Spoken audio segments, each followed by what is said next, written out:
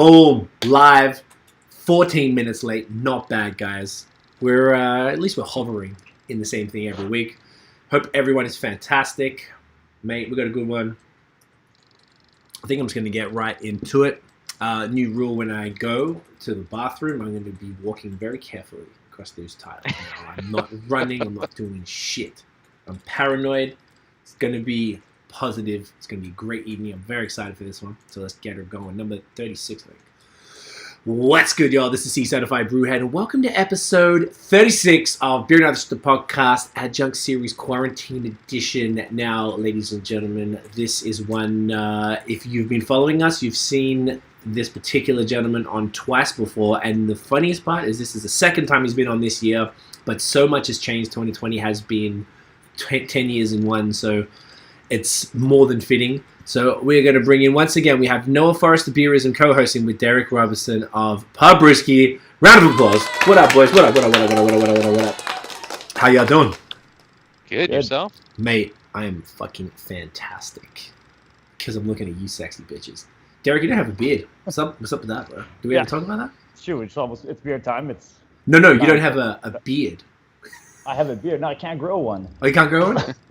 No. I thought it was. Unfortunately, that's why we use that's why we have a brewer like Zach that just has tattoos and a beard. We just throw him in everything, so he just looks like a brewer. I was gonna say they probably wouldn't let you in the AMBQ without a beard. I wasn't sure what the rules are. No. Exactly. Like I go on vacation for 2 weeks, don't shave, come back with a goatee, and everybody thinks it's a new look. It just can't accomplish a full beard. I respect it. It's okay. You know what? It's nice. You stand out more. You know. No, everyone's too many beards, too many tattoos. God damn it. We're all the same, right? I try to do the hair at least. Yeah, exactly. Cause you got the hair. Me and Noah look fucking identical here with the glasses and the beard and shit. So you know, you're unique. I like it. Just like your beers. All we're going to get cracking into them tonight, mate. Just people, if you want to hear the history and everything of Pub BreWskey, we did one in 2017. I think it was episode 68. And then we did the first episode this year of the Adjunct. No, what was it called? What was that series called? Fuck. Tiff, what was the series we did? What was the first series we did this year? I don't know. What the hell was it called? Against the Grain. Sorry, because I have my headphones on. Sorry. Yes, I know. Dude, I don't remember. That series almost feels like, that series fell apart because of COVID because we couldn't finish it how we wanted to. But the funniest part, every time I go to the channel to do something, I go to the page and it auto-plays the trailer for the series. So it's your quote. And I just hear every single time I hear it. It's hilarious because I've heard it 10,000 times. It's just the first 5 words of the quote that we took for it. Of mine or of you. As you said something like every time we come around, and you said come around before in the exact same way, and it I was like, oh, I have to because I've heard it so many times. Because every time 10,000 times and you don't remember what I said. Still. No, dude. See, I'm having. Remember your songs when you sing. I don't. I do not. You should. That's why we don't really perform a lot. No. When you're recording, you hold the phone like this and you're reading off the phone, and then when we do live stuff, it's a struggle. Where me and my brother are hopeless. You just write, you record it, you're like, all right, I don't listen to my own shit, it's weird. And you forget about it, and then we have to practice for a month before a show, because I don't remember. You just fuck up and you think too hard, and it's a whole thing. Anyway, beer time, boys. We are going to start with some haze. This is the Double Dry Hop Pale Ale Bohem, 5.5. Tell us about this one, brother. 100% Citra. Ooh, it's all Citra. Oh, it's nice cat piss in a can. I'm joking. I mean that in the loveliest way. I love it. Yeah, tell us about this one, bro. Did you guys do cryo with this and other things, or is it just pellets, or what'd you do? I will. Well, it's always pellets, but I'll always split it between a certain percentage of cryo and a certain percentage of just regular T90. What's T90? It's just regular pellets. Okay. So cryo would be T35s in terms of equivalency. It just means the amount of green matter. But okay. So I always split between two, mostly because it at least gives me 2 different lots. So I get a little bit of variety in the set instead of just having that singular one farms or one blended variety of Citra, just to try to fill it all up. So this one is mostly just a kind of classic pale ale. Golden Promise is the main malt. 35% oats, I believe, inside of it. Okay. So on the high side amount of oats, and yeah, just try to keep it danky and keep it something that brewers can drink mostly. Like a lot of the beers that we make that are like this is just because I'm looking for something that's not a double IPA. Right. Hey man, it's there's only so many of those bad boys you can drink every day. All that sugar. Yeah. This one's slightly drier too, so which is nice. It kind of comes through nice. Still a touch green, but that happens. Like it'll kind of age out. Boys, cheers. Get in ya, babe. Get in ya. Tiff's gonna help me out a bit because I feel like we're gonna get through a few. Nice, man. Well, I think the 5.5 might be the lightest thing we got. Yeah, by far. Well, what about the smoothies? Actually, no, the smoothies are lower. They're like, they say 5.2. 5.2? They're like 5.4, 5.5. They're always a little bit strong. But okay, I guess kind of steady. Are you stuck with, because you're not selling them through the SAQ or anything like that? Are they stringent with the rules as far as making it like that, or not really? Eh? No, it's plus or minus 0.5. Okay. And then you get to a certain point where I think it's like at 6.5, it's like plus or minus 1. So, oh wow. So you could be kind of very lenient, just because the way we measure stuff doesn't really. It's kind of hard. You filter. If you filter it, it's going to give you a different density. Then it'll give you a different alcohol content. Right. And then if you actually use calculators, it's complete craziness. So you never. It's unless you send it to a lab, which almost nobody does. You never really know what percentage. Exactly. Or if you have a lab there. Yeah. Well, we do, but it's something that we'd have to do. Like distillation to really get the alcohol content inside of it, or use like some sort of alcohol meter, but we don't have any of that stuff, so you have to send it out to a lab. It's not that expensive, $20, but still you have to send every product, and we come out with like 3 to 4, sometimes 5 a week, it seems. Oh yeah. That'd add up. Yeah, man. Yeah, that's. I mean, when we got the tap room, it was crazy, but now it's slowed down. Okay. Yeah, that's true, because I guess you can only do so many in cans and stuff, right? You don't want to be like like the tanks we have behind are like just 200-liter tanks. So, like canning that, especially the guys prime the line, you lose 50 liters right off the bat, and then so you're only getting like with clean beer probably a finished product for 120 for canning, so it's not worth it. But that's why we bought crowlers in recently, allowing us to kind of rotate those tanks, because first COVID wave we weren't using them at all. We were just like okay. So now the crowlers allow you to continue to be creative and experimental, and then you can like bust them out. Exactly. Are they 1 liter cans, by the way? We do 750. 750s. Okay, perfect. Yeah, okay, that makes sense, because they looked a little shorter, but I was like, oh, it must just be my head. I like that though. Yeah, it's like nicer size. It's weird because we do them on our production floor, we're allowed to do 750s. We want to kind of still do them in the tap room, but it's not really legal. Right. Because like growlers or crowlers are supposed to be 900 mils minimum, and so it's kind of that weird iffy thing. And it's even more fucked up because you're not supposed to be using aluminum. It says the laws even say like reusable, so it's supposed to be glass. It is supposed to be 900. So it's kind of like the weird stuff. People just do whatever and kind of just leave it. Right. Also, technically, you're not even supposed to be doing crowlers. No, unless you put one of those like weird reusable twist tops on them. But like people kind of do whatever they want. We're probably gonna run the 750 and see what happens, because it's a nice size. It's something I prefer having, because it's too much. But 750 feels like, oh, I guess I'm feeling sorry. Exactly. I'm in for a big one. No, I was wondering why, because when I was putting them in the fridge, they're basically the same height as the other cans, and they stacked perfectly. So I was like, oh fuck, man, this is gonna be like a whole thing trying to fit this in, and everything kind of like fit nicely. And I wasn't sure, so that's dope. I like that a lot. Yeah. I feel like a liter's cool. The 750 is like, it's good. It's good to share too, because the liter, like I guess you get 2 of these bad boys pretty much. But yeah, with 750s. Steve from Bebo from Third Moon says on the percentage thing, he's like, but then how can so many places make beer at exactly 11.9%? Well done, Steve. Oh, it's amazing. Yeah, Derrick, man, your shit has been like, this is such an interesting year for you guys. You guys have just gone from like when you got your system in August or September last year. Is that correct? We got it rolling in about October or September were pretty much the first ones we were pulling out. Because like we had tried to time it, because I was building the tap room, I was just overloaded trying to get everything done for February, and was never able to make my way to China because I was designing the whole brewery at the same time. Right. So I was never able to separate myself. And then when it started again, when the tap room started, it took kind of a month to settle in and try to get stuff running to a point where I was comfortable to leave to go to China. Then so I had to go do the visit. So we never had the time to open both up. So it kind of dragged, which thankfully we did because we were like running out of money while we were building it anyway.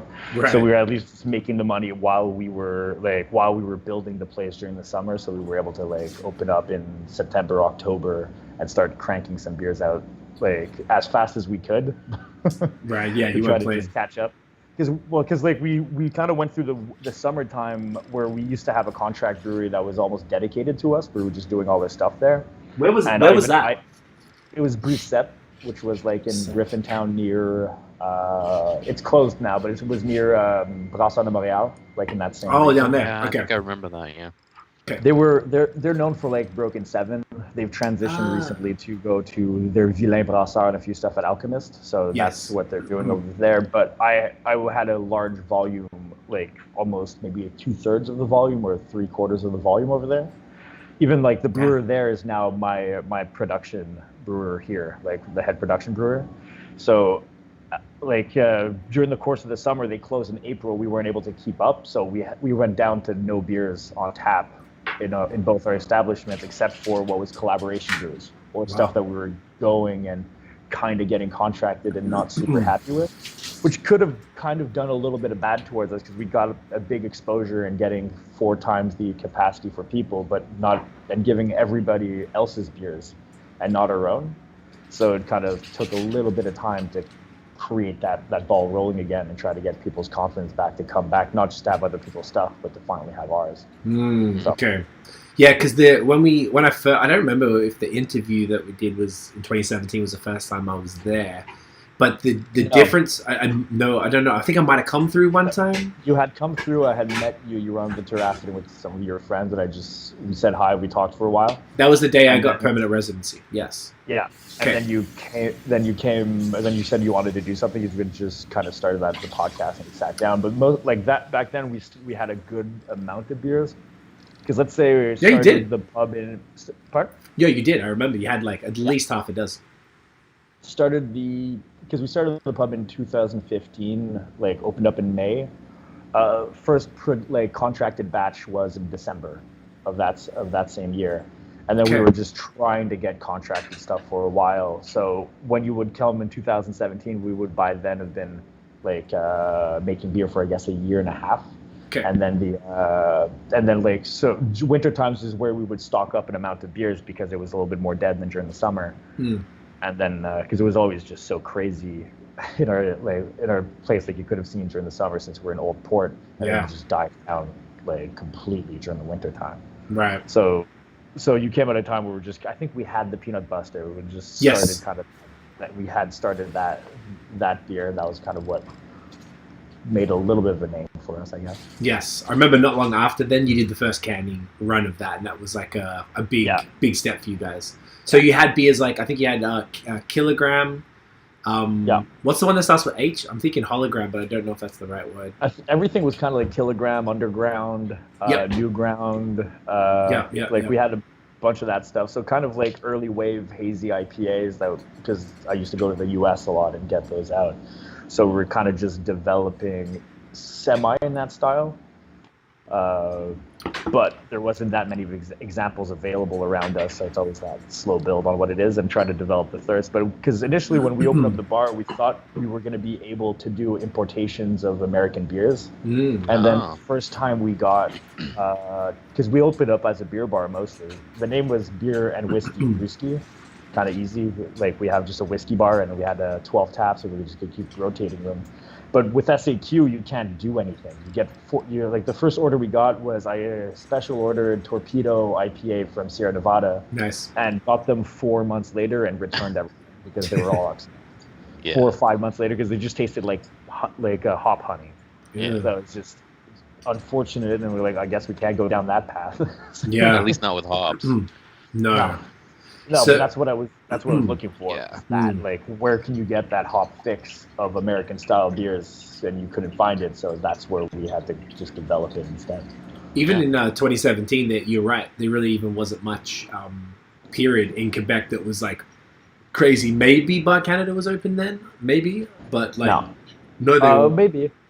no, Like, they. like, I think it was they 2018. did their third anniversary now, so I guess that would be Oh. 2017. Okay, so I don't So, know yeah, if they were. I guess they would be open by then. Yeah. Okay, And I think the approach to hops has just changed so much in the last 2 or 3 years. I mean, probably a little bit earlier than that in the States, but here you're seeing breweries literally concentrating on that. Whereas in the past there were probably some solid IPAs, but they were more alongside their other full lineup. Whereas now you have breweries like Bar Canada, Masorum, even you guys that are making hazy IPAs one of the focal points of what you're doing. So it's kind of it's a whole new world now. Yeah. I feel like. But I'd say there's also a big factor that almost never gets discussed. Is the travel time of beer. So like so much of what like the East Coast took a while to kind of develop its flavor, and a lot of what we got was West Coast style beers coming our way.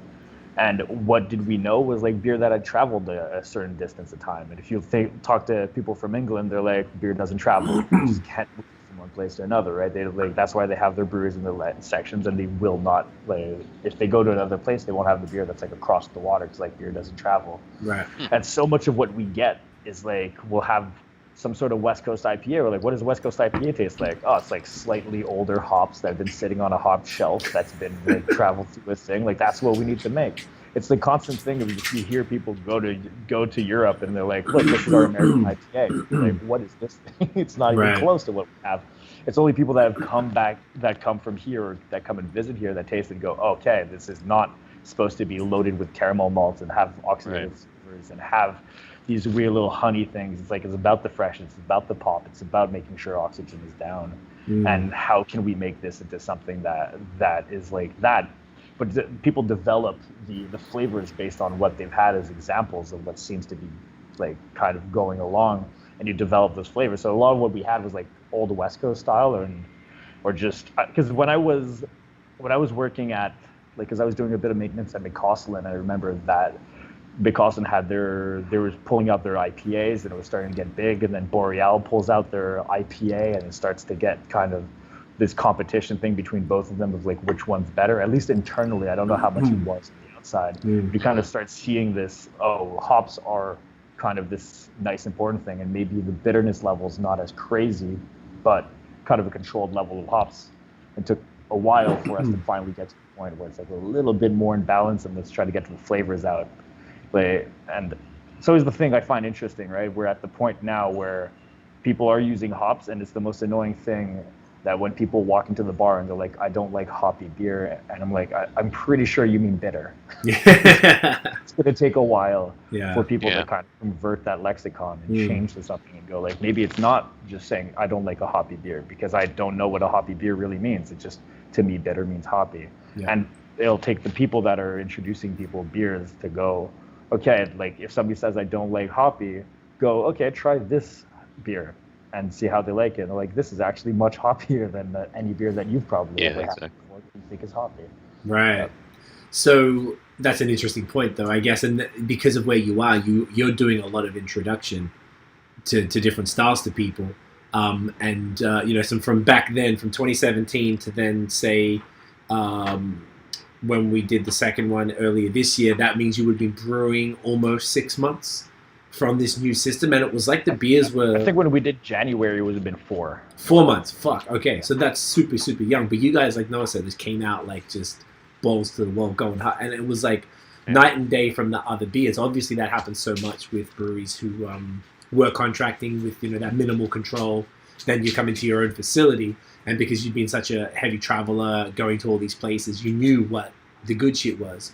So it was like you guys came in on that perfect timing of this 2019 like wave of Montreal breweries. I guess you could probably argue a little bit further out in Quebec too, but I feel like Montreal, you guys were definitely one of the main ones coming out doing stuff like this. Beers didn't look like this last year for the most part. And then on top of that, I remember even back then, before you had Brew Juice, I think you told us about it, but you didn't have them yet. We had like you did like an apricot kettle sour that was like as good as fucking Jelly King. And I was like, Jesus Christ, okay. And you had this crispy that was like insane. And you did the first, what was the 10% stout? I think it had like waffles or something in it. Oh, that was the, what was that? Yeah. That was the Ferrero Rocher stout, I believe. It was like...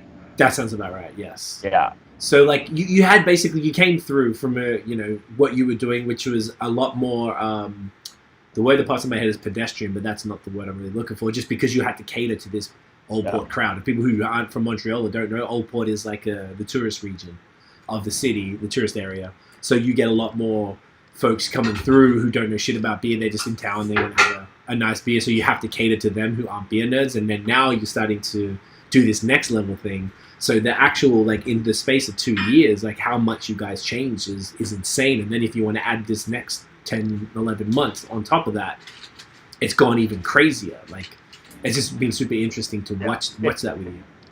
It has a lot to do with volume and risk, I would say.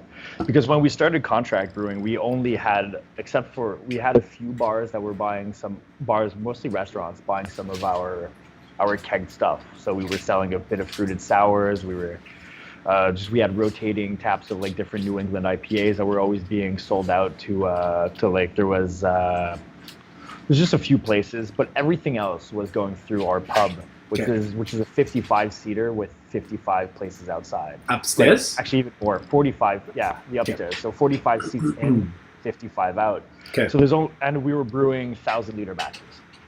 So the size was too big for the size during the winter, so it was kind of problematic. During the summer was okay, but still, like, if anything would have been a 5-barrel system, like a 500-liter system would have been nice. Okay. A dedicated 5 with more tanks. But I just had 1 to 2 brews a week. I could only do so much. I was like at a contract brewery that had like not a very good brew house, but they were the only people that was going to allow me the semi-control that I could do. And I also had a full-time, like more than full-time job on top of it, and also doing that. Because I was doing consulting engineering for 50, 60 hours a week, then doing helping run the bar, and then developing recipes. Like a lot of my stuff was made like at 1 in the morning to 2 in the morning, writing a recipe down, sending that in, and then dealing with other stuff and trying to go. So it was always just this run. And it's only since, and I haven't even been able, I'd say in the last 10 months or 12 months to really sit down and concentrate 100% on beer, but I've been able to concentrate at least 75% on beer or 70% on beer. Okay. And that's where the major difference hit. It was like being able to go and say this, like, my job is now to be the head brewer here, and even though I barely ever brew, I just kind of problem fix, write recipes, like just patch stuff up and try to develop new procedures and stuff, and that's mostly what I do. I have the 2 other guys that do the brewing stuff, because there's always something else that tears my time away from the brewery. Okay. But the major concentration remains that. I don't have another side gig like I did before. Right. Okay. Someone else, sorry. Okay, that's the difference between them. Beautiful. Fiber Optic says the food at BreWskey is great too. Yes, it is. We should definitely talk about that at some point tonight. Interestingly enough, we just got the original chef back. So we just got nice.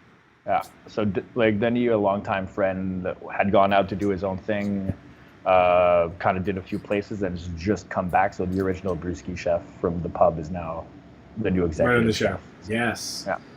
What's awesome. I don't want to. I guess we might as well touch on it now. I forgot the name of it, but there's a name that you've been promoting on I think it's for the kitchen. There's a brand. No, it's not the kitchen. We are Cave à Manger.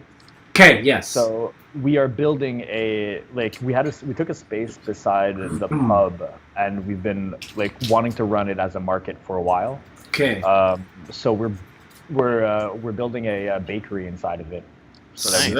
So it's kind of getting to work right now has been slightly hard, but the whole idea is getting sourdough breads, just kind of doing everything that we want to be able to either sell for the pub, to be able to, pub and brewery to be able to, because we've always made absolutely everything. We've made, like, it's been a long time. We've been making our own breads. We make every sauce, kind of everything gets house made here. It's always been that way because that's what Denis was doing when we were starting. It was just, let's make everything. And it was kind of the logical next step of saying we want to create a market to sell stuff that we make because we don't need more indoor space. People don't come in during the summer and people aren't here during the winter. So it doesn't make any sense to have more space. Right. So we just said, okay, we need more space to be able to run a bigger kitchen and have more things, but let's create this other whole thing.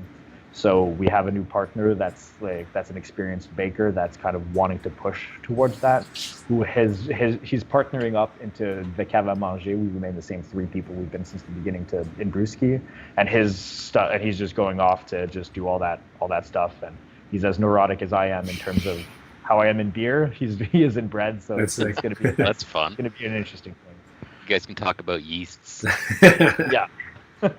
Well, I tried to provocate his 5-year-old sourdough to see if we could get it into a kettle sour version. But I don't know if you guys know what butyric acid is, but it just smells like baby vomit. Yeah. It's awful. And so we just had 2 buckets that were just nauseating. Not happening. The one thing that we are fantastic at doing at BreWskey is, at least in the brewery, is I start so many projects and I'm great at starting them. And then yeah, that's how you learn. Well, just starting them would be, finishing them would be a little bit interesting also, because I just kind of get that I get that little bit of knowledge from it, and then it just sits there. You're like, and we're done here. I guess. What? You got to get the team. You got to get the team one, based on someone following you around finishing your projects. Yeah, it'd be awful. They would hate it. Because when I walk into the brewery, they just call me Hurricane Derrick because I just leave shit everywhere. It was like, come in, just fuck it all up, and get out of there. It's just everything's dirty, everything's everywhere. Because I just start doing something, get a phone call, and the whole place is a mess, and they just have to clean up after. Oh, poor Zach and the boys. That sucks. Hey, man, you're the boss. That's what they have to deal with. So I love it. So the beer we're drinking now. Yes. Is this a reoccurring beer, or is it, or actually, let me just ask you, for those who don't know, obviously you guys are doing new stuff constantly, but do you have somewhat of a regular lineup that you'll be canning, or is it always going to be more of a approach where it's going to be new art, new cans, new beers constantly? It's going to be kind of both. So the idea is there's a few ones that we do every once in a while. Well, I mean, it's only been about a year, so Tapazos we've done twice. Avena would be something that I just brewed one 3 days ago, where the idea is not to necessarily do more and more will be to create kind of styles and go down that path. Where let's say Avena would be a brand that we're pushing, so the malt bill more or less remains. I just tinker with everything, so it's kind of more or less the same. But it forces me to because if I didn't create at least these kind of different brands that had different ideas, I would just slowly just melt everything into what I'm now believing is the best way to do beer. And everything just kind of becomes the same product, so it doesn't matter which can you open up, it just all tastes the same. So I want to avoid that, and the only way to avoid that is to kind of create a few of these threads and create a few of these things. So something like the Bohème kind of depends on people's reactions to it. If people like what it goes down, we're like, okay, cool, Citra worked, let's do it with Mosaic, let's do it with Strata, let's do it with something else. And kind of just base ourselves off that one. It's like, okay, this is what we liked about it. Maybe it's like I have this one, it's interesting, it's slightly pasty, you need to reduce the slight amount of astringency, the nose is nice on it, the color is nice on it. I like the malt bill because the Golden Promise kind of gives a nice platform for something that's that low, and I could use a lot, because even though it's higher in color, it does still come off pale because it's just a 5.5. So this one could become something that we come back to and do something again at. Also, because it's just a bit easier, I don't have to come up with a fresh slate every time, but it just kind of goes down that path. So more and more, that's what I'm trying to think of, is just creating these not either numbered or just hopped series of just going, that's what it is. Avena, people know what they're getting. They're getting a slightly more yellow colored, lactose heavy, not heavy, it's 10 grams a liter. the lactose style New England IPA, that's at 7.3. So that's that beer. The hops will change. Even if I tried to do it every year, the crop year would change, the farm would change, everything changes. We're not big enough to be contracted, so we're non-stable. Right. So, but I like the idea of I've never really heard anyone say it exactly like that, where you're taking that approach of creating something new kind of constantly, but at the same time you're keeping yourself in check by somewhat sticking to that beer's general profile to a certain degree, and that way you're not, like you said, producing 10 different beers that all taste identical, because you've put rules in place for yourself to a certain degree, but that you can still play with, but you're kind of like keeping him in like a box to a certain degree. That's a great approach, and I think that kind of curbs some of the criticism that I've heard about breweries who just constantly produce new can after new can, and like everything is just kind of the same. And just evolves and may taste good, but then you just end up with this. Everything's exactly the same. Because I'd say that's one thing because coming from a tap we're a brew pub, we're like mostly we're really a brew pub more than a microbrewery. It's kind of changed because of COVID, but we wouldn't have this many cans in the market if it wasn't for COVID, because we would just be having people here, having people drink them, and then leave with cans. So how I've always looked at beer is very simple. I'd walk out, look at my board, and go, okay, I have these beers. I need something that tastes different, because I have to think about, like, I'll look at a board and go, okay, I have a Citra Mosaic. That means I can't touch those two hops. I'm gonna go do I'll do Simcoe Strata, because I want to have somebody that's gonna have something that's gonna taste completely different. So I want somebody to have a taster plate and have multiple colors of things. I also like walking through the tap room and being able to identify what people are drinking based on the colors of stuff, based on the cups of stuff. So I could walk through and go, okay, this thing's really killing it tonight, or like this thing's not doing so great because I don't see any of that color or those cups out there right now. So it's always how I've looked at it. I want to have somebody that sits down, and if I've blasted you with Citra on one beer, I then want you to have another beer that's going to blast you with this other set of hops. Recently, it hasn't been the same, because it's just like we're kind of just going down that New England path of just, that's what brings people out right now. It's like, what can we make? We can make 3 beers. Hence why the small 200-liter tanks that are behind me is what's allowing us to have a little bit more creativity with the crowlers. We were kind of emptying our stock room in the keg room, but now we're actually making beers to try to just do what we would regularly do in our tap room that we haven't been able to do. And the volume is, I could sell 400 cans of anything, but I can't sell like 3,000 cans of anything. People aren't willing to take that jump, so it limits you to what you can necessarily do, because we can't distribute. We're an artisanal brewery, we're not a microbrewery. So there's only so much I can do that's going to allow people, or make it good enough so that people want to come out here and have one of them. So that's why we're so hard in the smoothies, because that's what gets people out here. That's why we try to do as many New Englands as we can, or at least as I want, because I love making them, but it's not necessarily what brings people down here. I would love if it was, but it's a part of what it is.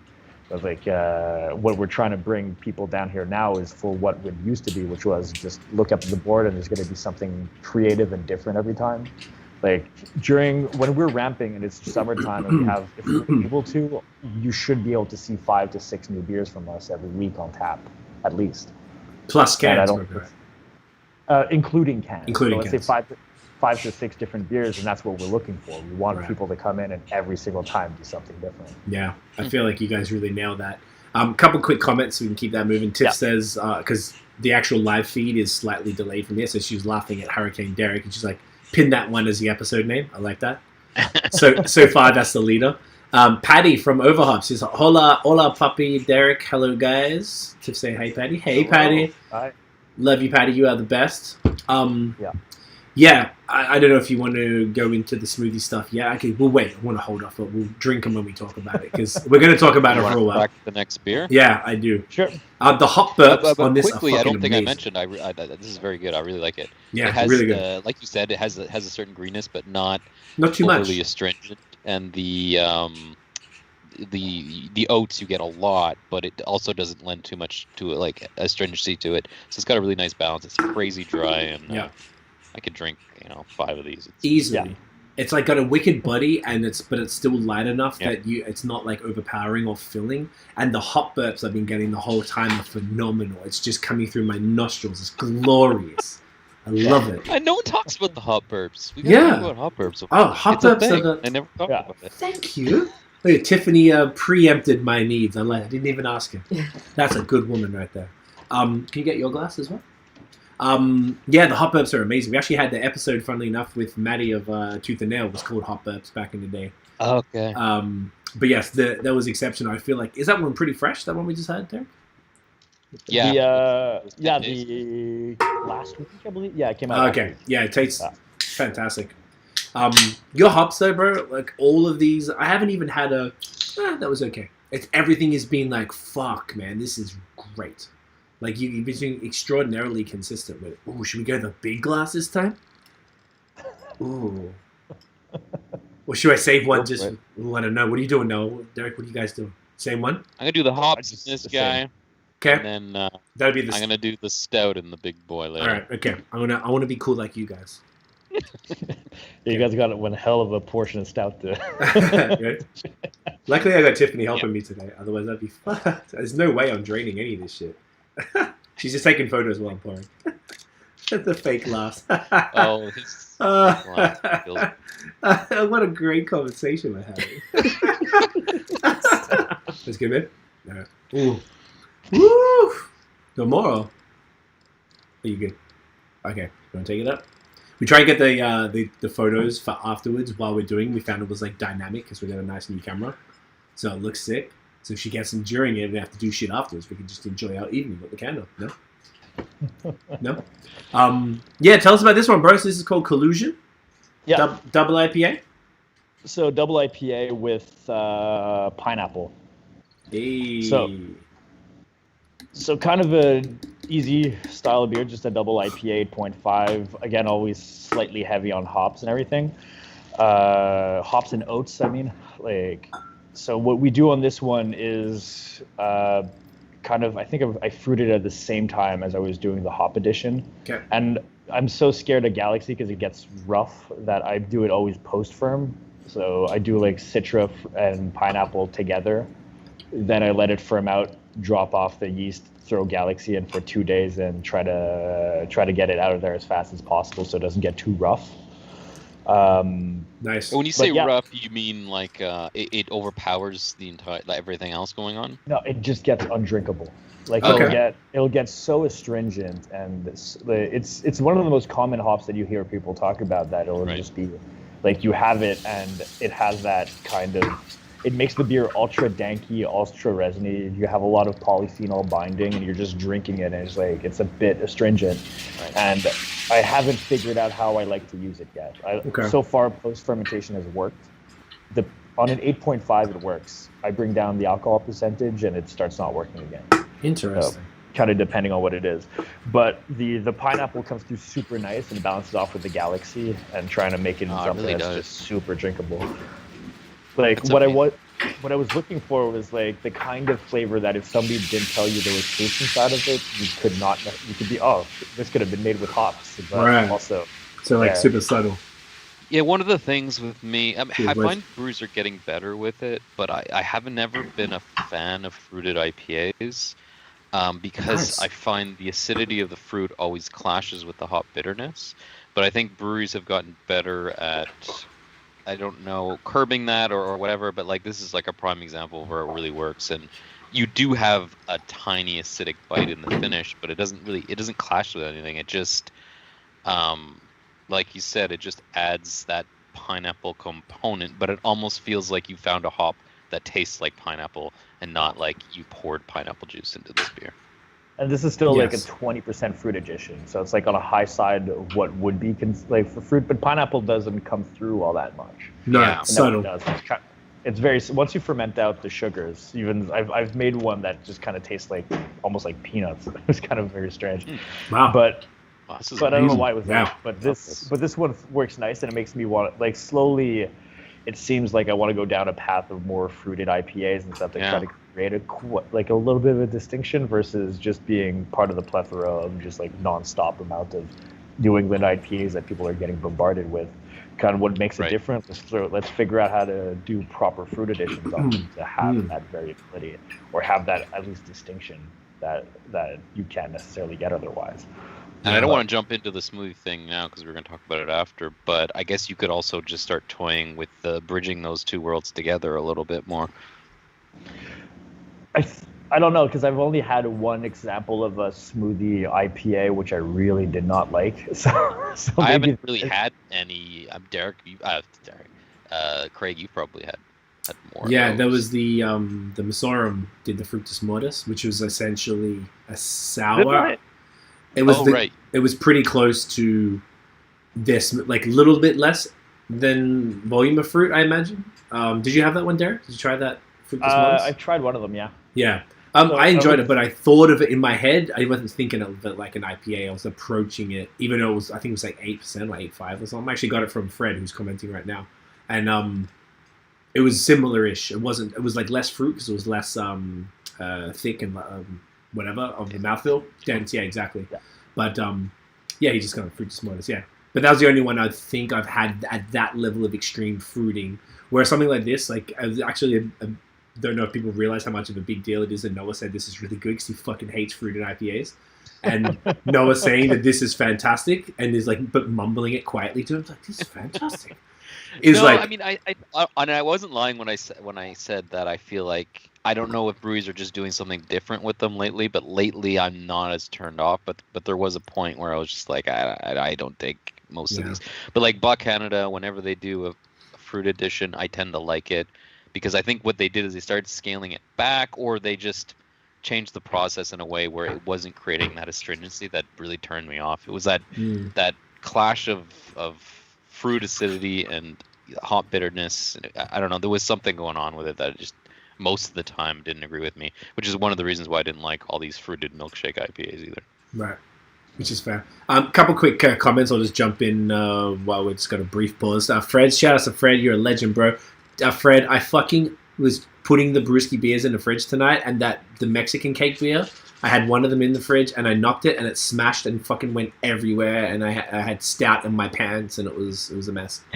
So he said, "You got the name of the episode, stout in my pants." It came out. I watched them. Fred was saying, "Are you guys drinking the oat cream double IPA?" We can. Do we have that, Derrick? I'm not sure. I think the oat cream double IPA is the shaky. Oh yeah, we have that. Yeah, you have everything. Yeah, okay. So we'll see how we feel. Maybe we'll get a bit frisky later. Sure. Patty says, "I'm so thirsty for those beers right now. Seriously, I can't even tell you how much. Love it. I definitely want to see more BreWskey and Overhop collabs now that they've got their place open." Fred's saying BreWskey are all amazing lately. And Trevor saying Fructus Mortis was the one, yes. The latest one is actually interesting compared to the first Fructus Mortis. He has one left. And he's like, oh no, with my thing. It's okay, Fred, I still have one left, but there's that beer down the drain. I hate wasting beer. But yeah, no, I love this, man. Was this the first fruited IPA or double IPA that you guys did? The first fruited non-sour IPA we've done. So we've done I've done a few just fruited IPAs, but they've all been sour bases prior to that. Okay. What? So, pardon? I was saying, why did you do this one? But keep talking. Just wanted to do a fruited one. Like really wanted to just go. You know what? Let's go down these tropical fruit paths and see what we can make with them. So just want to do something a little bit different because I was doing a few of these sour IPAs and I was scared of what hops do with acidity. Yeah. Like, where even the last one of the ones I sent you guys, which is called the Rubus, was like something that was just sat in the tank for so long because I was trying to plan canning out with the beer that had been fruited but not dry hopped because I wanted the minimal amount of contact time. It was just kind of a pain in the ass to try to just have a little bit of contact time so it doesn't become that weird green that seems to happen with a lot of these sour IPAs. And transfer it off where, like, you know what, let's just do something that's not sour. Let's just more fruit juice and see how it comes out. And we're super happy with it. Sick. So that's why the first one was like that. But it's always doing something different. We did this last time. What can we do to make it kind of different? And like right now, I have a peach sour IPA that's kind of in the works. Well, Nice. it's just half done.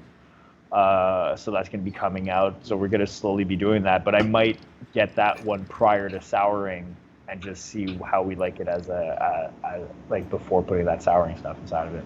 Interesting. I like Peach is pretty subtle too, I think, right? Super Especially soft. in beer. Yeah. Yeah. Depending on what it is, like I got a double time concentrated peach puree, so I'm interested in seeing how that's going to come out. Because yes, it is very subtle, but that's why you try to. I think like with a rebalance of an amount of like lactose, possibly, just getting that acidity right, so it kind of makes you think that you're having a peach would work. The downside is that the only real peach that is fantastic is white peach, and it's almost unbuyable. You have to order it like 3 months ahead of time, and I'm barely able to order something a day ahead. I guess you could just order it. Person. You could just order it now anyway, and whenever it arrives, like, all right, guess we're making a peach beer. Yeah, kind of what I do. I just end up ordering stuff and then getting it, and like, okay, now I have to deal with this. No, I love that. I really like the fact that this is like what you said before. It sort of just started to dawn on me as I was drinking it. Like the pineapple does not like. If you didn't tell me, like I didn't even read it when I put it in the fridge. I didn't realize it was on the can there. So if you didn't say that there was pineapple, I don't know if I would have noticed necessarily. Yeah. Which is great. The only thing that it gives you a little bit like the sweetness. There's a residual sweetness that you get from the fruit, but like a ton. Which, yeah. So that's always kind of the rough part I find of making these double IPAs is that be it fruit or non-fruit, it's the difference between having them initially where the green kind of acts like a bitterness that counteracts the sweetness. Exactly. And then when they kind of settle away, sometimes it's like what you thought was a nice balanced beer 3 weeks down the line is actually missing bitterness to counteract. And then it's kind of a rough line between, like I could take this beer right now and go maybe adding 10 IBUs to it becomes fantastic again, but when I was having it out of the bright tank, it was actually great because the green was knocking that and making it seem like it was properly balanced. There's always like that fine line between these things where they are evolving products, even if they're refrigerating and they're sitting down, there is a slight amount of sedimentation, there's a slight amount of change, and it's hard to plan on what they're going to be, and hence why creating those threads of saying like I will remake this one, but maybe with a different fruit. But now I know if I do it with that way, maybe I have to bump up the IBUs by 10 to 15, just so that it kind of, even though the green kind of goes away, the bitterness should still be there to kind of back it up for people that are going to store in the fridge for 4 to 5 months, because that's standard also, and it'll just stay good because of that. Interesting. Yeah, that's super interesting. I've thought about that stuff too, but it's really awesome hearing like a brewer talk about it and having that, like the greenness of the beer and that acting as like essentially a bitterness, and then what happens when that fades. And it also explains why some beers are awesome the second day after being canned, and others really just get that much better after 2 weeks, because it's all that balance of sugars and that burn, and just like creating that harmony, right? Because you want that brightness, but then the brightness fades, and then what happens? And so like I can only imagine in your head trying to recalculate that. But it makes sense what you're saying about, okay, well, next time I'll just augment the bitterness just a little bit so that the extra time will even things out and it won't ruin the beer, and you kind of find that happy medium. Super interesting. No, I love that, man. That's actually a really great point, because I'm just looking at the can. This looks like it was the 12th of November it was canned. I think so. Yeah. So we got 3 weeks. It's kind of perfect right now. And it was like 4. Yeah, like that's what I was about to say. I was like, this to me does not taste. I'm pretty like pedantic, and I notice there's a large difference for the most part. Even in that between like that 2 to 4 week mark, a lot of IPAs will severely drop. And this, like I can know, just said like I don't know what it was like earlier on, but it's sitting beautifully. Is this kind of, has it changed much from how it was? It has a bit, but not so much. Obviously, like I said, it was a little bit. The Galaxy was there a little bit more present before, and that's faded with the like can conditioning at this point, because I think this one sat in we sat it in the bright tank for an extra week and a half, which happens with these, just like kind of letting it settle out before we put it out. I'm not a huge fan of sending these like ultra green beers to canning. Like I want them to be drinkable out of the cans and maybe sit on them a day, like at max a week, but usually everything is out of the brewery good. Yeah, and I see a big difference there was like because of that thing I said initially of I was brewing 1,000 liters for a like very small pub. I learned how to make beer that was going to be able to sit and not change. Yes, everything changes, but at least wouldn't change for the bad, for the worse. Like I had New England IPAs when we had the pub that was as happy to serve like a month and a half in that I was the day one that we had it, and I was always fighting towards how to figure out how to do this so that I don't have a beer that's like 3 weeks in and then like fourth week hits and like, I don't like it anymore. We have to throw it, like we can't serve this anymore. We're just throwing money down the drain because we didn't have control back then. Everything cost them so much money that we couldn't, it was almost the same price as buying somebody else's beer. So throwing X amount down the drain was just not feasible. Right. So just kind of developed a bit of that mentality on how to create these things that are possible, like that don't require the freshness issue as being like they need to be fresh. No, they need to be able to conserve and stay just as good or get better, preferably. Okay. Do you have say like I don't know if there's like a blanket time frame that like is there like between 2 and 6 weeks they're the best, or is it like that super subjective?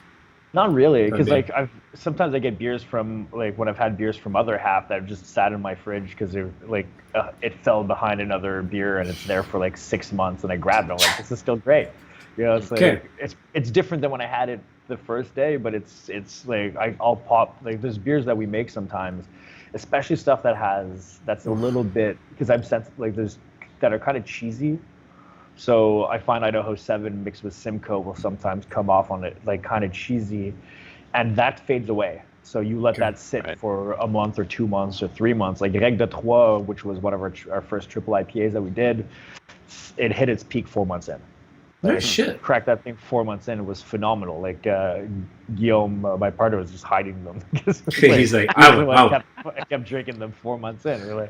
So they all have a different thing, and it's just as long as you're able to keep that DO low, that dissolved oxygen low at canning, then you can let that thing evolve. And as I said, you'll never know. Like unfortunately, we don't make enough of the same beer for me to go that one you have to wait. Like doing Règle de Trois again might be hit his prime a month in, but it's the unfortunate thing of like this year we're probably going to be capping 150 different beers or something, or 130 different beers. It's hard to tell this year what works and not. Yeah, more or less. Fuck, I'd have to look at Untappd to see where we're at, but I wouldn't be surprised if in the first year since we've been brewing that we've hit at least like 100 something. That's insane. I mean, the way that you've been pumping beers out is, I mean, I guess it kind of adds up. Fred was just saying, you guys are making me regret not getting it. I'm like, I think the rule here is if BreWskey sell it, you get that. You get that shit. You fucking get that shit. I'll see if it's on here. Yeah, but that's bonkers, bro. Like that is so many beers. The only time I was just trying to think. I remember we did our first collab with Sawdust City in like almost 3 years ago, and it was the first time they'd hopped that much. It just did in New England, but they weren't really making them. And then they did juice them, but that was about it. And I swear I never drank an IPA 6 months later, and it was still basically tasted the same. Because that greenness was so overbearing in the beginning, like I think they were figuring out how to do it, and then I don't know if it's like they fucked up, but they just didn't do it. They cracked the code now. This shit is amazing now, but it was just so funny. I brought it to Australia right after we did it, and one of my friends at the time, she didn't drink craft beer, and then she always made fun of me, and then she got a boyfriend who was into craft beer, so then now she is, and a year and a half after I gave her that beer, she drank it, and they both enjoyed it. A year and a half for a fucking New England IPA, bro. I couldn't believe it. Yeah.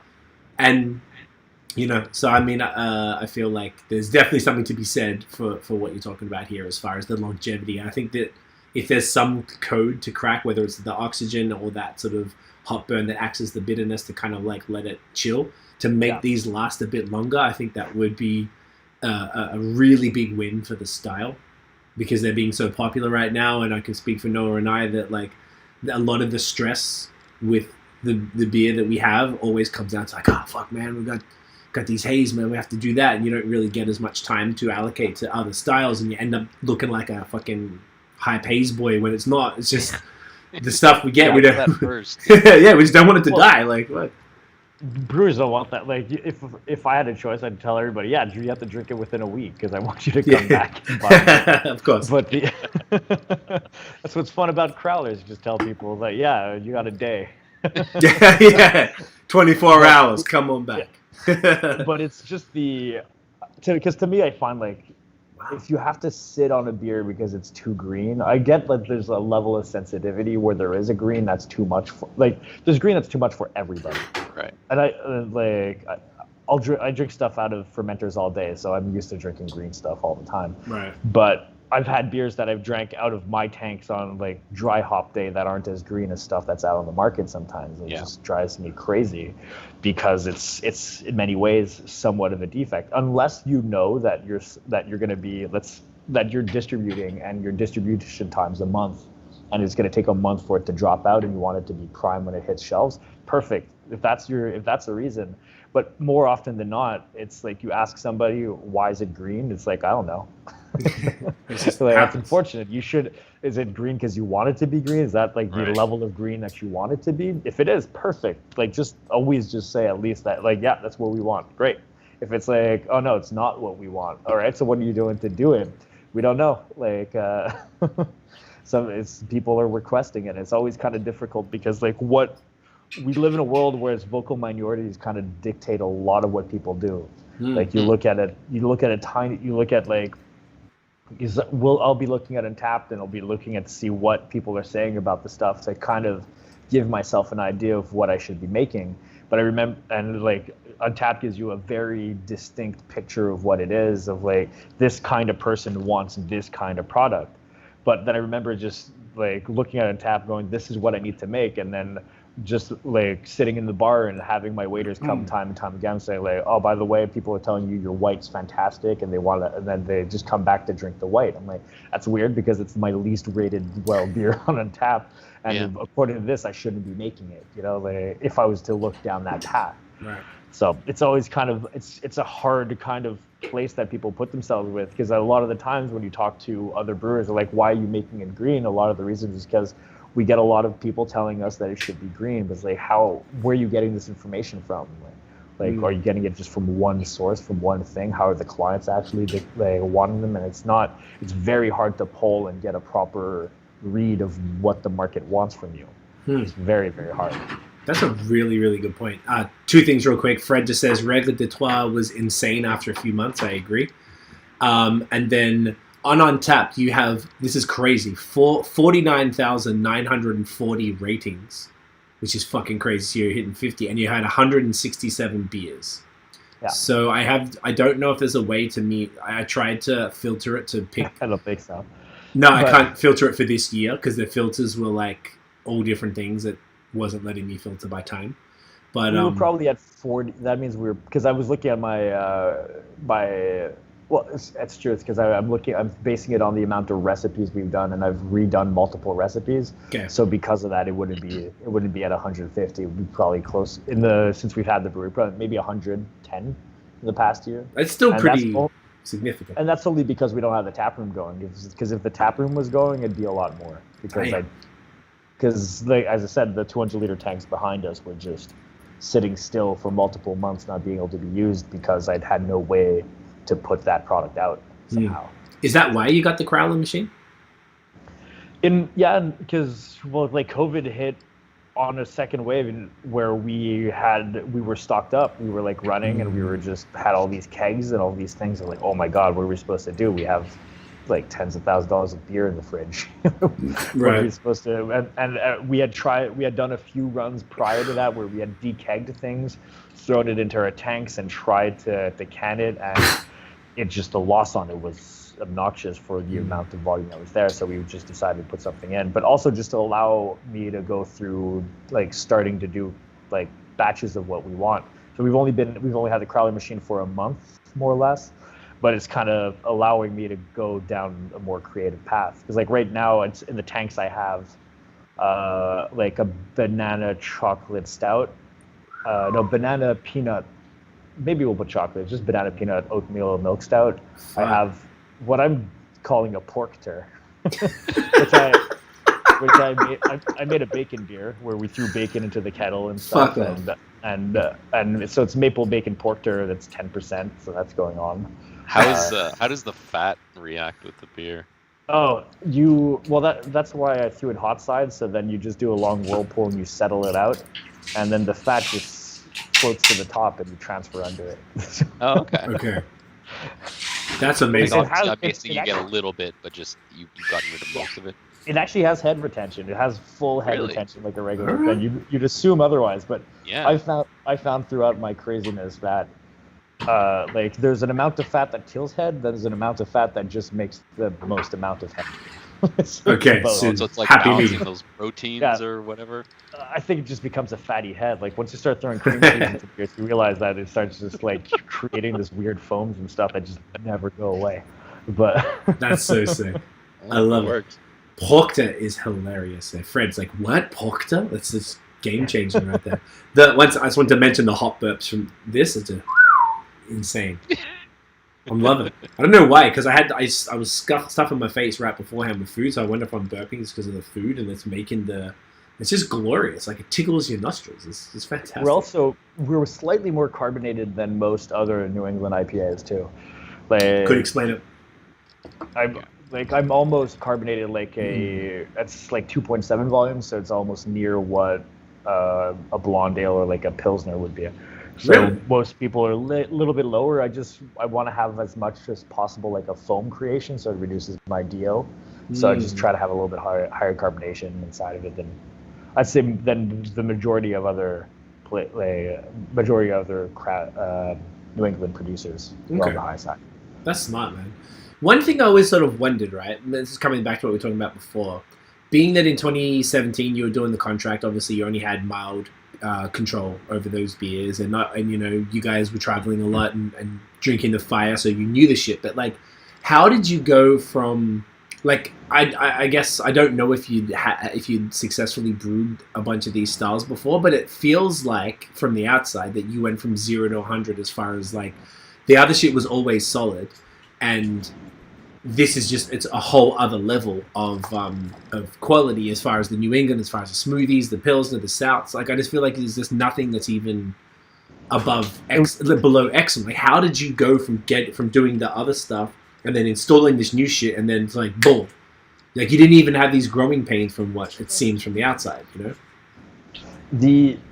The brew house was a big, like just the brewing setup that we had built was the bigger difference. Like we were brewing into an electric system that had an immersion heater. There was not even a flow meter in the place. There was no, like, it was just kind of really bare bones, and we couldn't figure out what we're doing.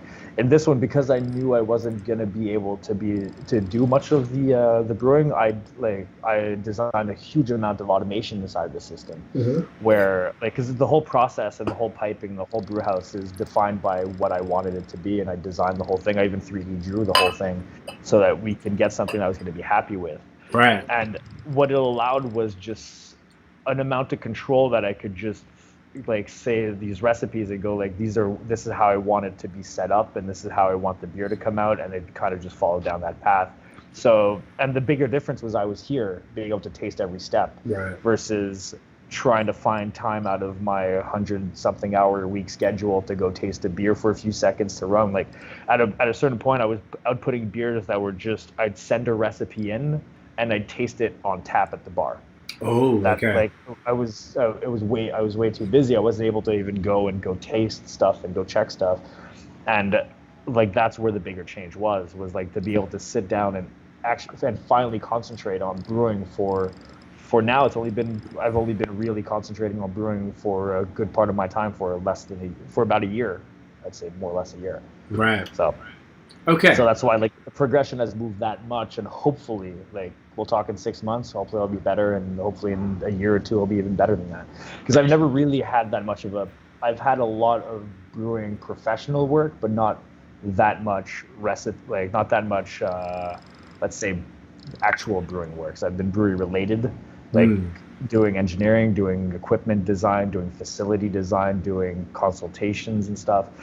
But actually, like concentrating on trying to make a recipe that much better, I've only had a marginal amount of time to do that because I was always obligated to do other things. So that's why there's been that much of a step up. And hopefully, and that's what I always try to push towards, that we're going to get, like, us in a year should be light years ahead of where we are now. And hopefully in 10 years, it'll start getting very impressive on where we're at. That's like, and trying to get just better all the time on every style possible, hopefully. And I can second what Craig was just saying, because you were actually there that night, Craig. Remember when we went to Derrick, not this Derrick, but yes, our other friend Derrick? We had a bunch of Canada. We had a bunch of Massorum, Sir John. We had Sir John. Yes. And then someone was just there. That guy came by. Exactly. So Peter had just gone and gotten the Pale Ale, I think. Was that the first thing you dropped in terms of New England? This was January as well. End of January. Late January. It was anyway. It was one of the first runs, and I remember drinking Sir John that night for the first time. I was like, "This is fine, but it's way too astringent." And the Buck Canada is what it is. I always enjoy it. And then we cracked open the BreWskey beer. I forgot what it was called. Fuck. Yeah. This was it was the best thing I had that night, except for the 13 different gooses that we cracked. That was dangerous. Blind goose. Yeah. Don't do that. In terms of hops, it really knocked my socks off, and I was kind of hooked from there. And unfortunately, I don't get out to the brewery often enough because it's hard for me. But something I want to do more. Well, it's something that we're even working on, because we're working on trying to, because we just got a restaurant license, and we thought we were going to be able to do it this week, but next week or maybe in 2 weeks from now, we're going to start doing home deliveries. Nice. You're mentioning that. So it should be interesting to see what happens with that, because this year it's kind of easy. You come to, like, we're not that hard to get to in Old Montreal, because it's like a quick in out of the highway, and you're not really too affected. Yeah. But we know that if it opens back up next year, like Old Montreal, like getting to us to pick up and order a beer, if it's like Saturday and there's fireworks, you just forget about it. It's not gonna be worth your while. So we're trying to figure out how we can kind of keep this thing rolling and getting, because all I care about bringing beer to people, and the main reason that I just want to brew as much things as possible, and the more I get stuff out, the more I could just brew again to get the iterations up and get better at doing these things. So it's all, like, I really care about people having my beer, but mostly I care about using up the volume, so I get another crack at brewing something different. That's fun. Yeah. But that's, like, we're trying to push that into it so we can kind of get, because there's a certain stigma of being in Old Montreal that makes it complicated. So I would understand why people wouldn't want to come here until they come to pick up something here, and like, okay, it's not so bad. It's actually quite faster than a lot of other places that are doing like pickups and stuff, because we're set up to pick up quite quickly. Like, just put your blinkers on the side of the road and go. But hopefully we can kind of figure something out in the future and keep the can stuff going, because it's a nice little side business. Yeah, man. I think it's really cool, and the cans are like essentially how you sort of grow the brand. Like it's the way that people, you guys, I don't know how people are trading right now. I imagine it's all not as much in person, but you guys are trade fodder for sure right now. Like, your shit, I'm sure, is being sent everywhere in exchange for and I think if you adjust, like the COVID stuff, I guess, is some sort of a blessing in disguise as far as forcing you to ramp that up, and then hopefully, like you're saying, you keep that going at least to a similar thing that it is now, even once you're able to open back up again. Because this will in turn, with the amount of like the hype boys getting this shit and then trading it out, the other people when they visit Montreal are gonna, because Montreal's like I say, I was shitting on Quebec in the last couple of years because I just really felt like it wasn't where it needed to be in the last year. Like this year, it's nothing's touching it in Canada. Like Quebec is particularly Montreal, and I really feel like it's going to encourage more and more beer tourism. And the cans will contribute to your name. Like it's the best possible way to get stuff out there. Patty's just say you're a genius. Because she knows. Thanks, Patty. Oh. The guy in the middle. The Derrick sandwich. Yeah, no, it's cool. I love that you guys are continuing to do all this stuff. I really hope you still do because it's cool. Like even for someone I'm only not that far away, but I don't have a car, so I don't get down there. Like I used to. I used to try and come down at a reasonable amount, and no one doesn't get out there much. So this is one way to make sure that everybody gets the beers, even if they're exploding cans of smoothies. Which we'll Speaking get of to. smoothies, do you want to crack it open? Do we want to go straight? Let's do it. Yeah, go to the smoothie. We're doing the pineapple. Yeah, which one do we do first?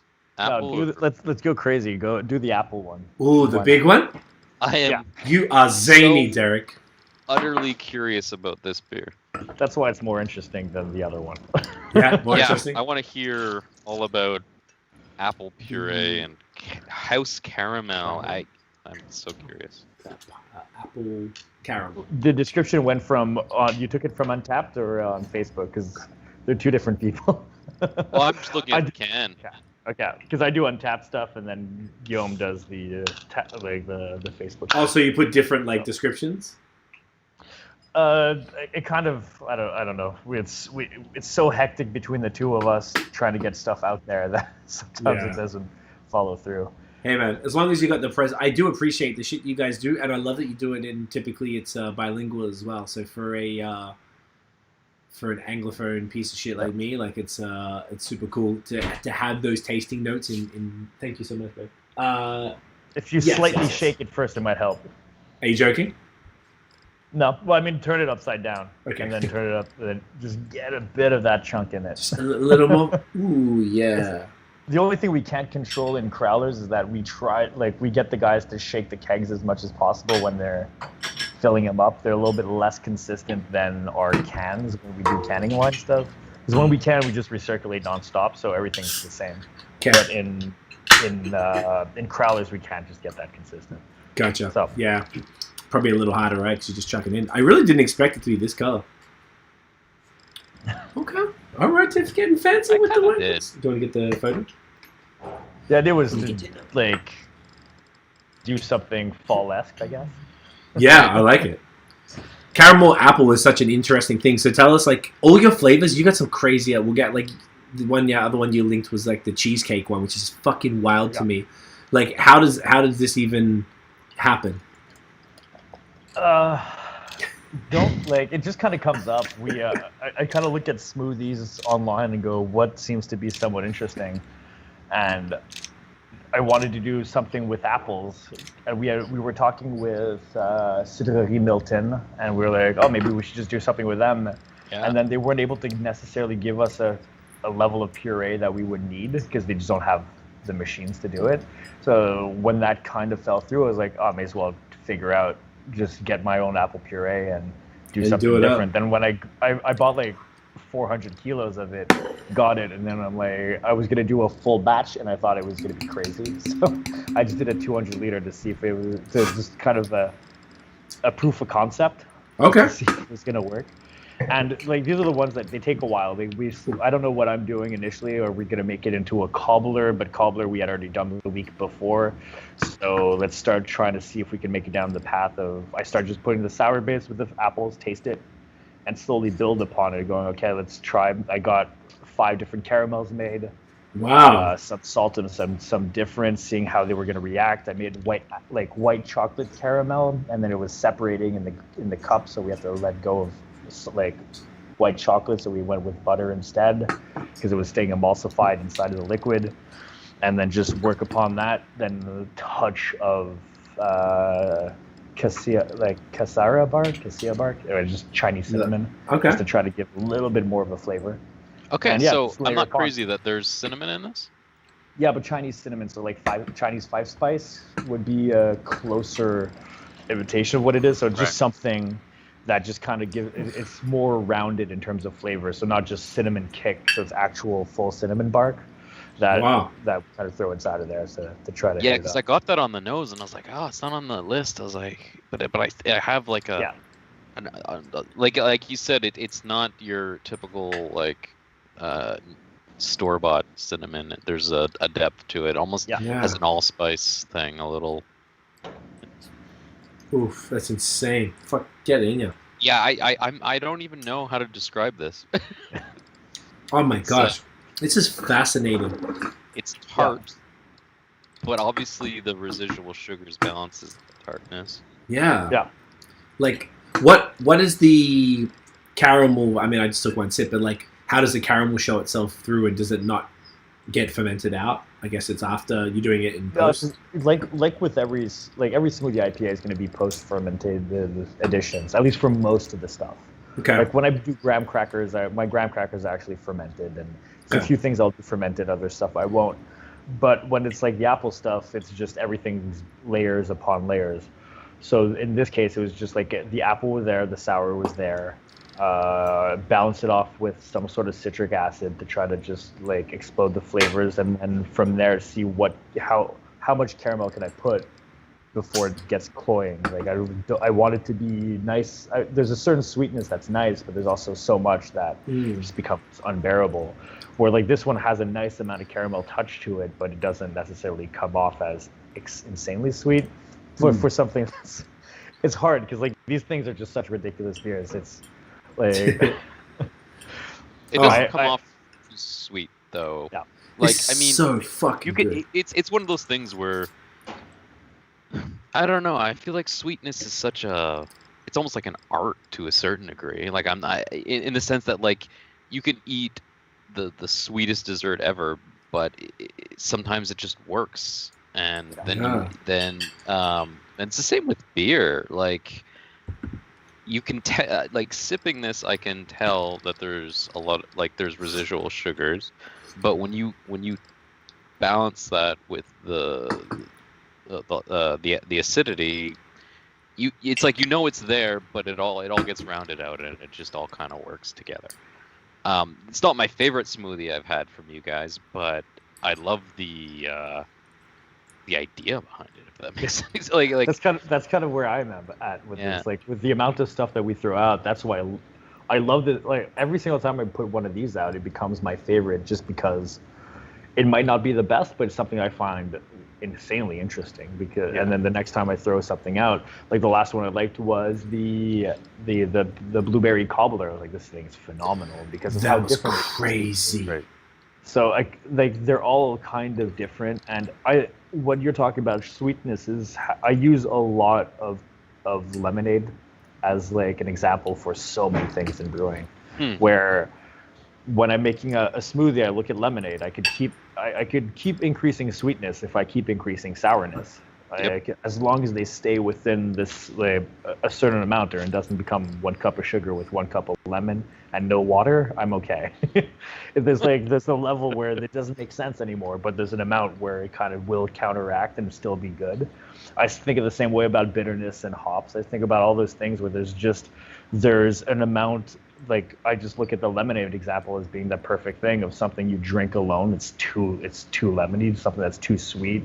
On the other end, mix them together, find a nice match, and you could kind of just keep those ratios up and just figure out how to hit the sweet spot. Yeah. And I think what's so fun about this is the more I sip it, the adjuncts feel, for lack of a better term, necessary. In the sense that I feel like if you brewed this as just like a straight kettle sour with all this apple puree, I don't think it would work as well, if that makes any sense. Like, it's those extra desserty flavors that creates this kind of weird desserty concoction that I'll, like feel needed, and that that cinnamon layer and the vanilla and I've never enjoyed vanilla in beers. It's starting to grow on me, and I think it needs to be in this beer, if that makes any sense.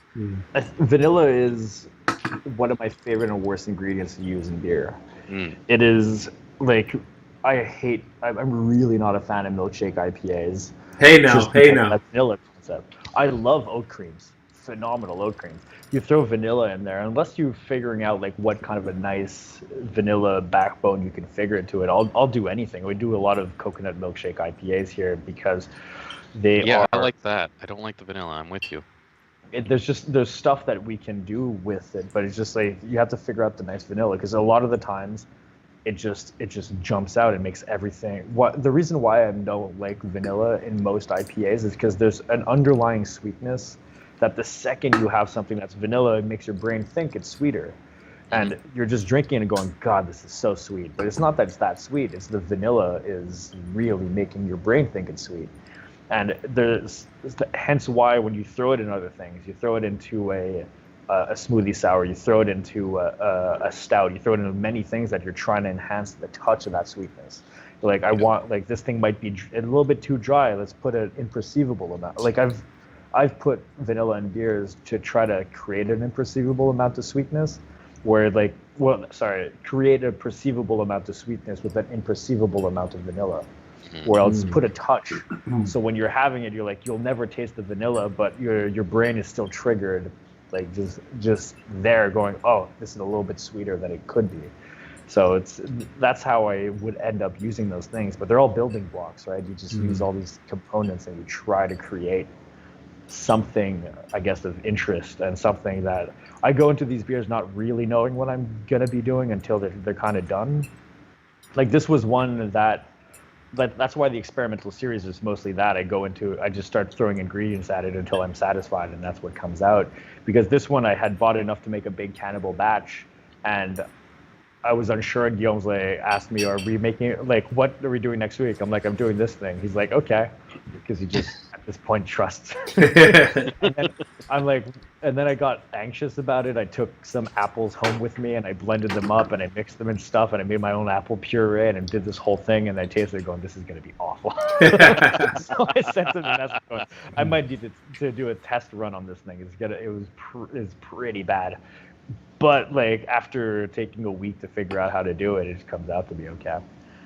Yeah, man. This is it's like a cross between baby food, like that sort of thing. But I mean it in the best possible way. And then actually eating a candy apple, like you nailed it, Craig. You did. But like not in a bad way, because baby food can be lit. Like baby food's dope, but it's like because baby food you associate with that pureed apple, and it's not a flavor that we're used to having in beer. And then on top of that, all the brew juices I've had, which has got I don't know, like 6 to 10 probably, so enough to know that there's a consistent mouthfeel with these bad boys. And I'm like, you getting that, and I had that blueberry cobbler one, bro. Like that shit was fucking insane. It was one of the few beers that I've had where you were like, no, I ate a piece of pie. There's graham in my mouth right now. Like, not a bloke called Graham, but a great cracker. Sorry. Pause. Yeah. So like, this is like, there's something like crazy about this. It just works so well. Like when I saw this, I was like, Apple, because you mentioned to us on the chat, and I was like, I thought maybe you wrote it wrong. And I was like, oh, and I saw this. I was like, ow. I assumed he did.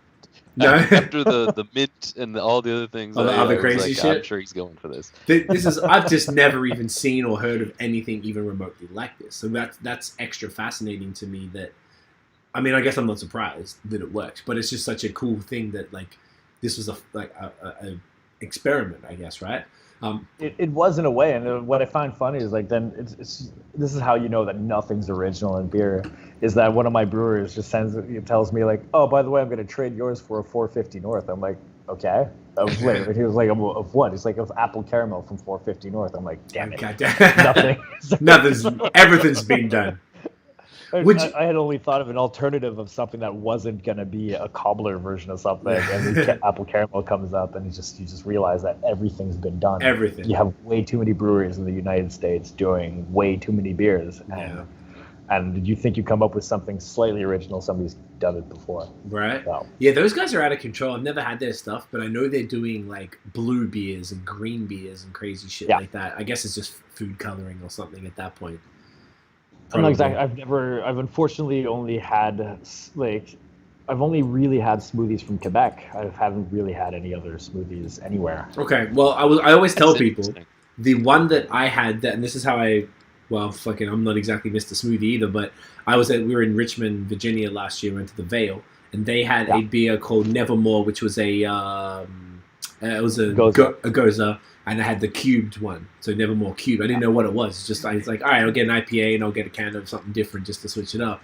And that poured exactly like this and I was like, what the fuck is this? This is amazing. And then when I had brew juice, I was like, all right, this is what we're working with here. This is the same thing. Extraordinarily impressive that you've been able to do it. I guess now that we're in smoothie land, we can get into it. It's been a big topic over the last year. I really feel like people understand smoothies. They love them, they hate them, whatever.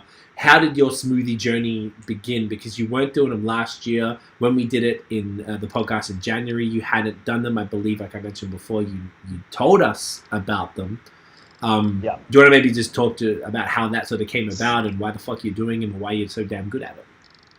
What's actually kind of funny is that you bring up the veil. And it's one of the reasons why I well, not exactly, but it's like one of my first exposures to smoothies was me getting angry that they had won the best Goza award for a smoothie. For a smoothie. Like they had won an award for the best Goza of the year or something on rate beer or whatever. I was like, you can't win best Goza if you are a smooth. If you put fruit puree. It doesn't make any sense. It's not like, don't get me wrong, the beer might be delicious, but there's just no way that I'm a style driven guy. I'll always follow. But I'll always follow styles and try to stay within them as much as the styles can actually exist. Because like if you look at every smoothie, they get thrown down. If on Untapped, I'll put them in fruited sours because there's no category for smoothies. But to win something like fruited Goza, I was like, this is completely crazy. So that was kind of my first exposure to what a smoothie was. But a lot of what it was actually Zach, which is one of my brewers here, and my longtime friend, was going, you have to get onto the smoothie game. It's like, it's killing it everywhere because he's following Instagram and seeing what everybody's doing it everywhere. We're like, okay, fine, let's just try this thing out. And so we just kind of did the first iteration, which was just 4 mixed fruits into a tank at 100, maybe 150, 160 grams of every liter. So something in like the low amounts. And we had just run that as a pilot system, and everybody loved it so much that we just started stepping up from there. So we slowly went from 150 to like 200, 250, where now we reside at the more or less 3 to 350 grams per liter as a final amount, so 30 to 35%, if you will. So that's kind of where we sit on the addition, on where we have, but we just slowly built towards up to that level, but a lot because as we were building it, so was places like Messorum, so was Nouvelle France. There was a few places that were doing it at the same time as us, and we were all talking about the amount of fruits the amount of grams per liter of fruits we were throwing in. So people would come to the counter and ask how many grams per liter this. Talk about your clientele like knowing what they want. Right. Well, it's just like it's like go IBU wars of later. Of how much fruit? IBU's 150. Oh, this is going to be amazing. 150 IBU. Same concept, just like slowly cracking them up. And but we kind of settled upon liking what 300 to 350 was, because it's still, to us, was beery enough to be comfortable, but still fruity enough to be able to go down that fruit and sour path. Because obviously you could keep cracking it up until it becomes next to nothing. But then you're just eating an apple at the counter. But all this stuff was going along at the same time as all these places like 450, the Veil, and everybody were getting ratted out on being so low in alcohol. Right. Where it was that, like, initially we were like just out putting stuff out and we were like 6.5%, and people were like, yeah, sure, it's probably 3%. And I was having to like post stuff and telling people, no, like, it's a 7 or it's 8% base. I'm putting this much fruit, dilutes it down to this much. It's that the percentage that it's very simple math. The people that aren't doing it wrong is just because they're doing, like, they're trying to show something different or whatever the hell it is.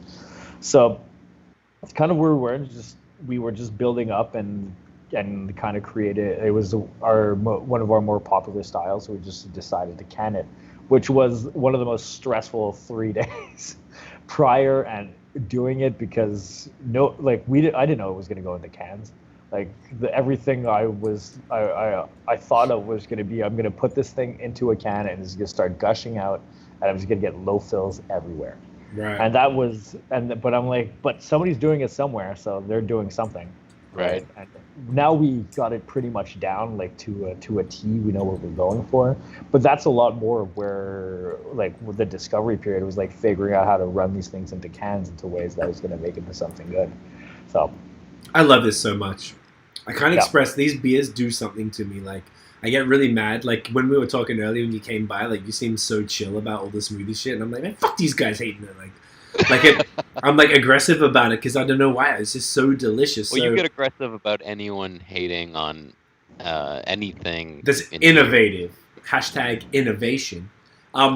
Okay, so that's great to know that you guys were. Zach, I'm not surprised because you guys are really like being great. I think you and Zach are a great team as far as like taking it to the next level. You guys are never scared to innovate and try something new, and I think that really speaks to why you are successful. Why you are in the conversation at all times as far as and in the short time you've been brewing, a year and a bit, man. And that's pretty damn good that it's gone from just getting a place, even though you've been open, but from actually just having that control to being like, oh, if you come to Montreal, no, you need to go to BreWskey, you need to go to the store, and we were talking about that. That's what we tell people. So with the smoothies, we talked about this earlier, Derrick, when we were talking, and Noah, we talked about this at length on online. But basically, one of the main criticisms that people say about smoothie sours is that it's not beer.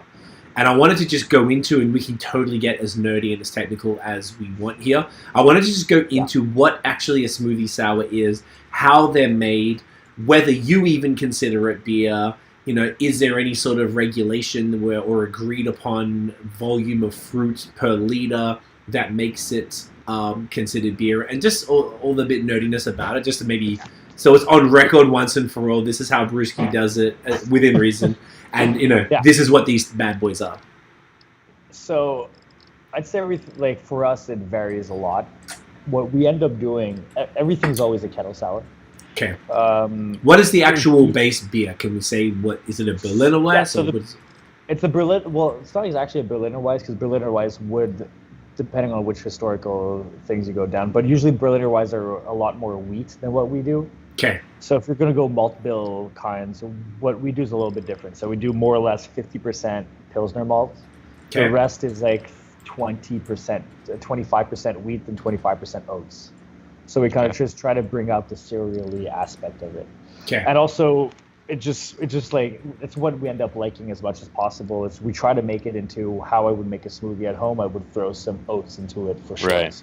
It would like kind that of bring little bit of oatmeal taste to have that. Yeah. So to try to not make it exactly into a Berliner Weiss, although historically there was oats in Berliner Weiss, but just whatever.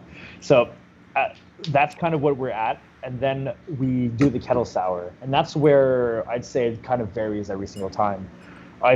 We've cultured house strains for a while, where we just run them, and then I've had other stuff where I just do single strain plantarums. Like right now we're running a plantarum brevis. I'm just kind of using the base as an exploration of what kettle souring possibilities could be, because even though it doesn't necessarily come through in the final beer, it's kind of an interesting thing for us to taste what different kinds of like similar bacteria, but different strains of bacteria can give to the final product, so we can use them for our other things that we're creating. Okay. So that's where I'm saying it kind of changes. The base is pretty much always the same. However, the plantarum strains or what we're doing with them will change as we go along. Then we kettle souring. We do end up doing the secondary boil, so we do the boil to kill off all the bacteria. So we've hit a pH of 3.3. We'll do the secondary boil, throw about 0.5 grams a liter of coriander, because coriander will get biotransformed into a lemony flavor. This is why like a lot of whites and stuff have like a lemony characteristic, is because they do use a lot of coriander, and coriander will get biotransformed. No shit. And you do this on all of your smoothies, more or less? Yeah, every single one of these. So we take them, we transfer them in, and I've been playing around with either Kvike strains where I'm fermenting at 39 degrees Celsius, or an SO5, which is just an American strain, a Chico strain. So I kind of play around with both to see which one I like. I'm always just kind of playing around with the final base beer, because the reality is that so much becomes part of just figuring out how to blend the fruits in, that it covers up a lot of these things where I'm just using them as. as kind of learning tools on my end so that I could get better at doing these things. And maybe it's not necessarily consistency we're getting, but we're getting fruits from so many other places that the fruits become more dominant in terms of flavored components than we actually get from what we're getting from the kettle souring processes and stuff. So at that point, it ferments out. Quebec has the advantage of we're like able to get from more or less grain to can in 7 days, which is nice. Versus an SO5, which will give us grain to glass in about 10 to 14 days. So it's kind of like that bit of a difference because the fermentation temperature is the main reason why we kind of slow down on it.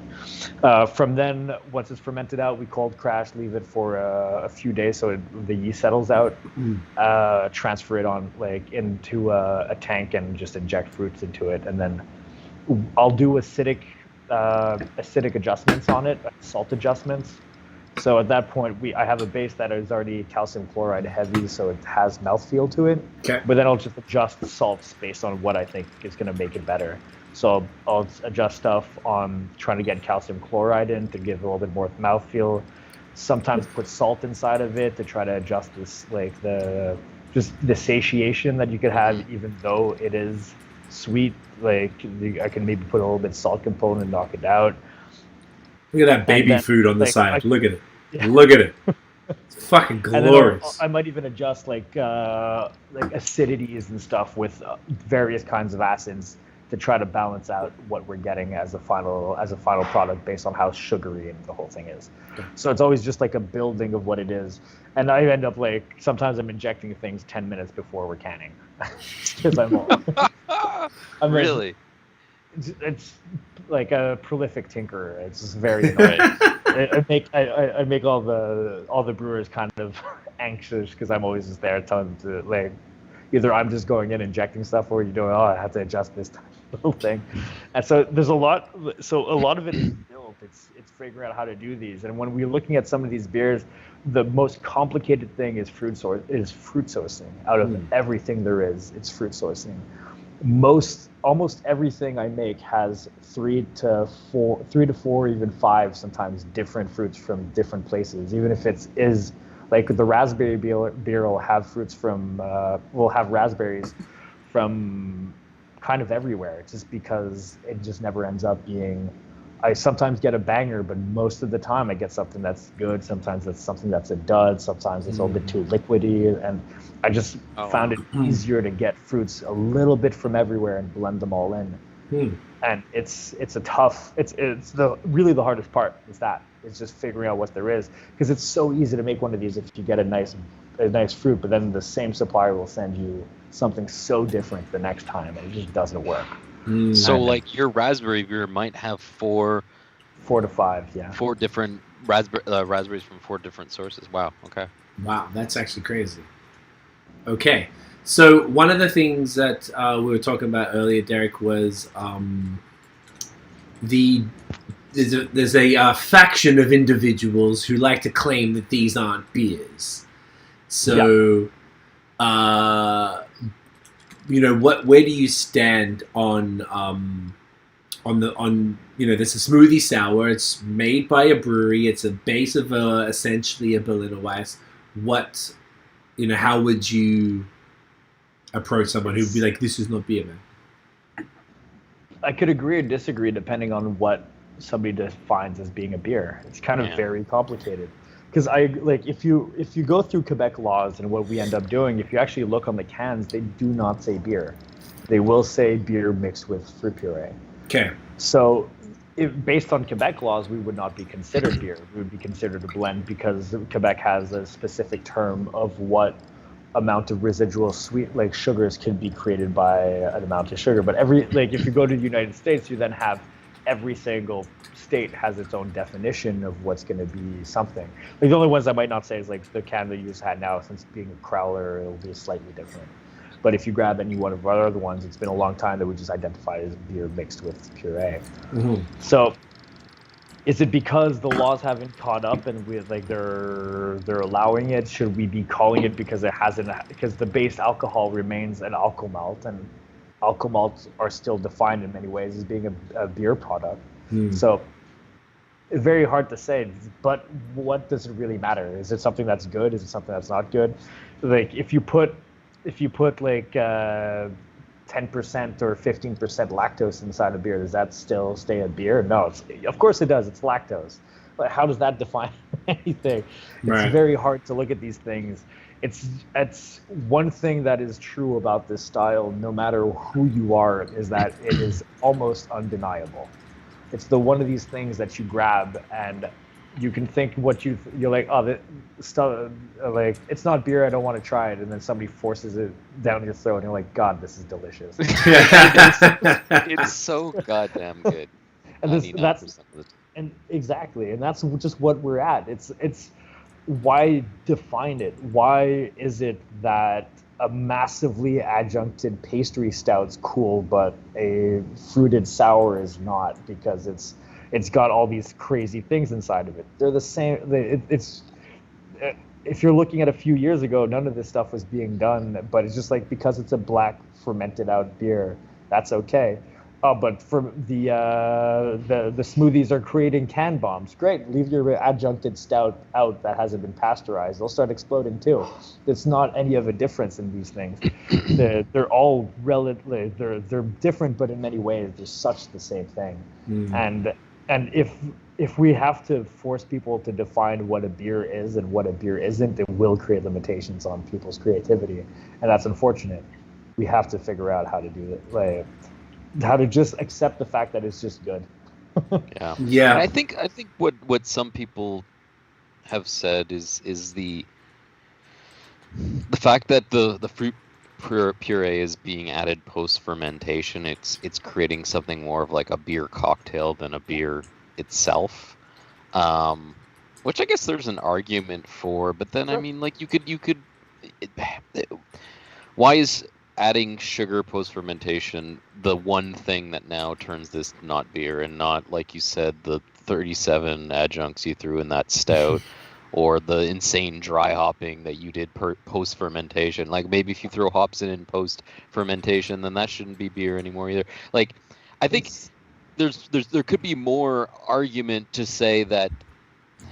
I don't agree with this, but I think there'd be more argument to say I don't like what smoothie beers are doing to the beer world, but like concentrating on whether something is beer or not beer, like that seems, I don't know, it doesn't seem necessary to me. Like, have your opinions on what these hyper trendy things are doing, fine, but like worrying about the semantics of what is and what is not beer just doesn't seem necessary to me. Yeah.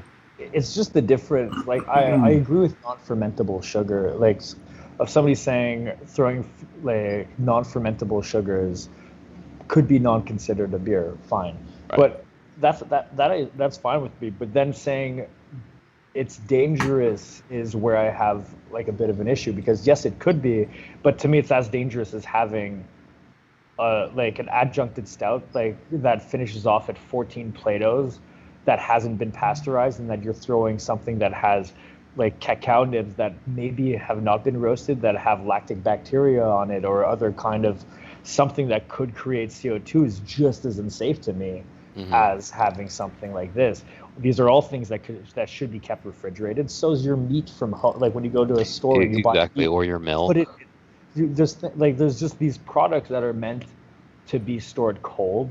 Beer in itself should be stored cold, and it's a weird thing to look at stuff and go, it'll explode. The reality is a lot of beers explode. Everything kind of explodes. Even Craig was talking about Miss Orm's beer that has been commented on exploding. That was a post-ferm one. There's a non-stop amount of beers from just anything that contains Brett's that are just exploding everywhere.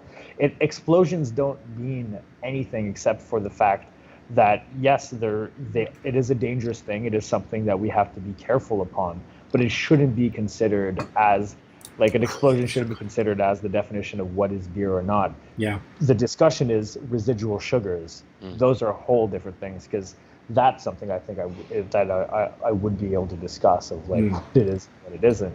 But it's hard because there's no rules. Like it's subjective, right? The two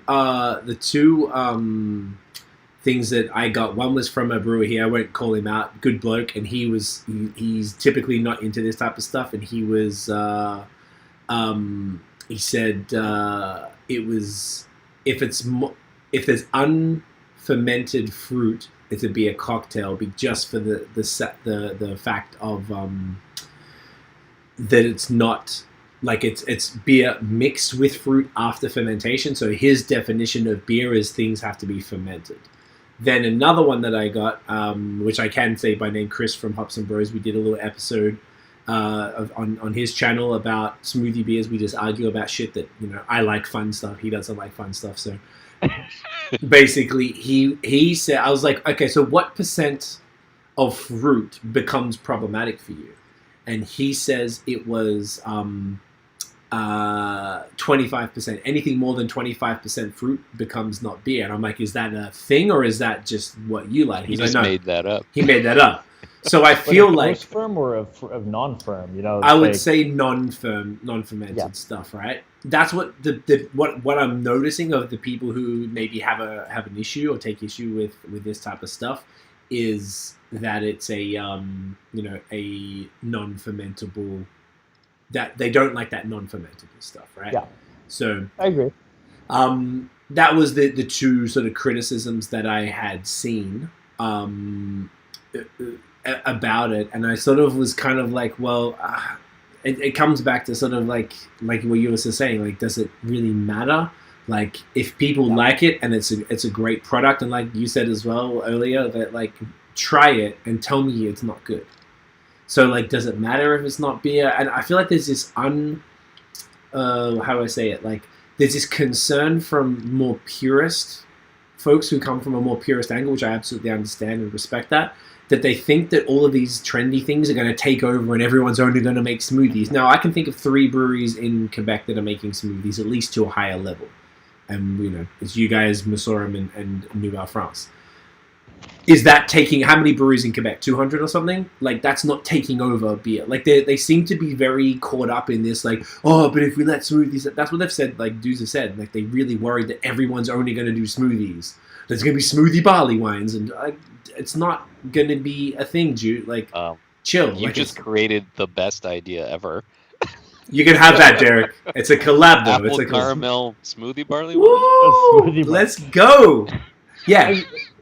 But that's why, like, I agree with, like, as I said before,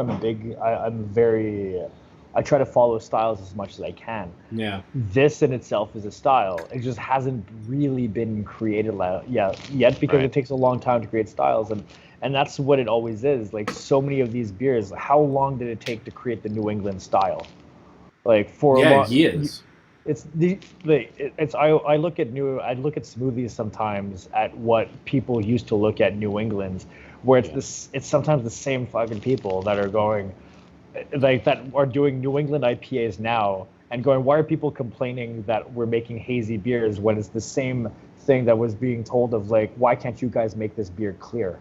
It's like, but the purpose isn't to make it clear. We want it cloudy. We want that stuff. Oh, so this thing's not like, yeah, but you guys don't know how to brew. You guys are not making clear beer. Okay. But then it's the same stuff. It's like, what, we're now making these post-firm fruited beers. Are they beers? Are they not? Like, that's a little bit more of a touchy subject. Are they? Are they not? I don't know. Open to discussion. However, they're good, and they're probably here to stay because people love them. And the only thing you could hope upon, the only thing is that like, New England's IPA. What was fantastic about them is that they opened the world to people drinking other IPAs. Mm. How many people are drinking smoothie sours that hate sour? They're like, I can't like this stuff. It doesn't make any sense. Having one of our beers and then going to the next kettle sour, something that's fruity, and going, oh, this is nice. And maybe they make their way up the Cantillon, and maybe they kind of work their way down the path. It's what a lot of people used to associate as being just the kettle sour method of just saying that a fast sour was a nice way to make people open to the idea of being able to have, like, that higher end of what sour is. It's just like, it's just all about opening doors. Can we open these doors for these people? that like this is a beer, and a lot of the people that are drinking these beers, how we can tell it might or might not be beers is because people that don't drink beers love these beers. Yeah. But maybe it'll bring them to beers right after, and how's that a bad thing? That's like it, man. how is them having that going, oh, this is actually nice, I do like craft beer because this is tasty, going to a kettle sour going, this is really nice, then going to a fruited IPA going, this is also great, and then making their way to IPA, and then suddenly we just converted a wine drinker or some Facts. other kind of mixed cocktail drinker into the beer world, and that's what everybody's after. Yes. It's just developing these flavors and developing these tastes, and it's like I remember when I started, like I used to hate tomatoes until I had tomatoes in a burger, and then suddenly I love tomatoes. You kind of go down this path of just you discover this one thing and this flavor that just makes it so that this was so good that now I remember having this thing, because a lot of flavors based on memory. A lot of flavors based on memory or situational things where you just reassociate this thing to this nice time. And so if you have something that's fruit juicy, you remember your childhood, you're like, this is fantastic, I love this. I don't drink juice at home because it's bad for me, and I'm checking my carbs, but I'll drink this highly fruited smoothie, sour like beer that we make, and then suddenly, boom, they're drinking whatever the hell other beers that are on the market because they're suddenly in a craft beer store trying to find smoothie sours, but we're the only ones making it, so they're in shit luck. But I remember when I was in my, I guess, 20s. I didn't like olives, and I went to a friend's house, and I was high, really, really high, and I went to his fridge, and he had nothing but a jar of olives. I just started eating them, and from that day forward, I fell in love with olives. It was like it took that moment in time of sitting in his kitchen, having a good time, just eating this because it was the only food, and then like almost just like forcing my palate into liking it, and then fell in love with olives after that. I mean, that's obviously a more extreme version of that, but you're absolutely right in the sense that if you can create that experience, or you can give someone a kettle sour that has X amount of fruited puree in it, and they know the association to the fruit and the sweetness of the fruit, and it gives them that experience, and then in the background they have that tart, acidic kettle sour base, you can probably create that experience, create that memory, and then have them move on to Solstice d'été and be like, oh, I used to find this way too acidic, but like it that association becomes a reality, and that's a really good point. Yeah, 100%. And like even this one reminds me of baby food from a childhood. In the best possible way. Which occurred to me today before we were going to meet. And I feel like this can kind of just get thrown in the face to all those anti-smoothiers or whatever. Correct me if I'm wrong, but Berliner Weisses in Germany traditionally, or at least at some point in history, were served with these fruited syrups, no? Yeah. It's actually funny. I never put that together because I was in Germany. Like I went to Germany for my honeymoon, and every single person I asked for a Berliner Weisse, and I asked them without fruit syrup, looked at me weird. Because it's like, you're like, you want to drink what? I'm like, just a Berliner Weisse, the Kindle Weisse, because usually they have like Kindle Weisse super sour. It's delicious. It's 3.5%. But everybody drinks it with this either green or red syrup. I forget what they're called. Is it like natural fruit or something like that? Or? No, not even close. Like corn syrup or some shit, right? I had one of each because I had to see what it was, but the cup is so sticky after it's horrible. Okay. But every single place I went to, and I'm in Berlin, may as well have some Berlin Weisse. But why not, right? And it was just they want to serve it to you with this syrup because to them it's the lemonade thing again, right? You need to have this nice tart, like super acidic thing. How do we make it palatable? We need to add some sort of sweetness to it. So it's just inevitably what ends up doing, and what they end up serving all the time is just that thing. And if you look up Berliner Weisse, or at least Berliner Weisse Berlin, you'll see these disgusting looking cups of syrup that are red and green. And that's just how they get it all the time. Right. Interesting. So I never even put that together that they actually do that stuff over there, and that's so for all the purists then, Really, that's what you're saying. Like, you guys need to chill the fuck out because you need to understand what happens in Germany. This is just taking it to a less artificial level. It's actually real fruit puree put into the beer. Yes, it's unfermented, but so is the stuff they pour into your glass after they pour it over there, and it's actually gross and weird. Whereas this is like real fruits. So let's not be so judgmental, folks, until you try it. Plus, also, and I mean, I feel like it's also almost like a pushback against like extreme flavors to a certain degree. Like, I think there's this certain pride we get with beer. At least, like, if you look at the IBU wars from a few years ago, right? Like, it was like when you discovered IPA and then you could truly appreciate IPA. It's like you had this palate for bitterness, right? And like someone who's never tried it before takes a sip and like, oh my god, that's bitter, and you're like, yeah, that's right, badass. And I like beer or whatever.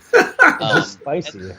And then you develop a palate for it, and you're like, I want more bitterness. I want more bitterness. And it kind of, I think that's what happened with the sour game too, right? Like just like how much acidity, like the American sours, and like how much can we wreck people's palates with this level of acidity? Yeah. And then this whole new craze of smoothies, it's like, well, let's take that acidity and then curb it with some natural sweetness, and I'm like, fuck you. You know what I mean? Like, and it's just so bizarre when you think about it, because what you're ultimately doing is creating a more balanced beverage, and it's kind of ironic that that's the thing that are pissing off beer nerds. It's like, okay, so I'm creating something that's actually kind of more rounded, but that's what you're gonna hate on, you know? It's funny. Yeah, but there's so many other things to drink out there at worst. Like, if you really like it, it's not worth the amount to hate. But yeah. Someone just suggested, Raphael, shouts to you, bro. He said, make a banana cream pie brew juice. That's an idea. You got that one for free, bro. I feel like if anyone can do it, it's you. Honestly, like that blueberry cobbler, I think about that beer from time to time. It was like the Graham crack. That's why I've been really excited about the raspberry, the brew cake one, which is a different series you guys have been doing where you're recreating different desserts, I guess, which I don't think... Not really. Brew cake just ends up always being cheesecake. Shit, bro. I don't think... So, okay, so how... The idea of, like, actually putting cream cheese in a... You want to just talk us through that? Because that shit is weird as fuck, and I love it. Do you guys want to crack open the next one? Yeah, what do you guys want to do? Derrick, smoothie, I guess? Yeah, which one? You're in charge, Derrick. I think we mentioned earlier the... pineapple. There's we could do the pineapple one. We could also do should we get the cream cheese since we're going to talk about it? Is that better? I know it's strong. Yeah, we can do that. I'm not afraid. You know what? I'm going to go take a piss and grab it real quick, but yeah, maybe talk about the cream cheese stuff. We'll be back in 2 seconds. I'm going to walk very carefully. Yes, don't slip. So, the initial premise was just, I don't know, I forget which brewery I was looking at, was just doing cream cheese stuff. And I tried to do, because I was doing a collaboration with Shelton at some point, and I tried every method of trying to get cream cheese into a beer. Because we were doing what the hell is it? Like a carrot cake beer. Like, what's the most important part of carrot cake? It's obviously the cream cheese icing. So I fermented it out. I did all these things. And it was never goddamn working. Like, probably the only way to do it is to keep it in suspension. Right. So that was the only time it actually tasted somewhat good. It was keeping it in suspension. So when it came down to doing this one, we're like, okay, let's just figure out a way to keep this cheesecake into suspension. And the dosage I was going for initially was crazy. The thing was pink. Everybody was like, this is the most delicious thing you've ever made, but everybody only had a sip of it and then just put it down. And then I would look at them and nobody was taking a second sip. Right. So like, there's just no way that this is the right amount of cream cheese. So then I slowly been actually recently throughout every release I've been increasing slightly the amount of cream cheese in them. Okay. But it's still kind of not much. Well, when you say cream cheese, what are you adding to that? Literally like a bucket of cream cheese? Literally blocks of cream cheese. Okay. Yeah, but it's not that easy because cream cheese curdles, so you have to figure out how to get that stuff in there. So one of the funniest terms I use a lot in the brewery is because it's very what we call SOP in brewing is just standard operating procedures, and I like to create weird SOPs for stuff like cream cheese. It makes the brewers go like, "What the fuck are you talking about?" Yeah, so this is cream cheese SOP. Like, we shouldn't have a SOP. We should have a standard operational procedure for fucking something like cream cheese. So they just kind of get upset at me when I do that stuff. But we kind of figure out how to put an amount of cream cheese in a way that will not curdle. If you don't do pre-curdling of cream cheese, it will create like weird head on beer, which is kind of gross. Because I had done an initial test where when I put cream cheese back into the beer, it just recurdled and became floaty bits, which was just utterly disgusting. So you take a sip of it, and you just get these little almost like spermy filaments floating around in your cup. They're kind of raunchy. So this episode is called Spermy Filaments. You would just have a few sips, and then you'd get this one lump, and you're like, God, that turned me off from this. Right. It tasted good though, but you just don't chew, just don't close that mouth. So that's where. So we figured out how to do that stuff. We kept increasing the amount of graham crackers, just putting all the fruits and everything inside of it, and that's what the brew cake became. So that's kind of where we're at on that one. It was the initial release was for the taproom anniversary, which was February, where it was like, I guess we were 4 months into the brewing time, and we were maybe 5 or 6 brew juices in. Okay. Do you keep, but aside from the cream cheese, and do you put graham cracker too in those? Yeah. Oh, look how thick that is. So graham cracker, cream cheese. And is the smoothie base more or less the same as your? Okay. Well, these are a little bit more of a struggle. Like the Imperials have been fights for me. We've been trying to figure out how to do them properly. Because I have to bring up a 3.3 pH sour base to 12% to to bring them down, and it just the yeast doesn't like that. Like I bring them up easily to 10, 11, and then the amount of these I've had to either get rid of or start again is just they start crapping out, and I haven't figured out a yeast that necessarily works to that level yet. So this one made it, but it has a slight. It's very nice, but it does have a little bit of a booziness to it. So I need to readjust on the next one. But it's always kind of these learning processes on trying to figure out how to do. How many Imperials have you done so far? Many or just a couple? 3. Yeah.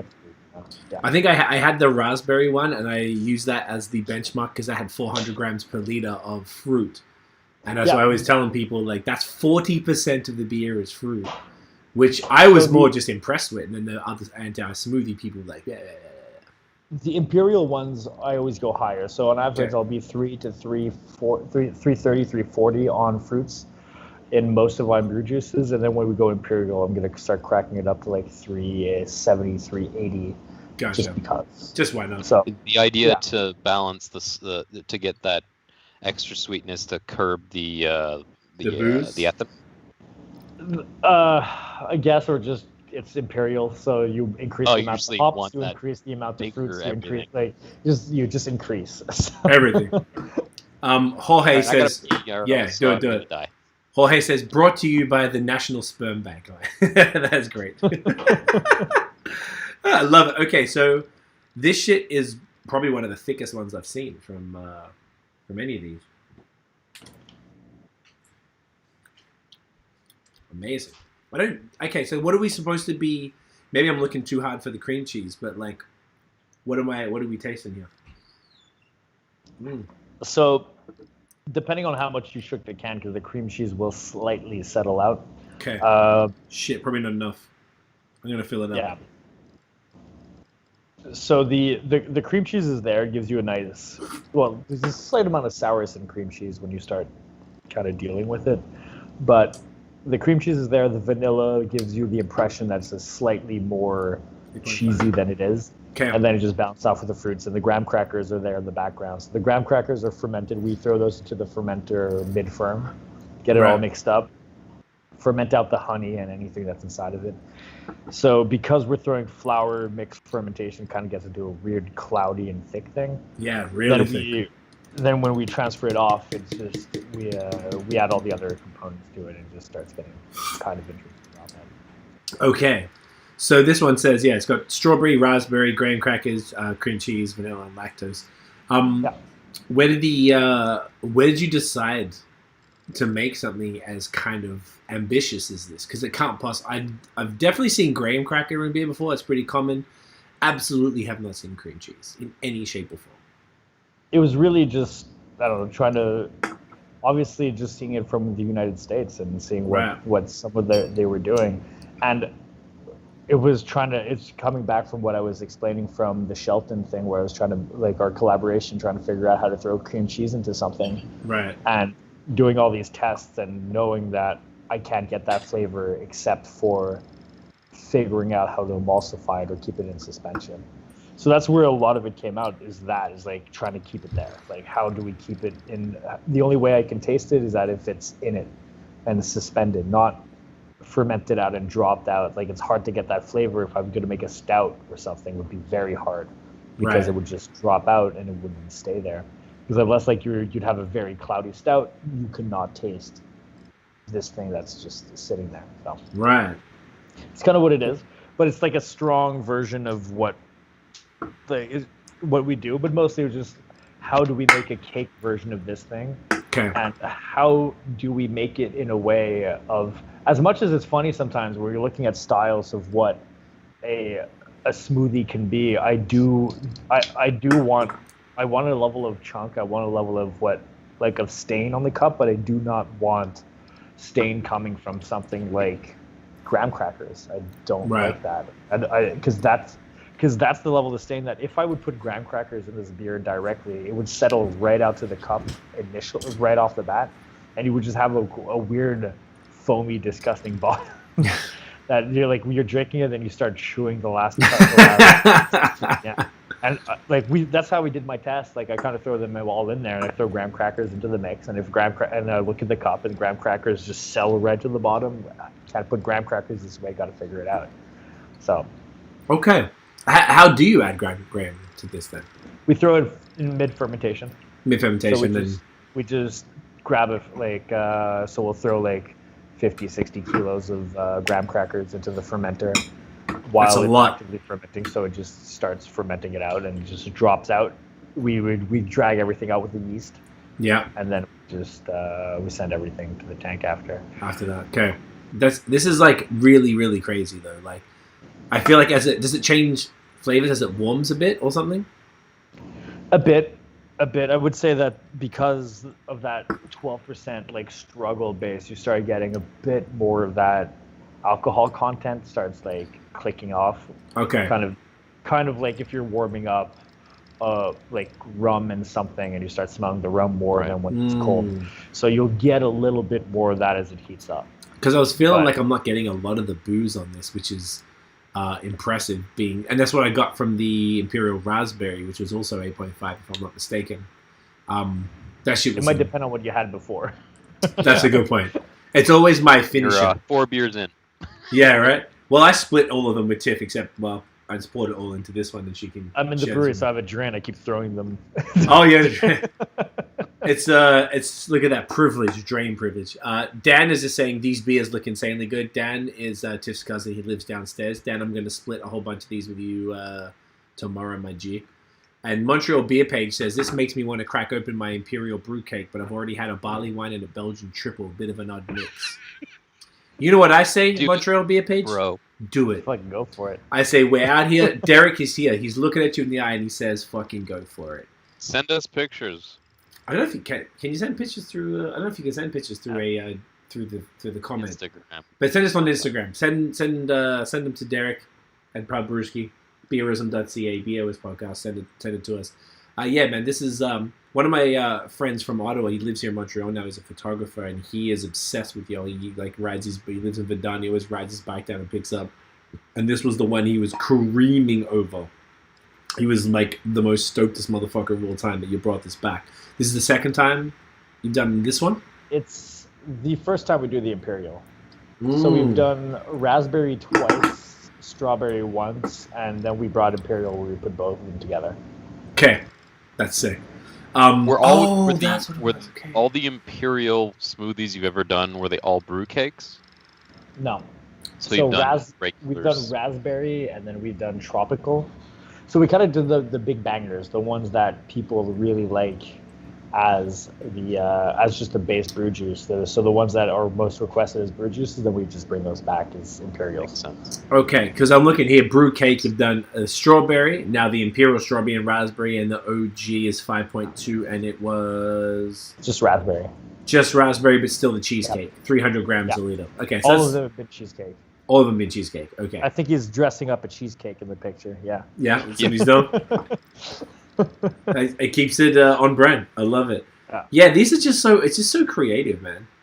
I think one, sorry to cut you off, Craig. No, one thing that's kind of interesting about this is I agree with you in that you definitely get that booziness out of it. But what's kind of fun about it is it really gives you that kind of strawberry daiquiri thing, which I think in a lot of ways is what's kind of fun about the smoothie beers. Is in a lot of ways it feels like these kind of like daiquiris and stuff. I don't drink a lot of these drinks, but my partner Jenny does, and so once in a while I'll take sips and stuff. And that's kind of what's fun about them is like you're sticking ice and straight fruit in a blender, and then you're pouring rum or tequila or whatever, so you're getting that contrast between the sharpness of that insane ethanol thing and the bright fruit. And I feel like that's kind of the beer version of that is these smoothies, and I get it so much in this because you have that hint of sharpness in the finish. It's not quite as stringent, but it's present. It's fucking amazing. You get that insane strawberry raspberry richness that just kind of counters it, and then the residual sweetness, which is nice. It's super jammy, which I'm enjoying more as it's like obviously hasn't warmed to the level that it probably will, but like it's that real juicy. It's so thick it feels like you're drinking jam in the best possible way, because it's just like, you know, jam is like the much more concentrated version of like a juice. Yes, and it's just it's really got that. Like you're eating the cheesecake. I feel like I'm not getting the graham overly, but I feel like that's... It's always hard to get. It's hard to get the graham. Like you taste it in the base beer, but once we blend everything in, you kind of... It's not as much. That's like the vanilla is almost there to try to give you the impression of graham. Okay. So a question on that, Derek. The blueberry cobbler. What did you do in that one that we could taste the pastry so insane? Because that was fucking There's wild. no pastry in it. It's really just, those are just spices. Really, eh? Yeah, so it's just blueberry. It's blueberry, brown sugar, lactose, and then just spices.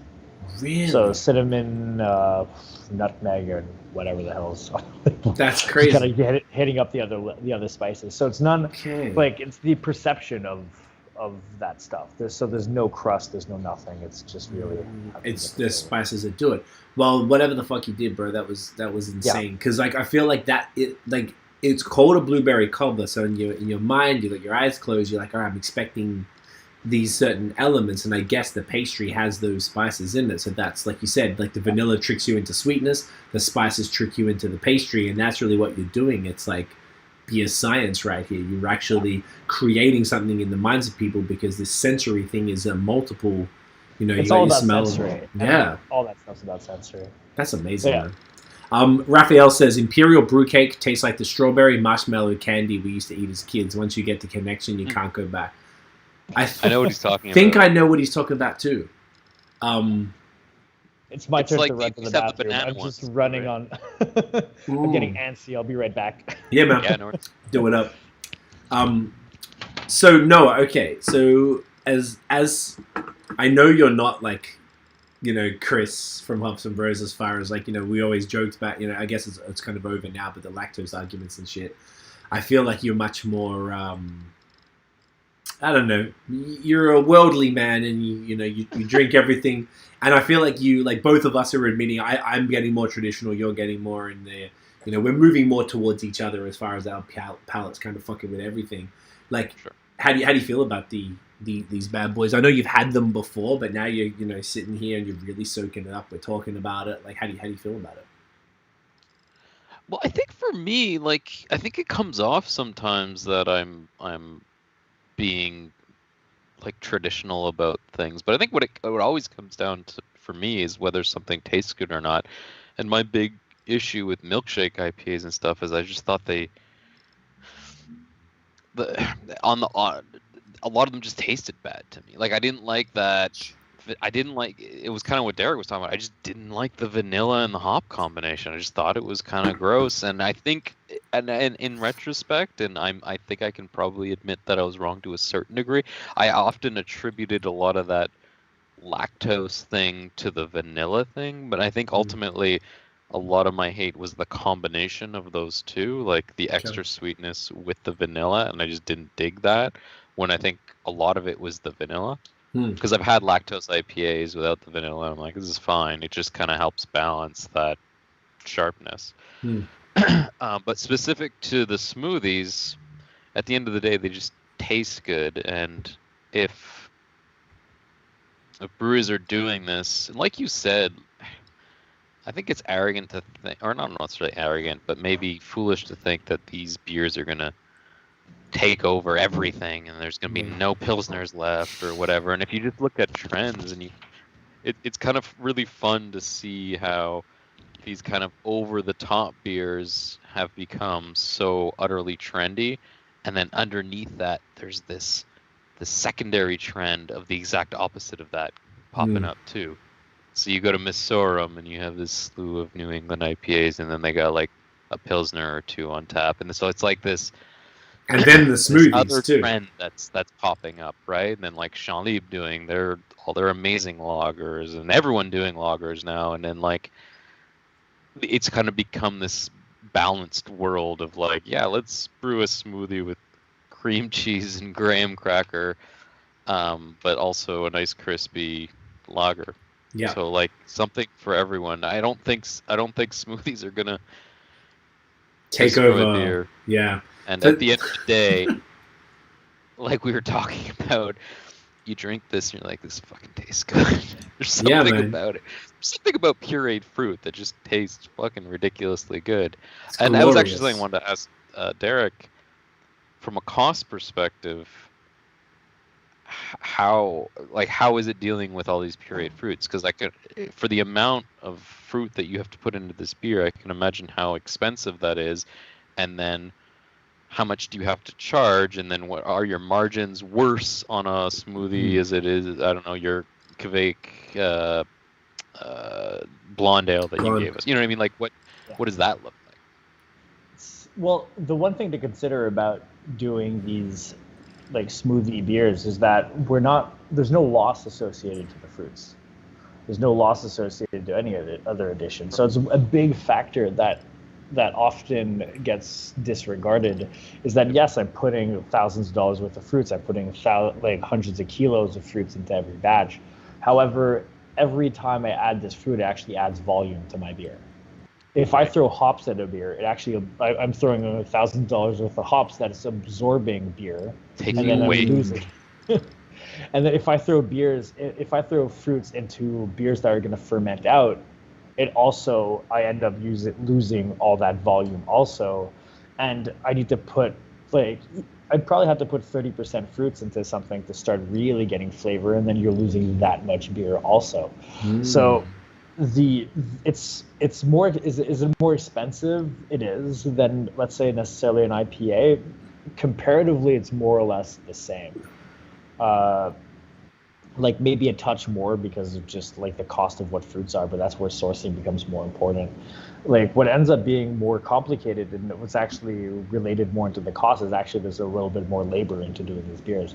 We're doing kettle souring processes. Then I have somebody that's like comes in one whole day to do fruits addition. Like it's a long and arduous process, and it takes me even me trying to develop these things, going in and flavoring them and all that stuff. It's a lot more labor intensive than doing something like a New England IPA, where you brew, you throw in, you dry hop twice, you then drag off into a bright tank, carbonate, send in. Very easy in terms of labor. So it's not that big of a cost on it. Like stouts are kind of the same way too. Stouts are in many ways cheaper to make than, like, at least the way we make them are cheaper to make in terms of ingredients than a New England or double New England or triple New England IPA. However, they are so labor intensive that's what ends up being the major cost of it, because they're like taking these things and throw it, like it's a long brew day. It's you're throwing all these adjuncts at them that you're recirculating multiple times. It takes like sometimes a week to flavor something where somebody's just doing something every day to try. Like, that's where it kind of eats up at the time more than the actual value of the ingredients inside of these things. So not that big of a difference. But that's always what I find funny when I have homebrewers that come up to me and ask me, like, I want to make this stuff at home. How do I do it? I'm like, no problem. Just what size batch are you doing? They're like 20 liters. Okay, cool. Go buy 6 kilos of fruits and make a kettle sour and put inside of it. And they're like, yeah, but 6 kilos of fruits cost me about $80. I'm like, yeah, it costs you $80 plus your batch of beer to necessarily do it. It costs a lot of money. However, your then 20 liters of beer becomes 25 liters of beer. So you got a little bit more beer to deal with, and you don't have to come to us and necessarily buy them. So it's like they're expensive to make like any kind of craft beer. They're just as expensive to make as almost anything. But it's just like the advantage that we have is that we sell direct to customer. So anybody that sells direct to customer just makes the margins off of it. But anything we do, no matter what, it's like that's like we like cans, but goddamn, is it expensive compared to a pint of beer? Right. Like our business is that. Like our business is get people in here, have some beers, enjoy the stuff, and we would love it if you leave us some cans if you like anything.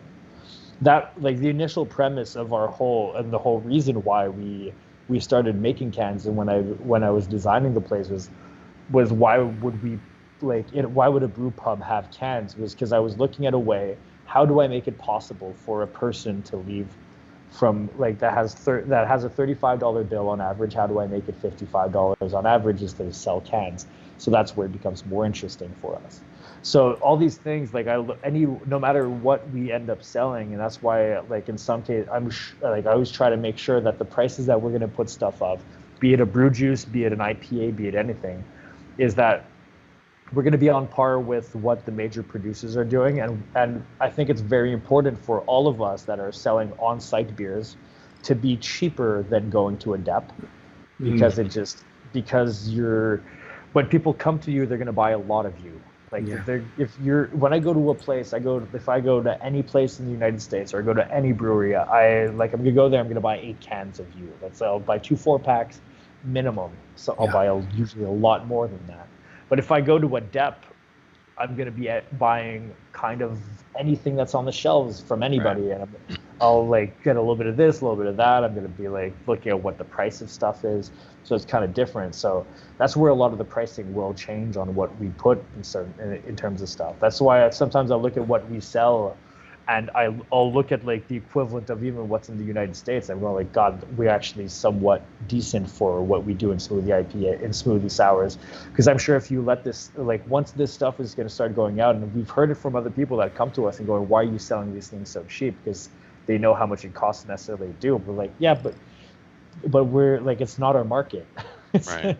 Our market is come to us, this is just meant to be an extra for us. It just is during COVID our main business.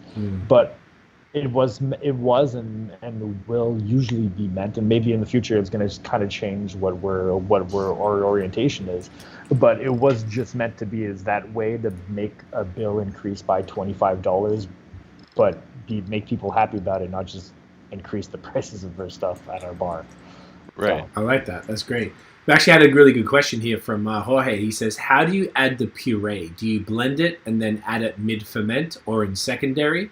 In secondary. And he said, would blending the fruit introduce oxygen in the brew and mess things up? So everything is reblended, and oxygen is an issue. So everything, we purge the hell out of this stuff. So, like, cause thankfully our mobile canners that come in, which is Vessels Canning, come in, and they have an O2 meter, and we always try to low side as much as possible. We've had a lot of our brew juices being under 100 DO, which is within range of what you'd even want. Like IPAs, we're talking about 19 to 20. Old school style canning or just packaging, you're happy with anything under 500, and a lot of the time we're under. Everything under 500, and we're often under 100 to 150 on our brew juices. So there's just to do these things and to do it right, you have to purge the hell out of them. So what we end up doing is we add fruits and we add the beer and we just throw the carb stone on and we let it run for like hours on end. They just let it like bleed through all the fruits and strip the O2 out of it. Because oxygen can be strippable. You just have to give it something else above it so it kind of pulls out. And that's why you can grab a can of our brew juice, throw it in the fridge, and have it 6 months later, and it'll just be as good as the day you had it. It won't change that much because oxygen's not there. Okay, because I kind of like stressed over the brew juices. Every time I've ever had them, I never let them last more than a few days because I'm like, I gotta have that. Not because I shouldn't say that. No, maybe you should. 6 months. You should have them the day you ASAP. And then go back to buy more. And then go back again more. Right away. Well, as soon as you drink them, you're going to want to go back and buy more. But it was more like, I was never concerned about this explosion bullshit. I really feel like I've had one pastry, I was so upset, actually, one pastry stout explode just behind the camera here. I have like a TV unit, whereas my cellar, where I keep all my shit. And I got it in San Francisco, brought it back. I was super excited, and I put it in there. 5 in the morning one night, I heard a bang, and it woke us up. I'm like, let me go check the beers. And I came in, and then it was just seeping, and just before I hit the rug, I was able to pull the rug back and like clean it up, and it fucked the whole cupboard up or whatever. So did you then put on the... Too soon. Relax. So like that, I hadn't really experienced. The only other ones I'd experienced were a friend of mine from Ontario. He had these, it was literally a Kolsch. The Kolsch were exploding. I was touching the cans, were hard, rock hard, and I'd had them explode in my hands before, but I think it was just a secondary fermentation in the batch. So I'd never had anything with an abundance of fruit juice or anything like that explode. So I was always concerned about freshness, straight freshness. But because you have such low dissolved oxygen, just because I'm like, if I get these beers, I want them to be like mint, just like I do with the haze. So I'm treating them with more like milk than a New England IPA. But we have a few things going for us. Our oxygen is low. Okay. The pH is low. So like prior to having hops as being conservative agents, like the first things that actually came into the beer world as being a preservative was actually low pH. So they're both kind of, because they make it so that microbes just don't go into it and like to change all that much. So it does have a level of protection. Okay. So all those things together make it so that it does, like you can sit on these things and you can have them in, like, as long as you're not pulling them outside of the fridge and allowing the bacterias or because like our fruits are pasteurized, they're not aseptic, and there's sometimes a touch of aseptic stuff. Okay. So even like pasteurization doesn't absolutely kill everything. So even if you have them and we had no yeast inside of them, there could still be a chance. So you just never know. Okay. So it's just like that thing of, but in terms of stability of product, of having something inside your fridge, I'm 100% comfortable having this inside your fridge the same amount of times I'm comfortable with you having a Coca-Cola inside your fridge. Wow. It's very similar to me. However, should you drink fresh? I mean, everything fresh is always slightly better, but should it change over time? I'm hoping it doesn't, but it should get either better or worse. But there's going to be possibly a change, but they're still going to be drinkable. It's not going to just turn like what you're mentioning on milk, because milk is still live. It is pasteurized, but there's still a possibility of just it turning and becoming excessively sour. But that if the milk was already sour initially, like the beer is now, it wouldn't have a possibility of turning sour. It already is sour. Okay. That honestly is fascinating. I'm still not going to risk it, but I love it. I'd love to know that. Montreal Beer Page, he goes, I did it. The first man on earth to drink a barley wine, Belgian triple, and imperial brew cake in one night. What a wild ride. And then he goes, I need a Pilsner. Sounds about right. You are a legend, sir. I appreciate you. And Jorge says legend to you, Derrick, for that explanation. He goes, cleanse the palate for another beer. I like that. Montreal Beer Page says, crispybois are necessary. Mate, couldn't agree more. then Jorge says, are they going for the standard 3.5 pH, or since they are so sweet, they can go even lower? I would say my target's 3.38 is where, like, this is my sweet spot. I like the 3.38. Get it? So Sweet it is spot? lower. Sweet spot? Brew juice? Brew cake? I see you, bro. You fucking pun monster. Okay, now that makes sense. These ones are the craziest. So, I mean, like, as far as the smoothies, like, I guess you guys are down to just do whatever the hell is fun. Like, that's what I really appreciate. I feel like you don't give a fuck. I feel like you're just more like, yo, you want to dry hop the shit out of something? Let's make it as hazy, as milky, as whatever as possible. You want to do a smoothie? Let's just fucking put anything in it. Let's just make it, not anything, but, you know, let's make it delicious. Like, I feel like you guys are down for team innovation is what we call it. And is there anything you won't do, or, you know, what's your sort of? No, right now I'm working on, because it was funny because I gave it to half like French Canadians and half English Canadians, and it was a split decision on if I should do it or not. Okay. Which was I was doing a butternut squash, like pumpkin pie, I guess, brew juice. Do it. And interestingly enough, French Canadians hated it. English Canadians loved it. So Anglos, like, no. It's because French people don't really like French Canadians. Like my like, because I'm exactly split. My mom's French, my dad's English. My mom's side doesn't do Thanksgiving. Okay. However, my English side does. So I get like pumpkin pie as a thing. Right. However, when like you talk to French people about pumpkin pie, they're like, "What? Like pumpkin what?" They just don't get it. So every single time I bring something that's pumpkin-y out, only English people seem to like it. They seem to like. Yo, Interesting. last Christmas I swang by and I saw Guillaume, and he linked me a growler of. It was kind of at the very end, but it was the pumpkin pie milkshake IPA. Milkshake. Pumpkin pie IPA, yeah. Yes, and I was obviously amped because I'm team pumpkin, team lactose. So I mean, like this is my. That sounds like a whole lot awful. It was glorious. It was pretty good. It was fucking, and I had it at the end. I feel like I didn't even get it peak, as well. I feel like it was at like. But was it going more like hop for? Like what was going White on juice. in that beer? Talk What about it. shoes did you say? I said white shoes. So I don't know, like that's just kind of something that every year I've kind of tried to make a pumpkin pie. Right. And just because I love the concept and I love that it makes Guillaume pissed off that I try to make a pumpkin pie here. The first time I made one, it was like we're doing like because I come from such a homebrew time that I'm like, let's do a pumpkin pie beer. So I go to Atwater Market and I bought like $400 worth of different squashes, and I'm at home for $400. Maybe like I was doing, it must have been 15 hours of cutting pumpkins, throwing them into the oven, roasting them with brown sugars, pulling them out, throwing them into a blender, and then making buckets upon buckets of this shit that like just in time where I slept 2 hours, made it to the brewery, and we mashed in with it. It was just ridiculous. And then people shat on the beer like a bucket. This was unfortunate, but they don't know. Well, it's just you can't make 1,000 liters of pumpkin beer apparently and try to sell it to 40 people. Nonsense. But funny enough is that at some point that was like called like MF Pumpkin Pie, just because she's a waitress of us, and I thought it was motherfucking pumpkin pie, so we just called it MF. At some point, like it just winter was like we pulled it out for Halloween. It wasn't selling too well. November sold like shit. December was coming up. We're like, we have so much of this stuff.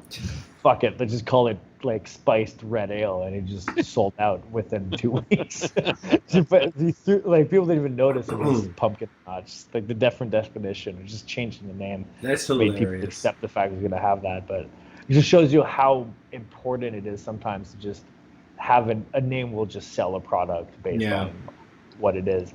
Like we've seen it time and time again of if I do like a session IPA, as we were talking at the beginning of the show, what's the limitations? 0.5%, right? So what's a 3.9% session?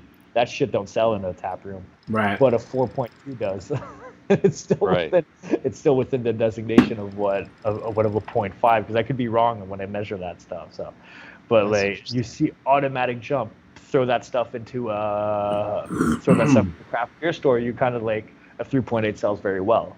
But Right. if you're gonna spend money on a $7 pint, like, or $8 pint, I guess, and they're both the 7% and a 3.9% is the same price. What are you gonna You're do? No, that's a great point. Everybody goes for the slightly more alcoholic one, so there is that limitation also. Speaking of slightly more alcoholic, do you guys shit. wanna Oh just- shit. Just before we get into that, I have one other comment. Someone says first edition strawberry banana brew juice tasted more like banana at first, but like strawberry after a couple weeks. Is it possible for brew juice to develop different flavor profiles over time? I would doubt it was strawberry banana kiwi, that one. I would doubt it, but maybe. Maybe. Okay. Like, hard to say if it would necessarily change, but a lot of the times it's like depends on what you had that day. Like so many beers, I sometimes wonder if your palate changes or it's just like what you had the day before kind of changes, or what you had, like you had something. Let's say if you had a white beer before having something that had just that phenolic banana-y flavor to it, so you went with like a wise beer, and then you go towards the banana one, and you're like, oh yeah, the strawberry comes out a lot more than usual, and then the day after that you don't have a white beer at all, and then you have it, and it's like, oh, it's actually so much more like more banana-y because you haven't blown off that, like you haven't blown that palate on that thing. That's why like so many times when I go to if I go to an IPA festival, it's utterly useless. Because after one pallet of beers, what's the point? Like, there's no way you can taste anything. The only thing you're tasting is Sabro after that. Everyone loves Sabro. No, that's an interesting point. Like, I always feel like sometimes, like you were saying, you know, the flavors change or whatever, but, he says, yeah, it makes sense. Yeah, like, I know what you mean. The IPA thing is definitely, like, at some point, like, I only noticed it being a haze boy, like, when I went to Other Half for maybe the first, second time, and then you go through and I order a bunch of flights, and I'm like, oh, after my 8th, like, taster, I'm like, even I have to admit, they all kind of taste pretty similar, and you can't even really differentiate. I mean, we did a blind taste test, me, Noah, and Matt from Fox and Hops last week. We did a blind taste test of 4 New England IPAs. And because we had peanuts and like chips and stuff in between, it kind of helped and stuff, and it was very specific. We weren't drinking full pints. We were just... That's why a kettle sour would have helped almost. You know, something... Yeah, totally. More, but... Absolutely. That's whenever I do tastings, I like to do that contrast. You know, I'd rather not do an IPA and then another IPA. I'll even flip to a high ABV beer or something. IPA Imperial Stout, back to IPA. Whatever. Like, yeah, I feel like that contrast helps your palate. But for that tasting, I think, fortunately, it was pretty good. They were quite. There was quite a contrast there, because the first two were just not that great, to be perfectly honest. They weren't, no. And they weren't, and the first two weren't even that similar to each other. And then we got into like some really bright stuff, and so I feel like we did 4, but they were all quite different, so that it worked. And so we didn't have palate fatigue, and we also had that. There was a certain amount of like there was a big difference. Yeah. Otherwise, it can definitely be a thing. And Jorge's saying too much sours can be a problem. LMAO, I guess. Too much of anything really can be a problem to balance it out. But I've never thought about doing what you said, Noah. Where I usually would, if I'm just drinking, I could probably handle 4 beers in the night. If I'm doing 4 full cans, I do like a crispy boy, regular IPA, double IPA, and then either a stout or a sour. And I wouldn't. Usually what I. Yeah, I guess that's what most people. But I wouldn't like go like a stout then back to an IPA or something. I'd kind of like finish on that, but maybe sometimes it helps cut it a little bit.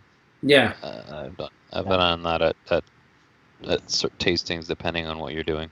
There are rare times that I've like when I'm working the bar, and I see stuff come out for like samplers, because a lot of the times I'll just run busboy, because it's just like busboy or back bar if it gets super busy, so I'll just jump back there, and I see orders for like taster plates. I will throw, like, if I see 2 double IPAs, I'll throw a stout in the middle, like just because it seems it seems like a reset. You're gonna walk Yeah. down the line and just kind of hit, and then okay, like I had this, and if you had the other IPA right back to back, you just can't tell. Like I've had so many experiences where I just have like one of my beers, and then I have another one of my beers. Like, oh, this one's so much less hoppy. Another one. The next day I come in and I just drink them in the opposite order. I'm like, no, okay, it's just you just get saturated so quick with that stuff. Yeah. And it's so hard especially when I see like it's something you see a lot of on tap. You see a lot of like these lineups of all these IPAs and people rating them. Like there's no way you can probably do this. No. There's just no way. Like honestly, if you're at a tasting, you shouldn't be. If you're drinking like samples, you shouldn't be on tap rating that shit because it's just no.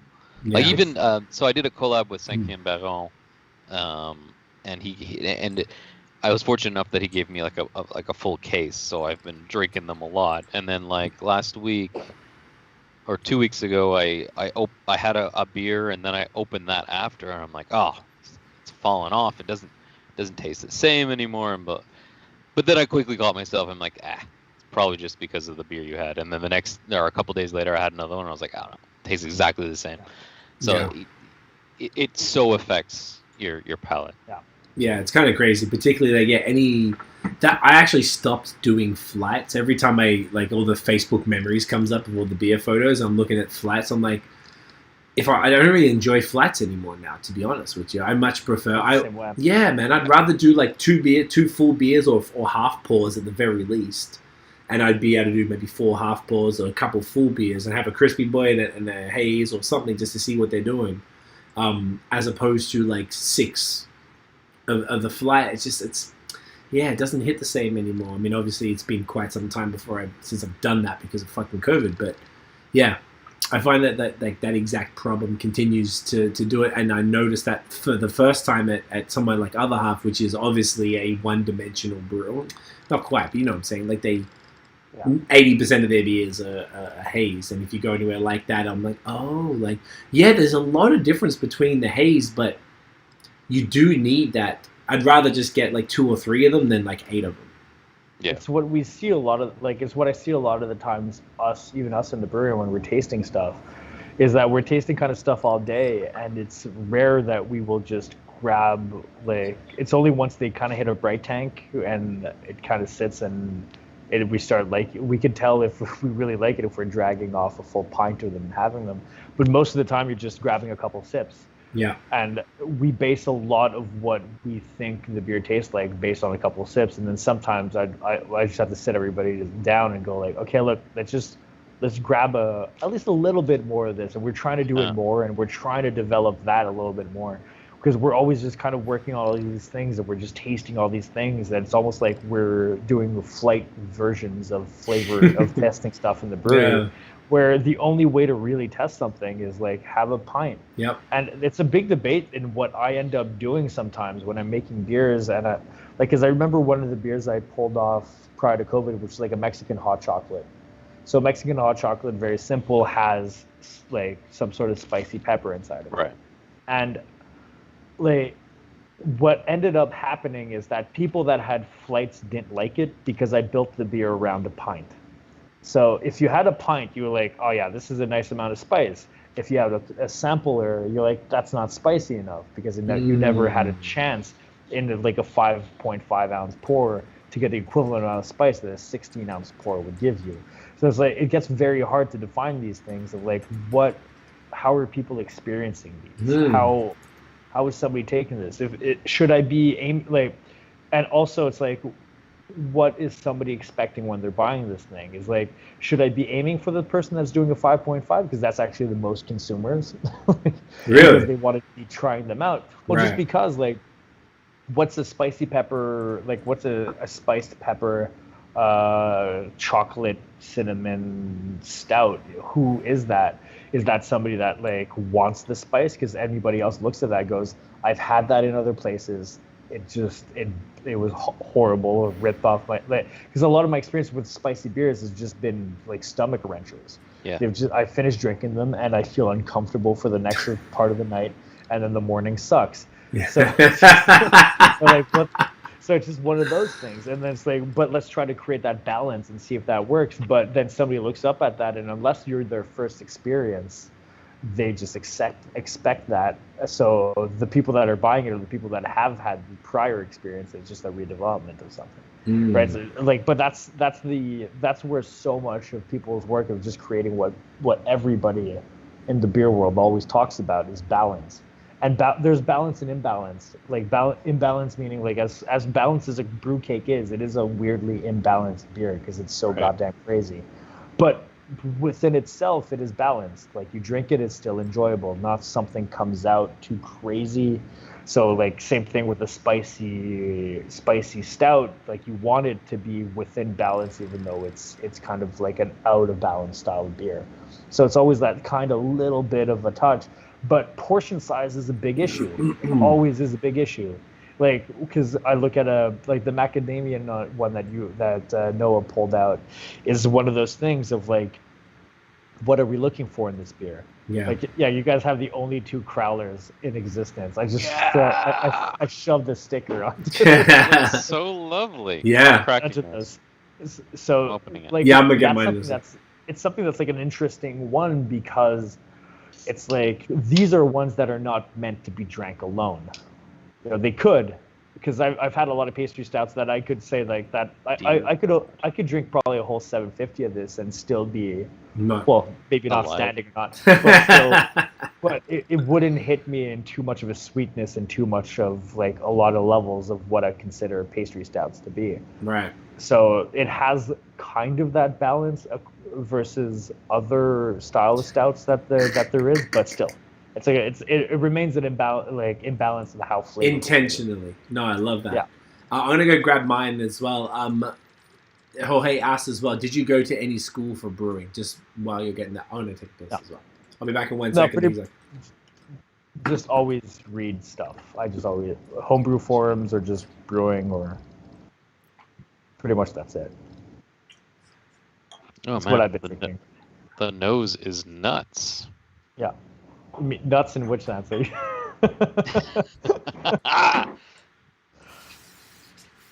Both. What is this? Macadamia, 2 kinds of vanilla chocolate. Okay, so no coconut, but the cacao. It's You'd be surprised on how much vanilla and chocolate seem to give you more of a cacao flavor. More of a coconut flavor than sometimes coconut itself. I could be wrong, but like I feel like the cacao is huge on the nose.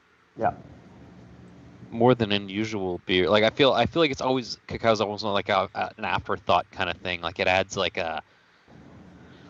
obviously has like a chocolatey component, but it's almost like an earthiness. But this is like so chocolatey. Yeah. Sorry, I'm just living in the nose right now. I haven't even tasted it yet. The macadamia nut is there, but man, that chocolatey. Yeah, so like these, pretty much everything we do is just like a regular ale fermentation.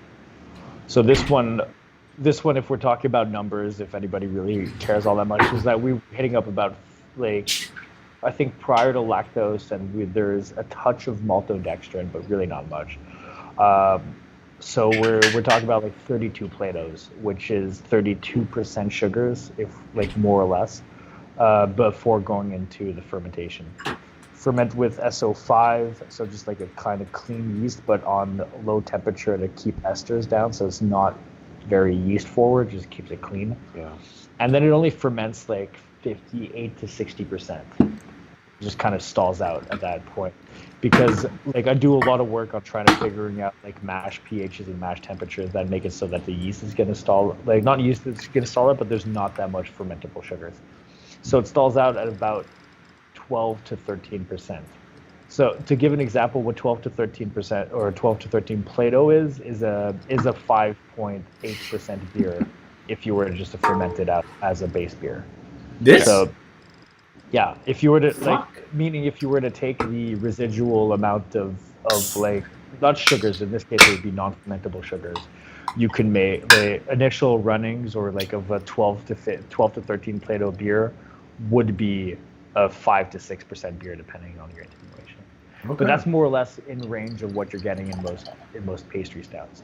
However, that's just straight up stopping to that level. Then I hit it with a touch of lactose. Just to touch. Try to give it. Ooh, yeah, because it doesn't really need it. And I'm a big proponent of head. I love having foam on beers, and I will try my heart out to keep them there. I do as much as I can to try to get these things there.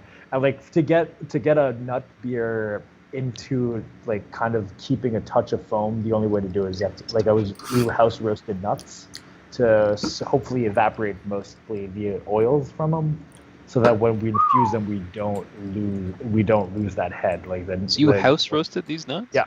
So we take the macadamia nuts, we grind them, and then we roast them, and then we throw them in. And I think that's that roastiness I was getting on the nose. It's like on another level. Because when I've had macadamia nut beers, you get that macadamia nut thing, but this seemed toastier than usual, if that makes any sense.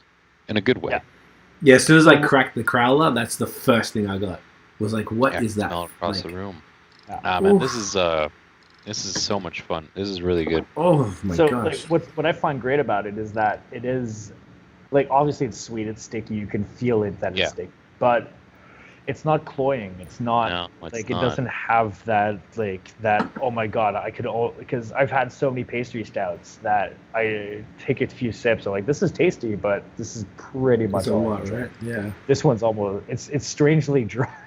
How intense it is. Well, there's something in the finish, and I don't know if it's a hop bitterness. I don't know if it's like the cacao, but there's some kind of bitterness that's cutting out the finish, and I don't know what that is, but it works, and it kind of cuts through that stickiness nicely. Oof. It's heavily roasted. Like there's a nice amount of heavily roasted malts inside of it. Yeah. IBUs are quite high on it also to try to click it off too. So it's a few things we try to balance inside of it.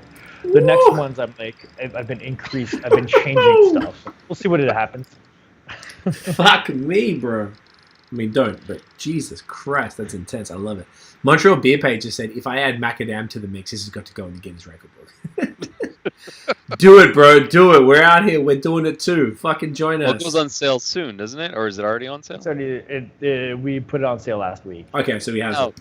So it's gone. We kind of have everything sold. We only have, I think, like 40 liters of kegs. That's why you guys got crowlers of it. So it just kegged off some crowlers. Oh, man. This is special. I just had one sip. This is crazy. Yeah, there's something really special about the macadamia on this one. Like, it's like you actually... So you got macadamia nuts, you roasted them bitches and crushed them up and chucked them in. Yeah. That's amazing. Do you do that with everything? Everything is... Post-fermentation, so we just crack them. Yeah. With the peanut butter, is that... last I checked, I'm pretty sure it was some sort of like extract as opposed to... Yeah. It's still extra. That's still extract? Yeah. Okay, why did you go with actual macadamias on this one? Because peanuts are just, they don't have flavor that much. It's like a lot of what people associate the flavor of peanuts is actually just salt. Right. That's true, actually. Peanuts aren't nuts, they're lentils. So they're legumineuses. They're just they're a whole different thing. So like there's only so much you can do with peanuts. I'm trying one right now with PB2, where PB2 is what you get as if you were to take if you were to make processed peanuts into making oil with it, you were then left off like a byproduct that's just oilless powder. Oof. And I'm trying that, and I'm putting endless amounts in a tank, and I'm just getting no flavor with it. So what I am getting is texture, though, which is kind of interesting. So it's just, I haven't found something in peanut butter that would work better than an extract. And mostly the reason why I went down that path initially was that we were just a restaurant, and my chef at the time that I pulled, or my sous chef, I guess, at the time, when I pulled out the peanut butter, was allergic to peanuts.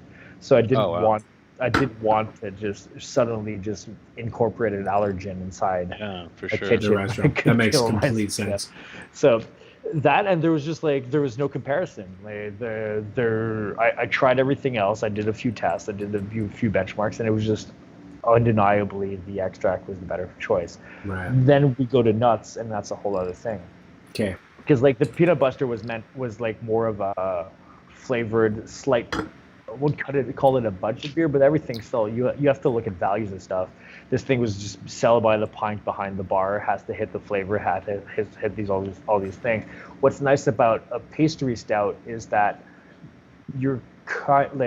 money becomes unimportant because the value of these are so high. Okay. So you kind of can do it's important to hit all the notes, but because you can sell them for so much, it kind of gives you so much options into using because macadamia nuts are it's ridiculous. They're expensive. $1,000-something worth of macadamia nuts in these beers. Jesus. And just to try to get these flavors of this stuff, like endless amounts of chocolate. Vanilla is more expensive than anything else. Crazy. Because just layering all these things. However, what's nice is that they have no product loss.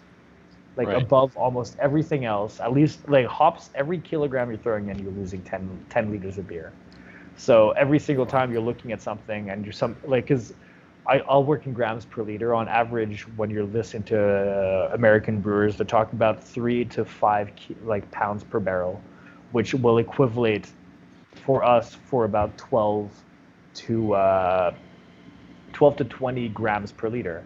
So every single time you're putting 12, let's say you just round it down to 10 grams a liter, you're losing that 10 time fold. So you're losing that 100 grams per liter of hops that you're throwing inside of it. You're losing 10% of that volume to hops. So it's all these things that you're throwing in, and you're getting that flavor component, you're getting that aroma increase, but you're losing that much beer. However, when you're dealing with stouts, you don't lose any volume unless you're throwing because the other one we have going in the back has banana inside of it. That's puree, that'll drop out. That's going to create a loss, but you can filter through cacao nibs, you can filter through vanilla beans, you can filter through nuts, and you don't lose the volume. It costs money, but at least it doesn't drop out. So it's just a matter. So you just keep increasing the amount of stuff you're putting at it. But what's nice is at least you're not dropping out volume. So it's a net. And what's unfortunate is that every single time I pull off these nuts, and I'm like, okay, or nuts or cacao or even coconut, and I go to the kitchen, try to use this stuff, and it's the most bitter and disgusting stuff. They're no, Derrick. Say yes, because then they never end up using it. I just see it in the trash.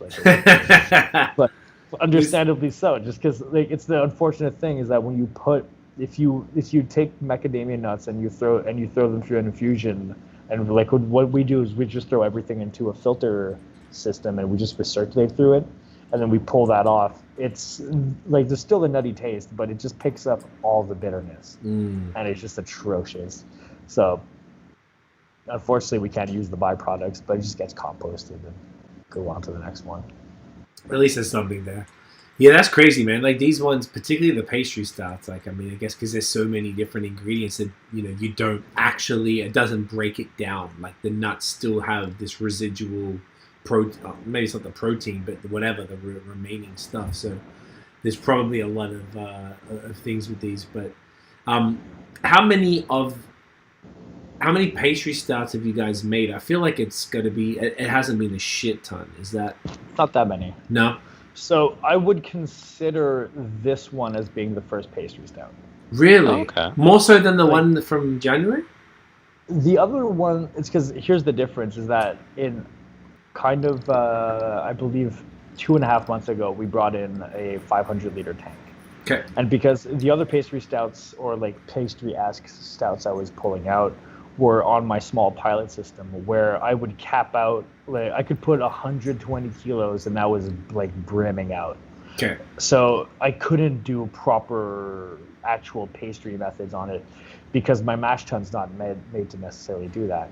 So our brew house is 1,400 liters. Okay. That's what I could pull out of my main brew house with the big guy in the back. My small guy, I could pull out 240 liters. So I put in 500-liter tanks, So now I could use my 1,400 liter brew house to output 600 liters of pastry stout. So I finally am able to use like this a system that allows me to give like the amount of grain bill required to do one of these beers. I finally have the volume to be able to boil that off and send that into a tank reasonably sized. Because, like, let's say I'm using the same amount of malt to make 1,400 liters of double IPA. I'm doing 600 liters of pastry stout. More or less. Like, it's pretty much that amount. Because it's the difference between, like, 25 Plato to 36 Plato is a huge jump. And it's a very hard jump because there's only so much sugar concentration you can get out of wort where it doesn't require just a huge amount of boil down. Okay. So like in these beers, we're boiling down 200-300 liters of evaporation to try to bring them to a point where they hit, so we can transfer them on, because they pretty much they have sugar additions but marginally.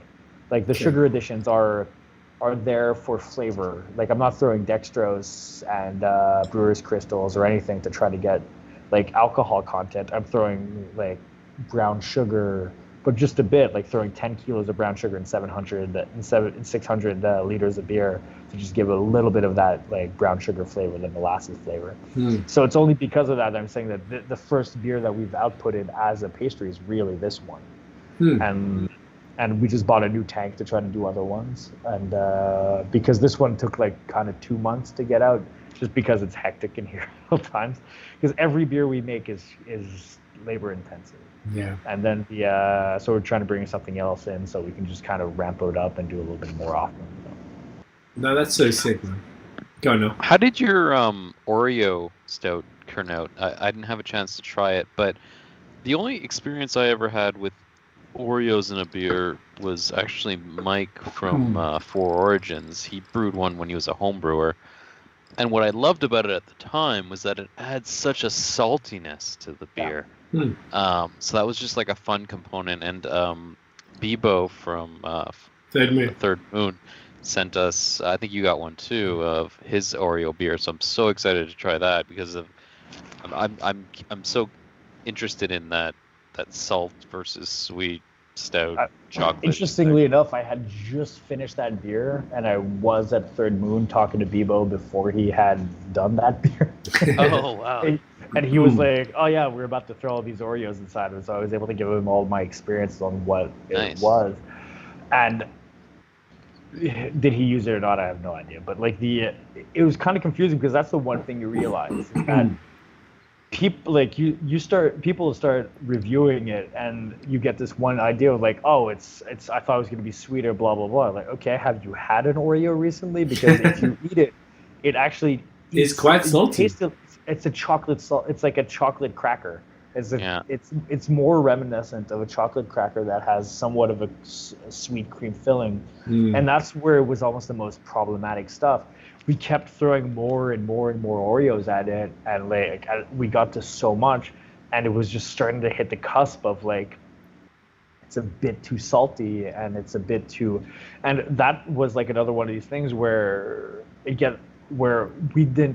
we were starting to lose our way with that beer, where we were hitting it like when it made it out of like it was what we end up trying to do with our canned beers. Like our canned imperial stouts, is that they're adjuncted but they're non-pastry. So, because it's just the pastry level is just so much more ingredients and so much more stuff.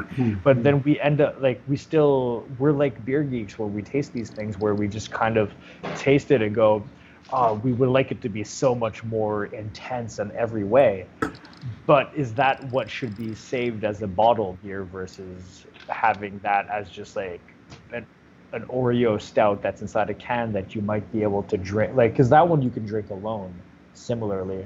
But like if I was to make an intense one that's like a bottle one, if I was trying to make a bottle version of an Oreo stout, I wouldn't want you to be able to drink that thing alone. I'd want you to be able to drink it with 3 or 4 people. Right. So it's always that like fine line of where do we define these products, and it's often there where at least I feel like I get lost on stuff where like I always want that more intense version of something. I want to get more flavor and more everything. But it's also, should everything that ever gets created out of any brewery be that like that level of intensity? Sometimes you do want something slightly more attainable, or something that you can just enjoy, because some people are not down with that ultra like pastry level, where something like, because I often look at what I guess it's the peanut buster is, where the peanut buster, like let's say if I was to make the peanut buster now as a fresh new beer, I might be trying to hit all these super intense levels of something. That's kind of what Imperial Peanut Buster is for. But the base beer itself is just a flavorful peanut forward like sweet stout. That's all it is. Right. But like the market seems to dictate that everything has to be the most extreme version of something, and it gets very hard to position ourselves into where we are. So that's where, like, bring it back to the stout, the Oreo part of it is there. It's present as much as it can be, without finding some other style of adjunct. I didn't want to throw chocolate at it. I didn't want to throw vanilla at it. I didn't want to throw anything. I'm like, let's get the flavors out of these components. And unfortunately, once these things are fermented, there's not that flavorful. And I think every can had something like 4 Oreos inside of it. And although that seems like a lot, it doesn't come through as like, holy shit, Oreo, but it is there. So, interesting. So that's where it is on that. So it's always interesting, because it's very, so many times I do tests on beers and there is no right decision, right? Like, I could give it to you, and like, if I give it to you at the beginning of the day, you're going to say one thing. I'll give it to you at the end of the day, you'll say another thing. Because if your palate's like at dessert time and I give you this beer, you're like, oh, this is so much better than the other one. But I give it to you at 11 a.m. and you've only had a coffee, and you're like, God, this thing is sweet. I really don't like this versus the other one. Right. And there is no right answer. There absolutely is no right answer. And unfortunately, what the easiest path to go down is just to make everything extreme. And it's a nice, easy path to go down, but it's just like, it's easy because you could just always throw a little bit more at it and get it there. And it's nice because it's kind of safe, because at least you didn't underdo it. But I don't know. But I appreciate like your honest approach to that, and being like, is that the right approach? I don't know. That's what we're doing, and blah blah blah blah, and that's kind of great.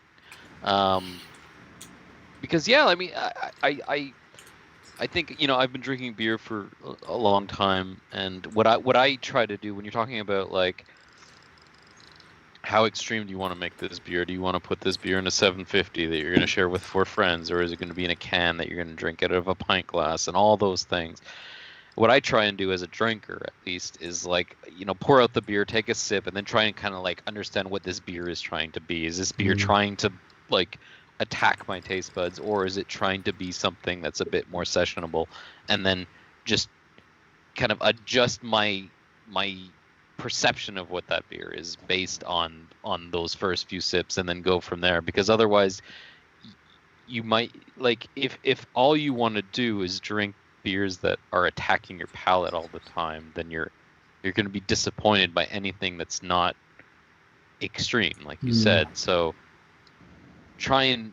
I think the important thing is try and keep an open mind every time you drink something, because if you do pour out a porter, and it's pretty light and easy to drink, that's not necessarily a bad thing. You might just dig having that pint.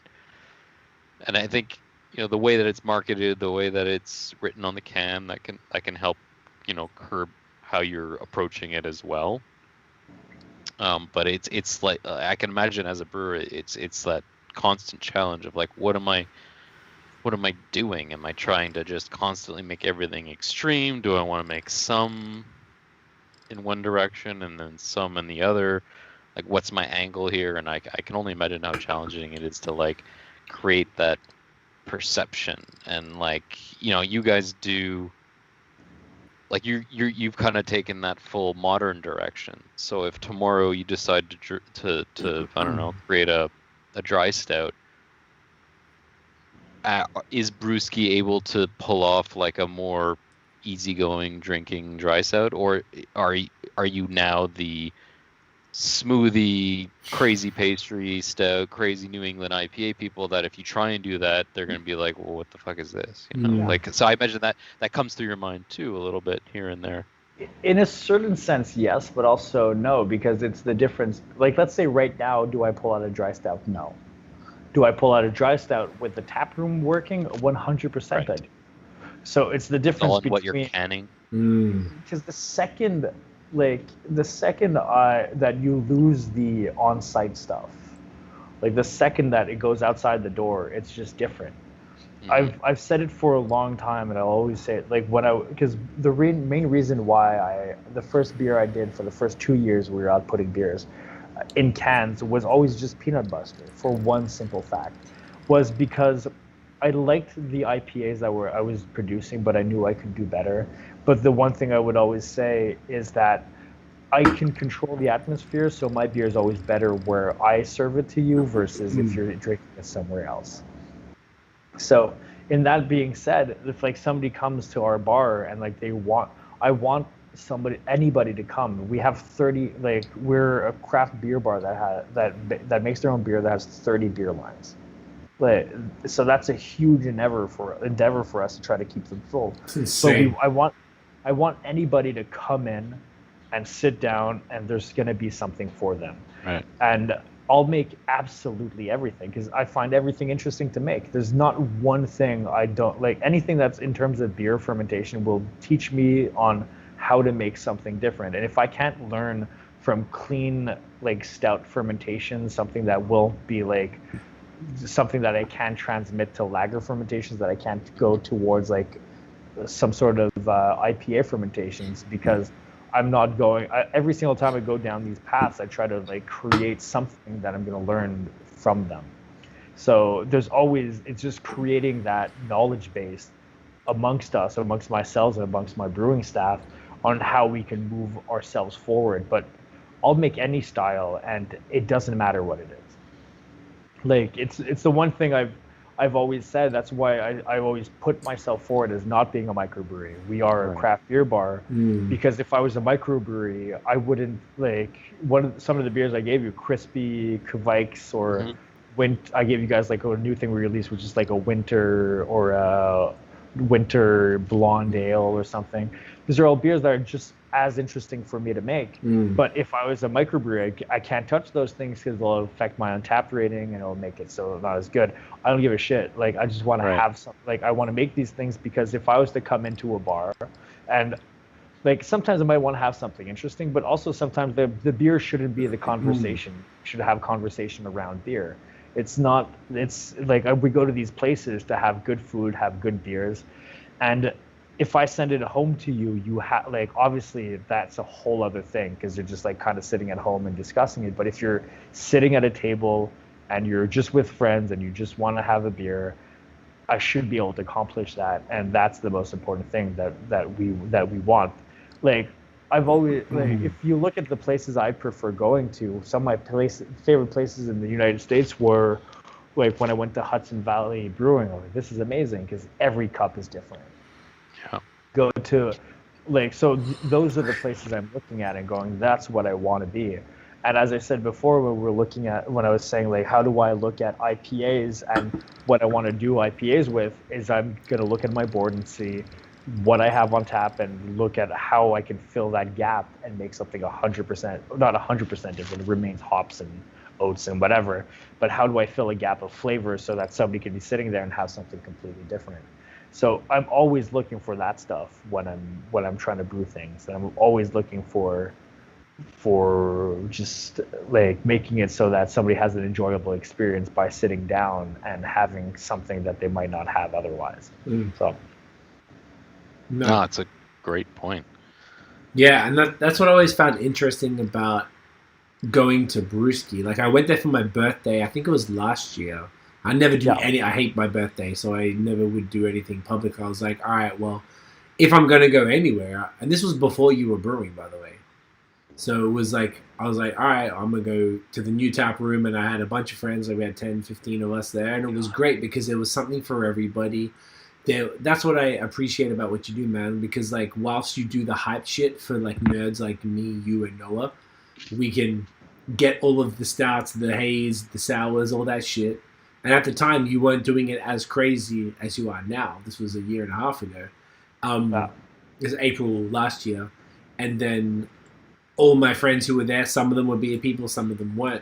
One of them was my friend from Vancouver, who's actually from England, and I met him here, and he lives in Vancouver, so he sends me beer from Vancouver and shit, and he was loving it.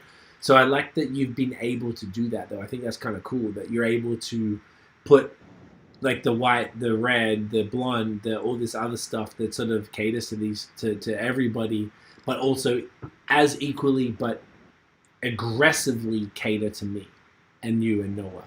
So like there's that you could bring your, you know how like most brew pubs, you could bring like most places you could take yourself there that's kind of maybe a little less beer nerdy than you'd want, and you bring your sort of friends who aren't into beer and they'll get them something happy, and you'd be like, okay, I'll be satisfied, but I won't be like stoked. But I think what you guys have been able to do, probably because of both your location and then your just dedication to like, hectic, more extreme craft shit, really accurately cater to both. And I don't know if there's anywhere else I can think of that very much like directly caters to both of those markets as well as you guys do, because there was nowhere else I could think of that I wanted to go more. If I was going to take a group of people out, BreWskey's the first place I would think of because of that diversity, though. Like that's exactly what we're really going for, is that flexibility and diversity. And it's because there's an interesting part to that. It becomes so much more fun to necessarily do it, which is the main reason why I end up never being able to brew all that much myself, because most of what I end up doing is just recipe development to try to keep stuff forward. And I think that's what happens in a lot of places, that it's kind of hard for the head brewer to kind of concentrate on that stuff at a certain point, because it's a lot of different things, a lot of different moving parts, and it's just trying to move forward. But mostly it's just having massively critical, just being critical about kind of every product. And what I find more often than not is that there is not one product I'll put out that I don't care about, and it doesn't matter what it is. But it doesn't matter in which area and which anything. Even if the kitchen is doing something, if they ask me my opinion, I'm always trying to be one way or another and just try to move something into a more positive and more flavorful stuff. Even if it's something I don't necessarily eat, even if it's something I don't necessarily drink. Like I've always made whites. I don't drink whites, but I've always made them because there's a request for them. I've just made them my way and tried to see what I like, just what aspects of a white do I like. So a major white that we've always done was a lime zest and pink peppercorn, which we've been making for years, but always with English yeast, because I don't like the phenolic, I don't like the ester components that we get from other Belgian stuff. So I've just always been using that stuff to make it into something that there's a request for whites, we need to do whites, how do we make it our own style? How do we make it something that we're happy with, or that I'm happy with, so still make it BreWskey, but still make it into something that like will appease the people that will have it. And even more importantly, it was one of the ones that'd be sitting behind a bar, and like when people would be asking like, oh, what should I drink? I'm like, what don't you like? And they're like, I don't like whites. I'm like, perfect, I'll give you my white. I'll just give them the white, and then they're like, oh, this is actually great. I really don't like whites. I'm like, yeah, neither do I. That's why it tastes like this. Right. So it's just it's a whole, like, what does a white mean? It's as long as like, to me, it's like I'm doing 60% wheat. Perfect. That's a white to me. Like that's what I consider a white. So the yeast choice is kind of different. I'm not throwing it into a Weizen. I'm not throwing it into a Belgian. But my malt bill fits what it should be, and the yeast profile might be wrong for some styles, but it hits an American white style, so it could still be okay. So it's just like those things become important, and it's all about it all comes down from brew pub style brewing where like we're the like for the first 3 years it was just everybody would come in and ask me for Coors Light all the time. Really? It's All old the time. port, man. People- It's old port. Because people would just come into Old Port and Yeah. go like, "Hey, can I have the Coors Light?" Like, we don't serve Coors Light, and that's like, and everything I was making when I started off is like, everything was at least 6.5%, like at least. So everybody would come in and like I had no blonde, and at some point I started making a blonde because it was highly requested, and then like red started getting requested, but always like same thing. I don't really drink reds, but I'll try to figure out a way to make them a way that I would drink them. So they're highly hopped, but never dry hop. Actually, that's not true. They dry hop. Yeah, Team Roos all day. Yeah. Fucking Roos, bro. We had one in a blind tasting the other day. And who guessed it, Noah? Who guessed it? You did. Because I'm Team Roos. It Nothing. was Nobody good. else could guess it was red. No, everyone said it was. So it was. Everyone said six it was of us. brown. It was 6, and everyone would go. I was like, yo, I think it might be a Roos. And everyone was like, no, it's definitely a brown ale. I was like, okay, it's a brown ale. All right. I'm just saying. I'm not. No? Oh, what happened there? Okay, we just had a little spaz attack. Can you hear me? Yeah. We It's catching good. up. We good. Team Bruce. Montreal Beer Page, actually, this is just piggybacking what I was saying before. He goes, we love the diversity in beers you bring to the craft beer scene. Always a number one recommendation to anyone who asks me where to get a beer in Montreal. And I was telling you that earlier today, Derek. I'm not shitting you. Like, every time someone says, where should I go if I come to Montreal? I'm like, fucking go to BreWskey, bro. And Jorge says, what was your first brewed beer? I would imagine you could probably say one for the early days and one for when you had the, like one for contract and one for when you had your own facility. You mean like first brewed beer that you did? I guess he's talking about professionally, not the home brewing. But yeah, probably. Oh, I think something clicked off. Can you hear me? No, we're just spasming again. What the fuck is going on, man? We're back. We're I back. think. Yeah, I don't know why it's doing this. Yeah. So let's say in terms of well, going from the beginning, like homebrew, I was doing I just went to like a homebrew shop to ask them how to make beer. They kind of threw a recipe together, and I just did a random. I must have been just like a blonde. I remember there was like brown sugar and a whole bunch of shit inside of it with extracts and stuff. Like with a weird I had no idea what the hell I was doing. I had like seen one YouTube thing and I read 3 pages of the joy of homebrewing, and I had no idea what the thing was. John So it'd be Palmer? like no, John Palmer. It's was how to brew. would be Okay. like, exactly. Yeah, how to brew. Yeah. So because I think I've been homebrewing. I was homebrewing, I guess, like 13 or 14 years ago. Okay. And then so commercially, the first thing I did was like the first thing we did contract was Monocle, Okay. which was just a Single pale ale, hop, right? 6.5 Mosaic. Back then it was like different Mosaic Galaxy and something else, DIPAs or something. And then the first thing we brewed when we pulled up the brew house here was that beer. I just found the archives, and that was the first beer we brewed here, just because it just had to be that way. I love that. So those are kind of like those two, the two major initial beers that we brewed on the big brew house. And the small brew house, which was actually the first things we were brewing inside this location, was just, I think I brewed a blonde or something just to try to figure out the system, or a New England IPA, because you can't, like, easier to not fuck up that versus a blonde. So Totally. Yeah, because I guess you got to like break in the system, figure it out, learn how the intricacies, and you know, you've got the small guys like the little fermenters and stuff. Yeah. No, it's really sick what you've been able to do though. Like I was telling Derek earlier, like whenever people hit me up and they go, where do I visit in Montreal? Right.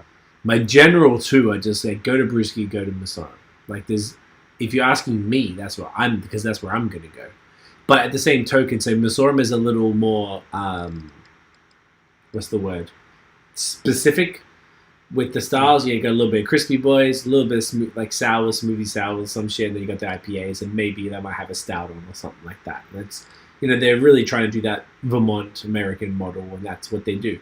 And then BreWskey, you do the same stuff, but you've expanded that to the sort of, you know, if in normal times you're able to drink the regular type of stuff that you will go to a brewery to drink, If people maybe might not be as beer nerdy, so you can get really good quality blonde, red, white, porter, blah blah blah.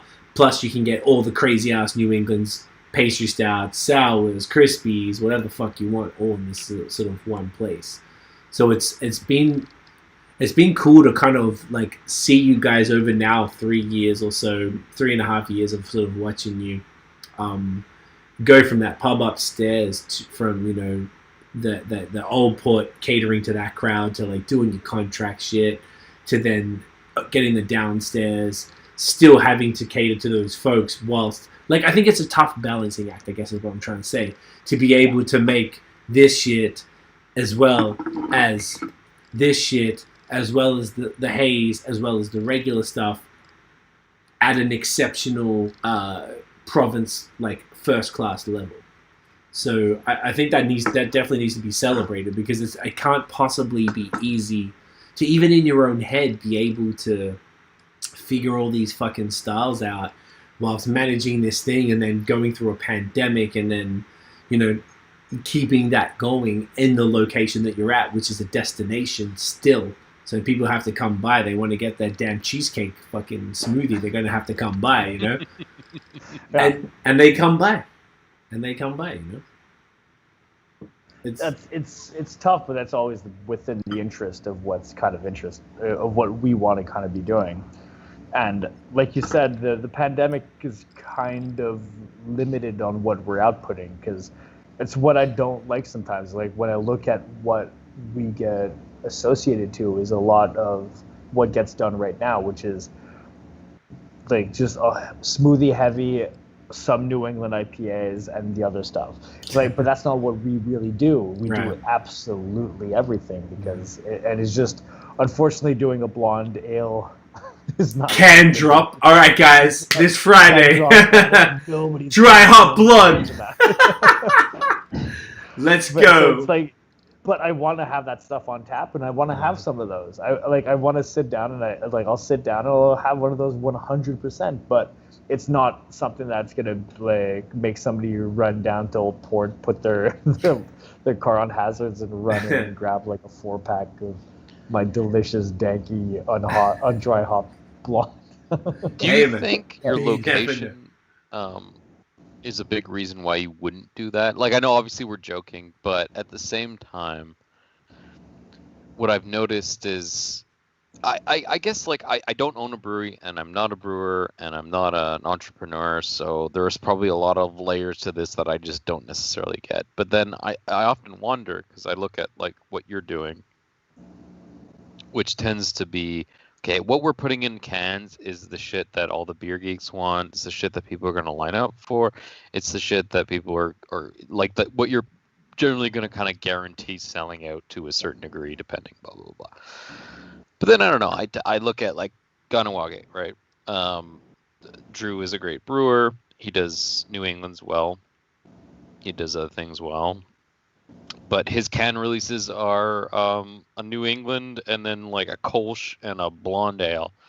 And I wonder, like, why is he doing that? You know what I mean? And then I wonder, like, is he selling those beers? Like, are they all selling equally? Is he selling out of the IPA? Like, I don't know if there's a question in here for you or not, or if it's more just a general observation. But, like, why, or how are they able to do that? And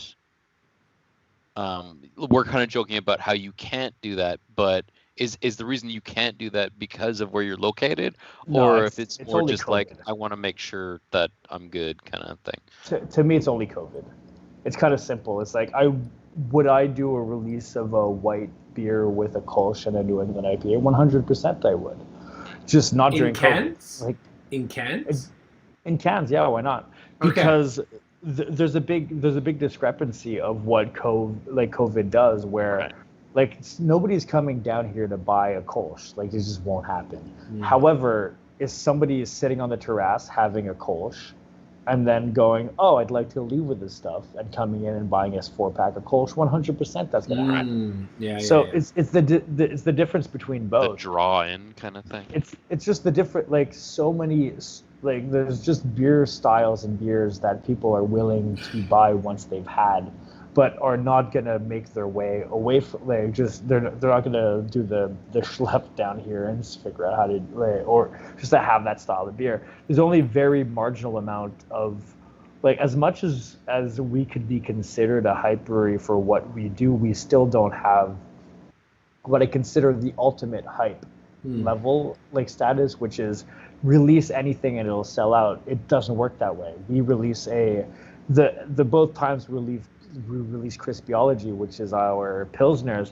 They sit around for a month and a half. We don't do that. We've never been able to do that very quick sellout of stuff, except if it's a pastry or if it's a version of our brew juices. That's about it. But when it goes down to the other styles, it just doesn't hit that. However, when people come here, where we do our sales of cans more than anything was during the summer, when people would come, have beers, and then leave with cans. That was always the idea anyway.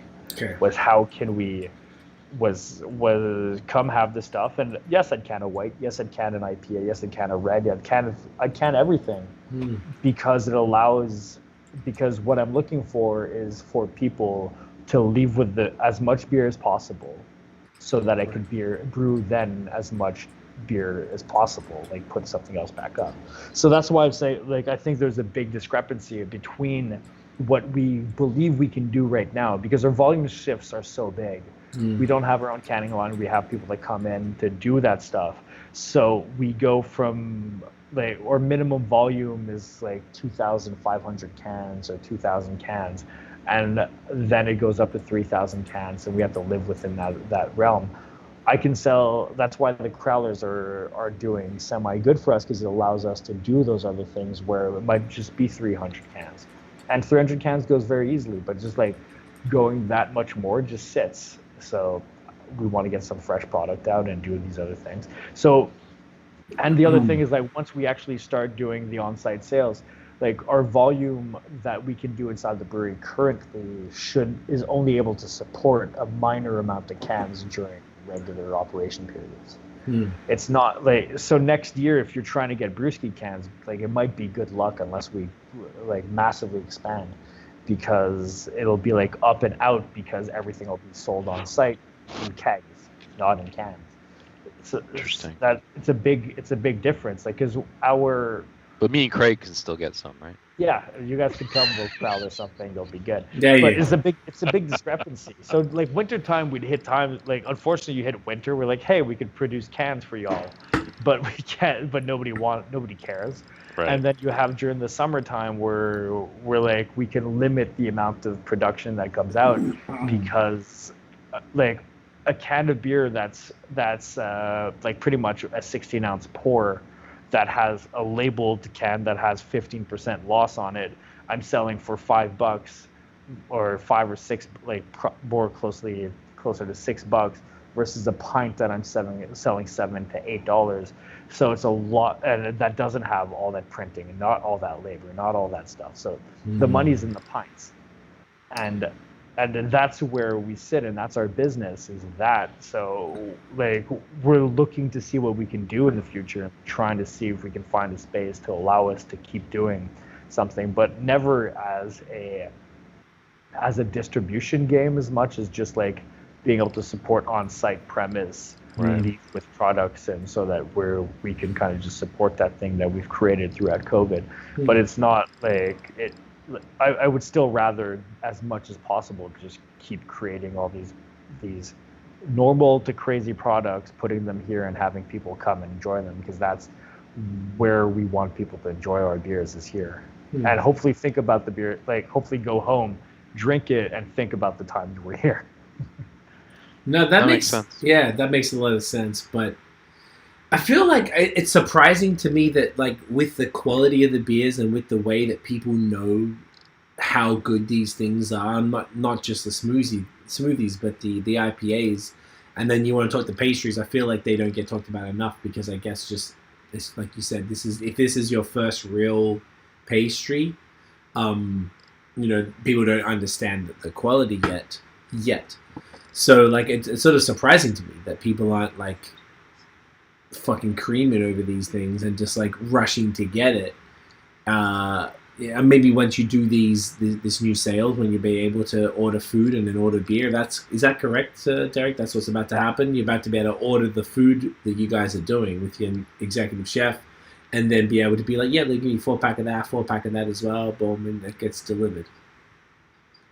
That's what we want to try to go towards, but we're going to be doing just like a short Montreal Island initially, and seeing how we can kind of expand through there. So I love that. we don't know. We'll see. We've always tried to grow organically as much as possible. Like, it's only 3 of us that are like, none of us come from money. We're just kind of slowly growing as we can. We don't have outside investors. We don't have anything else. So there's only so much. Like, every single time, I'm aggressive in how much shit I want to buy all the time. So give me $1 million tomorrow. I'm just buying equipment and trying to go to the next stuff because I think it's just like that next little step that we need to do to try to slowly increase what we're going to be doing. Right. So it's kind of like a nice little slow ride, and we try to do it in a pace that makes sense, at least for us. But with always the mindset of that like what we're doing right now is a new business for us, but was never the point. Like, it was never really what we were going towards. Right. But so, we like, love that we're in it. Yeah, no, totally. So if you had, then I'm glad you brought up that $1 million thing, because that just got me thinking, like, if you had your ultimate situation, what would that look like? As far as, like, if you could, money aside, if you could be like, this is exactly the setup I would want. I want a production brewery that pumps out cans. I want this brew pub that blah, blah, blah. Like, what would that look like for you? I'd say that the only, like, what I'm looking for in terms of money is creativity, like creative flexibility. Okay. So in things that I'm missing is, like, I want to do lagers. I just can't. I don't have horizontal tanks. I don't have tank time to be able to do it. I want to be able to do that stuff. I also want to do mixed firm sours, and I want to be able to do long-term storage of stouts. It's all these things I want to kind of slowly put in that require money, require space, and require something that's maybe, like, Old Port's just a bad choice for this stuff. Not the optimum. Right. It's like not exactly what I want, but like all I've been wanting to do is just try to figure out how can I fill that board up with different things. How can I sit down there and, like, have somebody look up and go, wow, this is different, and then come a week after and go, holy shit, how is it so much different? It's only one brewery. That's what I'm looking for. So if I had the ultimate goal, would be like, is it to continuously expand this place? There is a project for us to do that. Is it to get us outside space somewhere to be able to just create that variability of more long like stuff that takes more time? Like, there's beers that are short-term beers, like New England IPAs are semi-short, but there's stuff that just takes years to create, and you start doing them now, and it's like whiskeys, just 3 years down the line you start seeing them pop out. And those are all things that are massively interesting. But it's just like, you almost have to look at it like, right now we are with what we are doing in terms of cans is like doing that superhero movie versus doing like that artistic thing where I'm just showing my dick and going to the next thing. I don't really care. I'm just doing it for me. So it's just kind of, it's that slight little thing that I want to make it there, where it's like I want to do these things, and the brewery and the tap room allows us the money for me to maybe go down the path of stuff that really isn't financially like something all that interesting, but in the scheme of things creates a renowned name of what it can be, so people just come down and have the stuff that is kind of not easier to make, but just faster, and the stuff that actually ends up making money.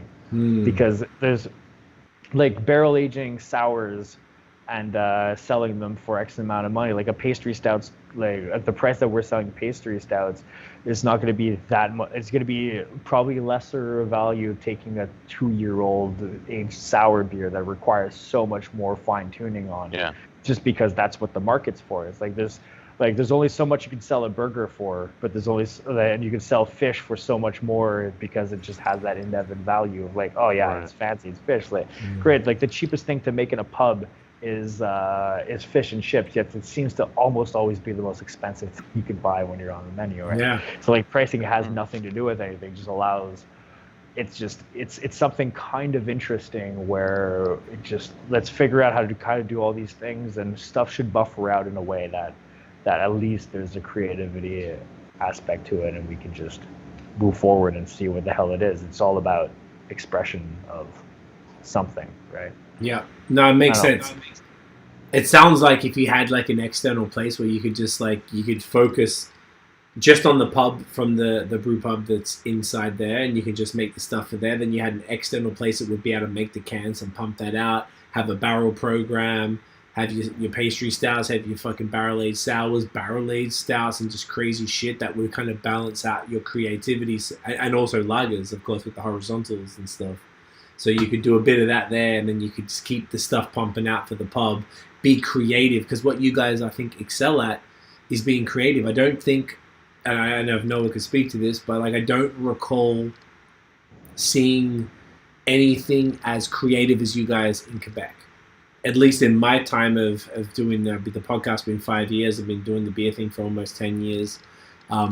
In Quebec, I feel like you guys are basically the pinnacle of what I've seen as far as the variety of style. I'm not like saying this because I've known you for a few years, but like I can't think of anyone who's been doing that variety of styles, the breadth, with that level of innovation. Like the Onoe's joke, hashtag innovation. And that's really what the fuck it is, because you're doing crazy ass shit that appeals to me, but you're also doing the stuff that appeals to the average person who's just popping by Montreal and wants a fucking beer because they're chilling in Newport. Like, you guys have this really interesting like middle ground of like crazy shit and the traditional stuff that I don't really see very often. That it's fascinating to see you guys grow. It genuinely is. I don't know if I'm on point there, if I'm just boosting or. Yeah, I think it kind of it depends on what you mean exactly by innovation or like the direction exactly. Like I think you're on point in saying that I don't think anyone's going to that level in terms of like, I'm gonna create a smoothie sour that's made of apples and caramel. I was just looking at it. Because it's like on another realm, right? Yeah. I think there are and I'm only saying this to kind of big up the other people in Quebec, but they're you have Sutton who just does, like Pat just does amazing things with Brett and goes in that whole direction, right? And then you have Dunham who does similar things in all kinds of other directions. And I think what BreWskey is doing is its own thing in a whole other amazing direction. But like you said, it's you guys are managing to.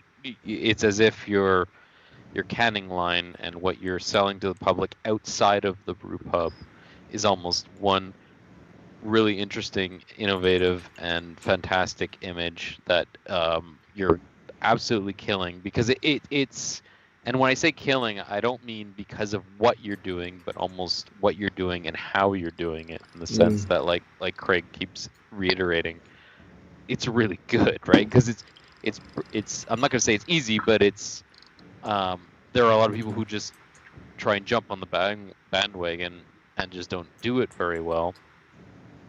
But it seems to me that what you guys have, or you and your team have done, is gone like headfirst into canning and releasing stuff that's really innovative and really interesting and really contemporary and modern, but in a way that's really good. Because some people try and do it and you're like, okay, this is fun, but it's just not great. It's just like, okay, yeah, you're doing what's trendy, but it's not really working. But it seems, it seemed to me before this conversation, but 100% more now that we've been talking for 4 hours. That you're so into this. You're beyond knowledgeable and passionate and like it's so much fun to talk about what you've been doing and just like the quality is just there, like 110%, undeniable, 110%. It's something else. I think quality is everything, though. Like, no matter what it is, be as crazy as you want to be. But, like, I think the one thing that should stand out, no matter what you are or what you do, it has to be somewhat quality. 100%. Because quality will last. Like, quality will, like, you do a crazy product, cool. Do it twice, a few times, fine. But just, like, it's just determining what, like, being critical about it as much as possible and trying to figure out what seems to make sense. But quality is everything. Quality is what makes any brewery last. Because as long as you grab something, I'm hoping that when people grab one of our products, it's like they expect it to be maybe semi-shocked into what it could be or something that would be different. But the one thing I hope is that they assume that the quality is going to be there. Right. And that's as much as I can push inside of it. Because one thing that I'm not necessarily able to push forward is necessarily a standardization. Like, it's always going to be somewhat different. Crack every single one of our IPAs. They're going to be different in themselves. It's not going to be the same iteration just throughout a different name. There's always something completely different inside of them because I'm trying something out. I haven't found my legs yet, I'd say. Like, I'm just trying to figure something out. Hence why when you asked me that question about will I be making all these different things, I'm like, I think I'm going to try to figure out paths in which I can develop recipes based on reaction so that it forces me to actually work within the realm of that recipe, not just within the realm of what I think should be created, because it's just it seems so easy to make beer because of how it's just like kind of those few little bit of ingredients that you can use, except for like we go down smoothies, but like it's hops, water, yeast, and hops, water, yeast, and malts. That's it. But it's so complex and it's so much more complicated than that. And within the beer style within itself, it's just everything can be changed with such a marginal amount to change. Change malt profile, change like malt brand, change malting mashing temperatures. It just kind of changes, and we haven't really figured it out. And every single time something's a test, and I hope that in the future we kind of figure where we want to be at, or maybe we never do, and that's just what BreWskey's gonna be. It's just like crack something open, and hopefully you're surprised. I mean, I kind of that's okay too. Yeah, I like that, but I think it's more just the ethos that comes with it that I enjoy personally. Like that it's we'll try anything as long as it tastes fucking good. Like, you're not pretentious. You were telling me earlier, Derrick, that you are more of a traditionalist. The average person would never guess that based on the beers that you make. You're not like, not pretentious is not the word. You're not like super protective of the styles. You'd be like, well, these smoothie beers, are they beer? But you'll try anything. And I feel like that's it's something that's not super common. That, I guess, in my experience of talking to multiple breweries, everyone kind of has their thing, and I think that's great. Everyone has their shit. And something that you guys have had that I think is really special is that willingness to try anything and to sort of roll the dice and be like, fuck it, we're doing a raspberry cheesecake series of smoothies, bitch. Let's go. And that's ballsy. In a market like Quebec that has been quite traditional, even though people didn't understand that these same motherfuckers that go to Burlington, Vermont every weekend for years because they couldn't get what they want, and then all of a sudden you guys pop up with that, Masoran pops up, I guess Bar Canada's been there, but, blah, blah, blah. Like, finally, people locally are doing it. I'm like, well, do I need to leave anymore? Because the shit is like... I think it's like it's a different mentality between like just what homebrewing is to so many people. Like, to me, what was homebrewing? Homebrewing was, what are we doing this weekend? Fuck it. Anything. We're just doing this thing. Right. Anything. Just anything but the kitchen sink was the standard method of brewing for a long time for me. Of like, we'll just figure it out, and it'll be good or it's not good. And it's a lot of what, like, you talk to people that are doing home brewing, and anything goes into beer, and then you go to commercial levels and it kind of drops off because there's, like, for a long period of time, what was considered commercial level was just quite big. It's only been slowly decreasing in volumes, where, like, craft beer bars were, like, or brew pubs were kind of popping up, but even then they still want to appease the people. Like, they're still getting all these people coming in, so it's like you're baking those kind of standard styles, where it's a whole other thing to decide on. You know what? Like, there's enough of a market of people that want the craziness of stuff that actually gets made. Like, go on Homebrew Talk. Like, most of the talk, like, Homebrew Talk is just a forum website for homebrew people, and every single time I'm wondering on how do I use this ingredient. I just type it into Google, and guess what pops up? There's a massive discussion on forums of Homebrew Talk of people going, I put this many ounces per liter, it's too much. Like, most of my research ends up being, like, how many ounces based on Homebrew Talk, and then getting that back down to like something that kind of works for a 1 liter test, and then extrapolating it to 1,400 liters. But it's like, I've always brewed in a way as if I'm homebrewing. It's how I think everybody does when they start homebrewing. Like, everybody that starts homebrewing does, like, the first brew is, like, just a kind of easy thing, and the second brew is the most ridiculous beer that anybody's ever heard of. And they just kind of go down the path until they just, like, hit a wall and it just starts tasting like shit, and they start going back to classics and try to figure out how you can do those things. And it's very interesting, and that's if you come, like, I've always been a big cooker. I've loved working in the kitchen, hence why automatically going to, like, brewing is so interesting. It just has science and stuff on it. But there's a nice intriguing thing of just looking at an ingredient and how the hell do I make that into a good beverage. And if maybe beer's not the answer, maybe it's like, oh, this works in seltzers, maybe this works in kombuchas, maybe this works in, like, an iced tea. It doesn't matter what it is, but there's something interesting to come out and look at these things. And as I said before, it kind of comes out to, maybe you go down, like, if you look at, like, why are Russian skaters so good when they play in NHL, is because they're forced to do figure skating initially so that they could only play hockey after that, and they're fantastic skaters. It's because they learned these random skills in a whole other thing that they're similar, but suddenly it's like, oh, I could do this thing so well, suddenly I can do this other thing well because I know so much of this thing. So there is no wrong path, and if you're not exploring a path because you have issues with it, then you're just kind of stunting yourself and growing towards just knowing ingredients is just in general, I'd say.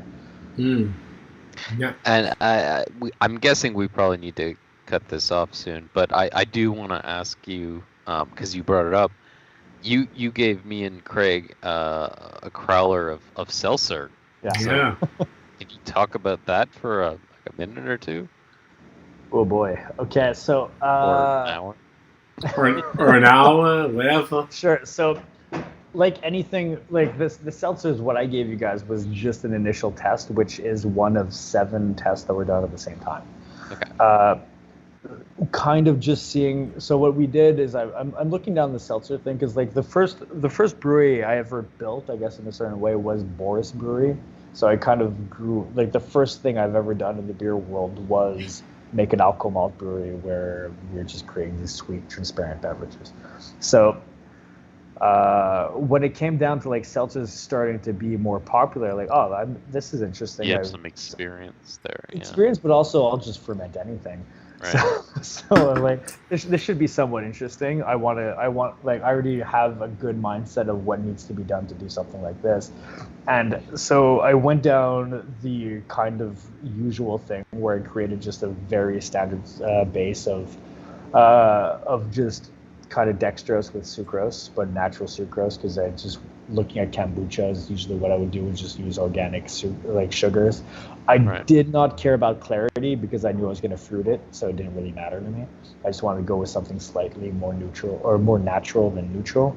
Then through 7 different yeasts at it to see what it was going to taste like. So the one I gave you guys was like just SO5, which is standard Chico yeast, which is what like Sierra Nevada would use as a basis. So what you guys have is actually just a raspberry, 15% raspberry secondary fermentation of a seltzer with beer yeast, not wine yeast. So I did the test on Vite, like London 3, SO5, SO4, and then like multiple different wine yeasts to see what would come through. So we tasted them prior to fruiting and then post fruiting, and right now only 2 of them have been carbed, and the only one that's been tasted is what you guys have. So we're looking at that step. So we've been tasting them throughout the steps and seeing how we necessarily like them. Just as something interesting, it's just like another offering. Again, with the mindset of, I want to maybe put this on tap. Do I want to commercialize it? Maybe not. Or we'll see what happens because it's this time of year. I mean, it's just being with COVID, we can maybe do it and see how it happens. But it's just, let's see what it kind of tastes like. And I don't know if you guys want to crack it open and see what you guys like. Is it an extract? Raspberry? Pure. Oh, so it's pure. Yeah. I'd be really interested if you guys want to crack it, though. I gave it to you guys to see it. I know it's... Could you handle it, guys? sure. Let's do it. Just take a sip and throw it out after. I'm not throwing it out. All right. Let me go take a piss and I'll grab it. Fine, I'll move around to go get it, walk through the brewery. Actually, yeah, give a bit of a brewery tour for the folks. Noah, are you going for a piss? All right, I'll stick with you until Noah comes back. So, well, we can do a quick brewery tour. This would be a small 200 hectoliter system Okay. that we have that was sitting right behind the tanks that I was sitting at, which are like those 4 tanks. Mm-hmm. And to show you the new pilot, like not pilot, but pastry tank, I guess, is like this back tank that's in the corner over there. Ooh, that's right now. So it's fermenting a pastry right now as we speak. The banana? No, that one's just a base. Banana is in one of the small guys. Okay. So that one's just fermenting a beer very slowly. The big brew house would be the guy right behind me right there. Nice. The big guy, yeah, with the steps. Nice. Yeah. And then double batch tanks on my left and single batch tanks on the right. On there, okay. We can walk through. Well, everything's closed right now anyway. So. The glorious tap room. Oh, I miss that place, man. So do I. It's just the pub more than anything, really. Man, it's such a fucking sick tap room, dude. Like, it's just such a vibe. Because the ceilings are like, what, 20 feet? Yeah, 25 feet about. 25. It's just like, it's such, and there's something for everything. There's more than 30 taps in there. There's 30 taps with one cask handle also. Amazing. So it's both. Are you going to get like a Luca side pull? I have one. Like, I have, you kind of, I can't see shit. But I have one side pull for the crispy. I have another one, but I have to get them modified. Ooh. They don't have the same teeth. The same thing? Yeah. Somebody left the music. There's new people. Oh, he's taking. We're going for a walk. Noah. Yeah. I'm going to go grab the seltzer while you guys do that. I'll be back in 1 sec. Because it's slightly different. It's dark color. So, yeah, like you see, it's just a...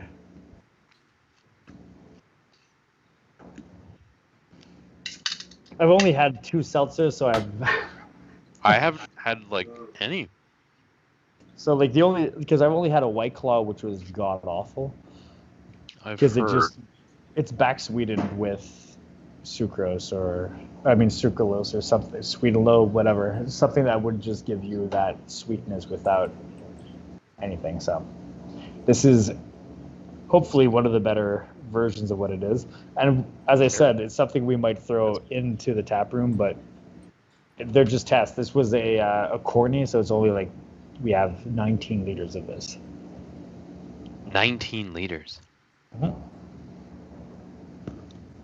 literally just to see what it would taste like if we made it. So it's raspberry, obviously, and just clean and simple.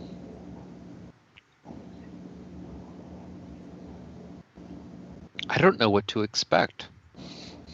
Not having had what it's supposed to be, if that makes any sense. Well, hopefully the next one you have, you're going to be like... It wasn't as good as the one I had. Exactly.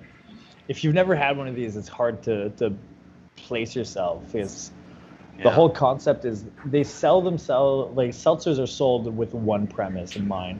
It's the healthy option to beer. Because there's like zero sugar. Because there's supposed to be zero sugar. They're almost zero sugar, and at least this is one. It's real fruit.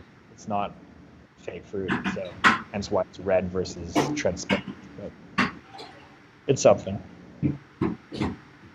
I will say, for something that's 6% and has more or less zero sugar, it is nice. You know what I mean? Like, it has depth to it. You know what I mean? Like, it doesn't... Yeah. It's not astringent. It's not... It's just like, it's that kind of thing that it's very nice. Should it be talked about? Probably not, because it's just is that kind of thing. You know, it's not everything is necessary. Yeah, that's like terrible handwriting. It's gorgeous handwriting. There's no labels for it. Let's do it, mate. I'm ready. Look, I've only ever had, I was telling you earlier, I've only ever had like the ones with I've never had one with real fruit in it. So I'm excited. BAOS had real fruit. I didn't get a chance to try it. No, we didn't try BAOS either. It's Neither did I. Bubbles. Ooh. With that creepy clown. Look at that, mate. Look at that raspberry. It's good. I'm kind of at a loss because it has that amazing... It's great. Raspberry seltzer funk to it, if that makes any sense. Like, that rich raspberry depth, but with literally no sweetness. Because it has no bitterness or astringency, it's just kind of like... It's like everything's just like scraped away. I don't know. But you know... Exactly. It's just funny because it's one of the... As I said, it's like something that it's nice. It's nice to have. It's nice to drink. But it's funny to talk about it because it's just... It's like sitting around a table and enjoying a nice bush. Should we really be talking about the bush, or should we just shut the fuck up, talk about something? Bro, do me a favor. Don't ever Ray compare. loves talking about bush. Oh man, I'm a big bush fan. You know, grow it out. You know, I don't like wheat on there. Just let it grow. Like I just, like I don't know. I fuck with like. I just like anything that's fun. I really dislike it when people try and be the fun police with beer because we're getting drunk. So that's why I kind of have like problems with the traditionalists. Like, whilst I very much respect and admire all the traditional styles and what it takes to do that, I don't take any issue with any of the fun stuff, the smoothies, the pastry stouts, the fucking whatever. So seltzers to me, someone was trying to say to me the other day, they were like, yo, is seltzer's beer? And my immediate thing was like, nah, it's not fucking beer because it's not the same thing. Sometimes they're made with grain, but I asked you earlier, and I think you said it is beer. Is that accurate? It's designated as beer, but without necessarily being beer. Right. Because it's categorized as an alcohol malt. At least in most places, like most seltzers are categorized as alcohol malts. So alcohol malts is a beer product, but there's no designation on the amount of malts required to make an alcohol malt. Okay. So it could be next to nothing and it still works. So it's like, if you go into a SAQ, it could be various. You go into one, you'll have a vodka base, you can have wine base, you could have cider base. It kind of really varies.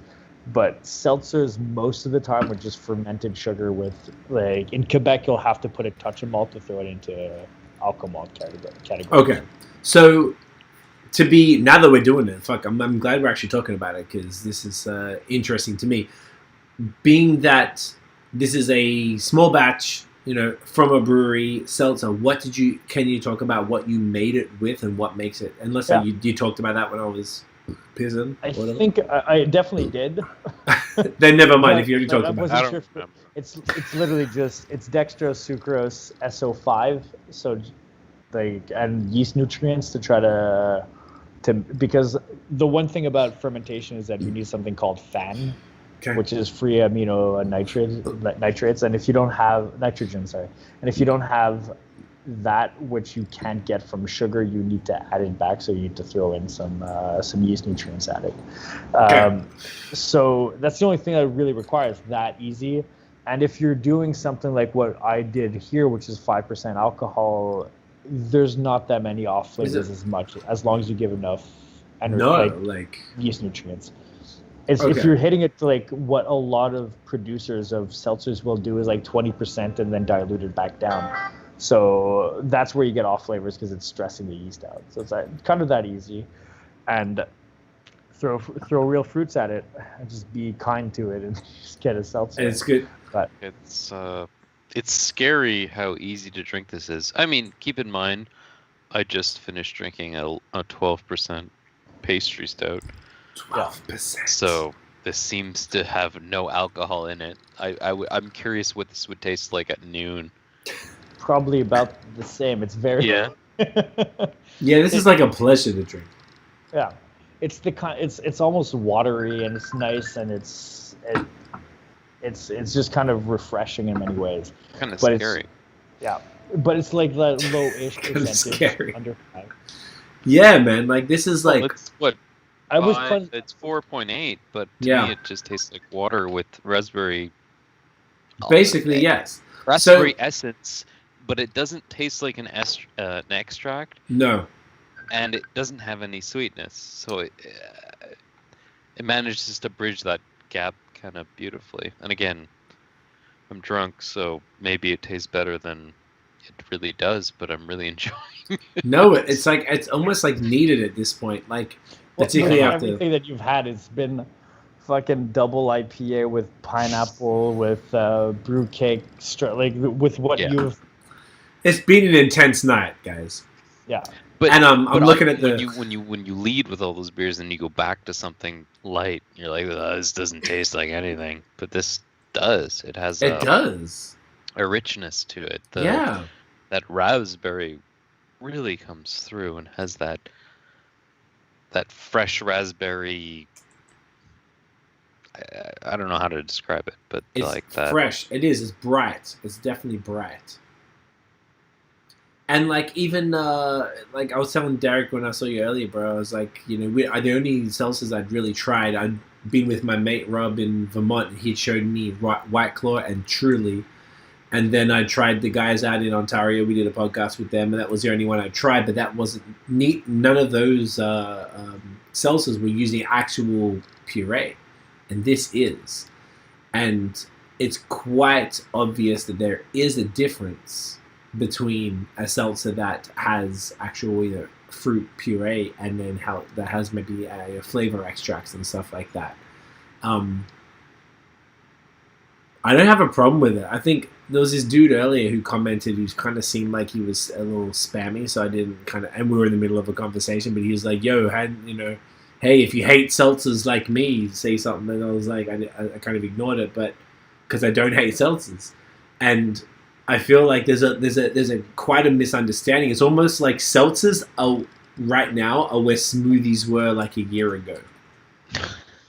Like I feel like smoothies are starting to be understood and hated by some, but Canadians don't get seltzers yet because who else are doing them on a craft level? I mean, there's now you guys on a small level. I hope you're about to ramp it up. We got Third Moon who did one. I can't actually think of any other craft brewery in Ontario or Quebec who did one off the top of my head. Well, didn't Ushlag do one or something? They did. I'm sorry. Correct. I've yes. heard somebody doing some recently.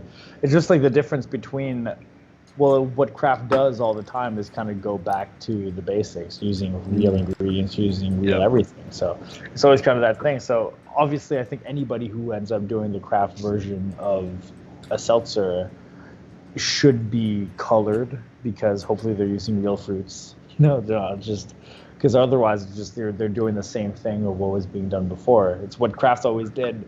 Go into it where they everybody's using these crazy adjuncts. I remember when we started brewing with, like, when I started home brewing, adjuncts was like just a bad word. You just cannot use adjuncts because it's like, oh, you can't use adjuncts because that's what the big brewers do. Right. And it took so many years to get used to, like, you know what? Like, look, everybody kind of praises Belgian breweries and by candy sugar. By definitions of what adjuncts would be, they're doing adjunct everything.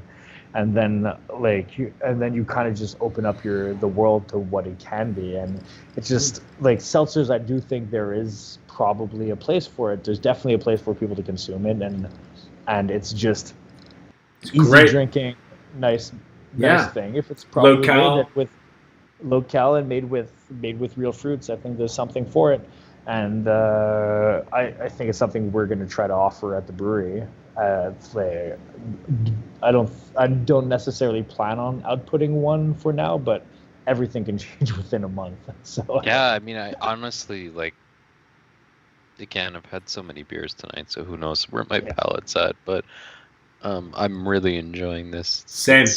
I feel like delicious. It's much needed after all of the intensity of even the pastry stout. This is like a nice sort of like a finisher type of thing. Because it's so... I think I'm gonna try and cover it in a plastic bag and put an elastic on it so that Jenny can try it tomorrow. So my partner hates beer, which is kind of a weird thing considering I have endless supplies of beer in the house. More for you. So right? I'm curious. Like, one of the only beers that she ever could palate was like Solstice d'été. Even then, like, every time I have a Berliner, I'll like try and have her try it and whatever. But this is on another level. I'm curious if she'd dig it. Yeah. She'd probably dig this more if it had like a sweeter touch to it. But that's kind of the fun thing about something like this is you could probably blend it with a juice, add something else to it, whatever. Fuck it, who cares? No. It was actually weird is that if you look at Untappd, the second highest rated brewery right now is just somebody who does like they do smoothie seltzers. Oh, really? So what's a smoothie? What's a smoothie seltzer then? Is it just? I guess it's just a fermented out alcohol base that they throw a smoothie at, like what we do, like I'm just throwing juice at it. I guess. Having never tasted one, but that's number 2. Pop on your Untappd, just check to see. So you can just. It's called I forget what it's called, Troubadour or whatever the hell it is. But it's the first, because like the first 3 are like meaderies, I guess, more or less. But the number 2 is just a smoothie seltzer. So, kind of an interesting. That is interesting. Top-rated breweries, global. The second is Troubadour, Nano Brewery in Ann Arbor, Michigan. That only do smoothie seltzers. Yo, the number 1 is a fucking meadery in Illinois. Of course, yeah. What? Yeah. Yo, the first few were meaderies. The number 1 Pips Meadery, 2 Troubadour, 3rd Schramm's Mead. What the fuck? Yeah. Bro. You've never looked at first list? Yeah, I've never heard of any of them except Side Project. Yeah. Oh my god. I don't know any of these motherfuckers. Let's get to know them. Okay, I know Mortalis. Okay, and I know Casey. I know Troy Casey, actually, so fucking relax. Casey's doing seltzers? No, just saying, like, the top, like, it's past the top 10. Casey's, like, top 15. I'm just saying, it's the only one I've interviewed. I know Troy, because he's actually from Ontario, funny story. Wow, that's crazy to me that, like, these dudes are doing, like, yo, that looks fucking sick. Hard seltzer smoothie, bro. Do this shit. That looks lit. Yo! Can you imagine how angry these beer nerds will be? Fuck them, bro. Yo! A while ago, when I saw a whole bunch of hate, I wanted to make an alcohol-free smoothie. Alcohol-free? Just because I thought it was very funny. Yo. You mean fruit juice? Yeah. Honestly? Yeah, so like literally just also called an alcohol-free smoothie. You actually could have probably like sell it very easily. Yo, this is actually fascinating to me. Oh my god. This is crazy. I love it. So that's what you have to do, bro. So we're going to do a smoothie seltzer collab? What the fuck, man? What's happening? Yeah, 3-way collab. It's 4 hours in on a podcast. This has happened like 2 or 3 times ever in 200. Do we want to cut it off? Do we have anything else to cover? I don't think so. Yeah. I mean, we could keep going for multiple hours. I feel like it could pretty much never stop with y'all motherfuckers. Like, this has just been a pleasure, man. Like, we got like through 3 crowlers and 3 pints. That's pretty good. I mean, I had assistance, you guys, which is pouring, but and you had a drain, Derek, so you cheated. I had a beautiful drain. Glorious drain. Noah and I, this is our drain. God damn it. Yes. No, this has been great, man. Like, this is like a pleasure. I'm really glad we actually did this with the 3 of us as well. It's really cool because I've known you for 3.5 years, and now like I know you guys had never actually spoken properly, correct? No. This has been a pleasure for me. Yeah, man. I think this is something we should be doing a couple times a year. I'm not joking. Like, I see where you're going with this shit, and this is something that I want to make sure that we prioritize on what we do. Man, I figured you'd be down. How articulate you are, and like your passion, and like I don't know, it just lends so well to this format. So yeah, I would be so down with doing this again, but. Oh, not even a question. Like, this is just, like, I fuck with y'all from time, but, like, I just love the way that you've just, like, owned what you're doing, and you've just fucking killed it across the board. I'm really proud of you guys, man. Like, you made it dominate through a fucking pandemic with a goddamn smoothie, which is something you probably never anticipated to be known for, and, you know, right? It's not like it was, I imagine that wasn't on the list, but you did it. And you made it work, and you know you're just doing the most interesting stuff, and for me that's really important in beer. And I don't know any other brewery who's like going balls to the wall with like across the spectrums with that. So like you already know there's all love from us, man, and I appreciate you as always. And this is really cool to have all 3 of us. I think that's just like a fun conversation. For sure, we could get a little bit nerdy, which we haven't always been able to do. And thanks to COVID, you know, fucking, there's no rules, goddammit. No, man, Derek, thank you very much, man. You're extremely generous. You're a great dude. You're a very talented brewer, and I love everything about your business. I'm here for it. Where can everybody follow BreWskey online, bro? Oh, boy. This is Guillaume's job. Yeah, pretty much. We have, like, BreWskey.beer is where our beer store is. BreWskey.ca is the website. I think it's Pub BreWskey on Facebook and Instagram. I think it's just like Derrick Robertson on Instagram also, which I do absolutely nothing on. You got to promote your seltzers. Just a seltzer trend. So that's pretty much all it is. And yeah, it's been great. Oh man, it's a genuine pleasure. Literally anytime anything we ever do is always open for you, man. Where can everybody come and get the beer? What's the address? 385 de la Commune. De la Commune? Now. So Secor. So it's just really at the tail end of Old Montreal. Yeah, you come down. Do you need to order online first, or can you just show up? We do both. So we always have more stuff on site than online. Okay. And we always pre-release on site. Okay. So just people can come up and just have anything. Is there like a particular day of the week that you do a launch, or is it kind of random? Every launch is on Thursday, which is except if like randomly our canning gets done on Friday, we'll skip and move to Friday. But that's about the only times we'll ever do that. So every week, every Thursday, 6 p.m. online, and most of the times we're pre-releasing either Thursday day or Wednesday before if canning's Wednesday, because we either intermittently change between Wednesday and Thursday canning. So, but Thursday online or come up and see us, we always have something. We never fully release online to keep stuff for people coming in. So that's great. If you come here, you'll always have beer. We always try to make sure of that. I love that. And you That's just good go, to know. Yeah, right down Berry. If you're coming from Montreal, down Berry, turn right on De La Commune. Fucking boom, you're right there, mate. It's easy. You pull up in that bitch. Don't worry about it. Derek will lace you, give you a COVID-free hug. Boom, you got your seltzer. Get the fuck out. Yeah. Boom. I love it.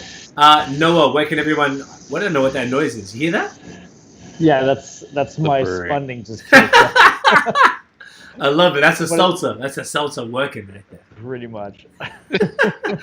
Y'all know where to find me. Don't worry about it. No, what they might not know. Beerism.ca, or on Instagram it's beerism.ca. CA. On Twitter? And, Facebook is Beerism. And on Twitter? I don't even remember. It's Beerism1. I don't know why you have a fucking 1, but you have a 1. Because I think it was taken. Who the fuck took it? You need to run my Twitter account. Yeah, I need to just give it to you, and you just need to like you just sync your other shit. And also, Derek, I'd like to humbly recommend that you get a goddamn Twitter so I can tag you. That's all. Because I have to, all the Montreal, I swear to God, it's like 70% of Quebec breweries. I have to I'm tagging, I copy my post from Instagram. I go to post on Twitter natively, and then nobody has Twitter. I'm like, fuck, okay. So, you know, just so you can get tagged, you know. These Ontario fucking guys are on Twitter pretty heavy. They get thirsty, you know what I'm saying? Those guys are jerks, man. Yeah, I know. I don't want to talk about that, but, you know, that's it. So, Derek, Noah, love you guys. You guys are a genuine pleasure. This is something that we're going to have to do more often. I really, really enjoyed this evening. We don't get to 4 hours and 18 minutes for nothing. So, thank you both very much, guys. If you enjoyed the episode, smash the thumbs up. Hit subscribe below. Hit the notification bell so you know when the new video drops. Follow us on social media at BAOS Podcast. Check out the long form audio so you can hear both bearded and unbearded sexual gentlemen like these two right here talk about craft beer every week. We'll be back, I don't know, next week at some point. I didn't even remember. It's a crazy next time. Friday with Brasserie Générale. Brasserie Générale, and I don't know if I have one either side. I don't remember. I got nowhere on most of them because I can't even host by myself anymore. It's ridiculous. Guys, we'll see you in the next episode. Get in here. Boom. All right, live people. Thank you for watching. Derek and Noah, just hang on for a sec. We'll say peace on Skype there. Guys, we'll be back. Yeah, definitely next Friday. I'd have to check my shit. There might be a Thursday. There might be a Saturday. I don't fucking know. Follow us on @BAOS Podcast on Instagram. We'll tell you. Don't worry about that. All right, we'll see you next time. Bye, guys. Drink seltzer.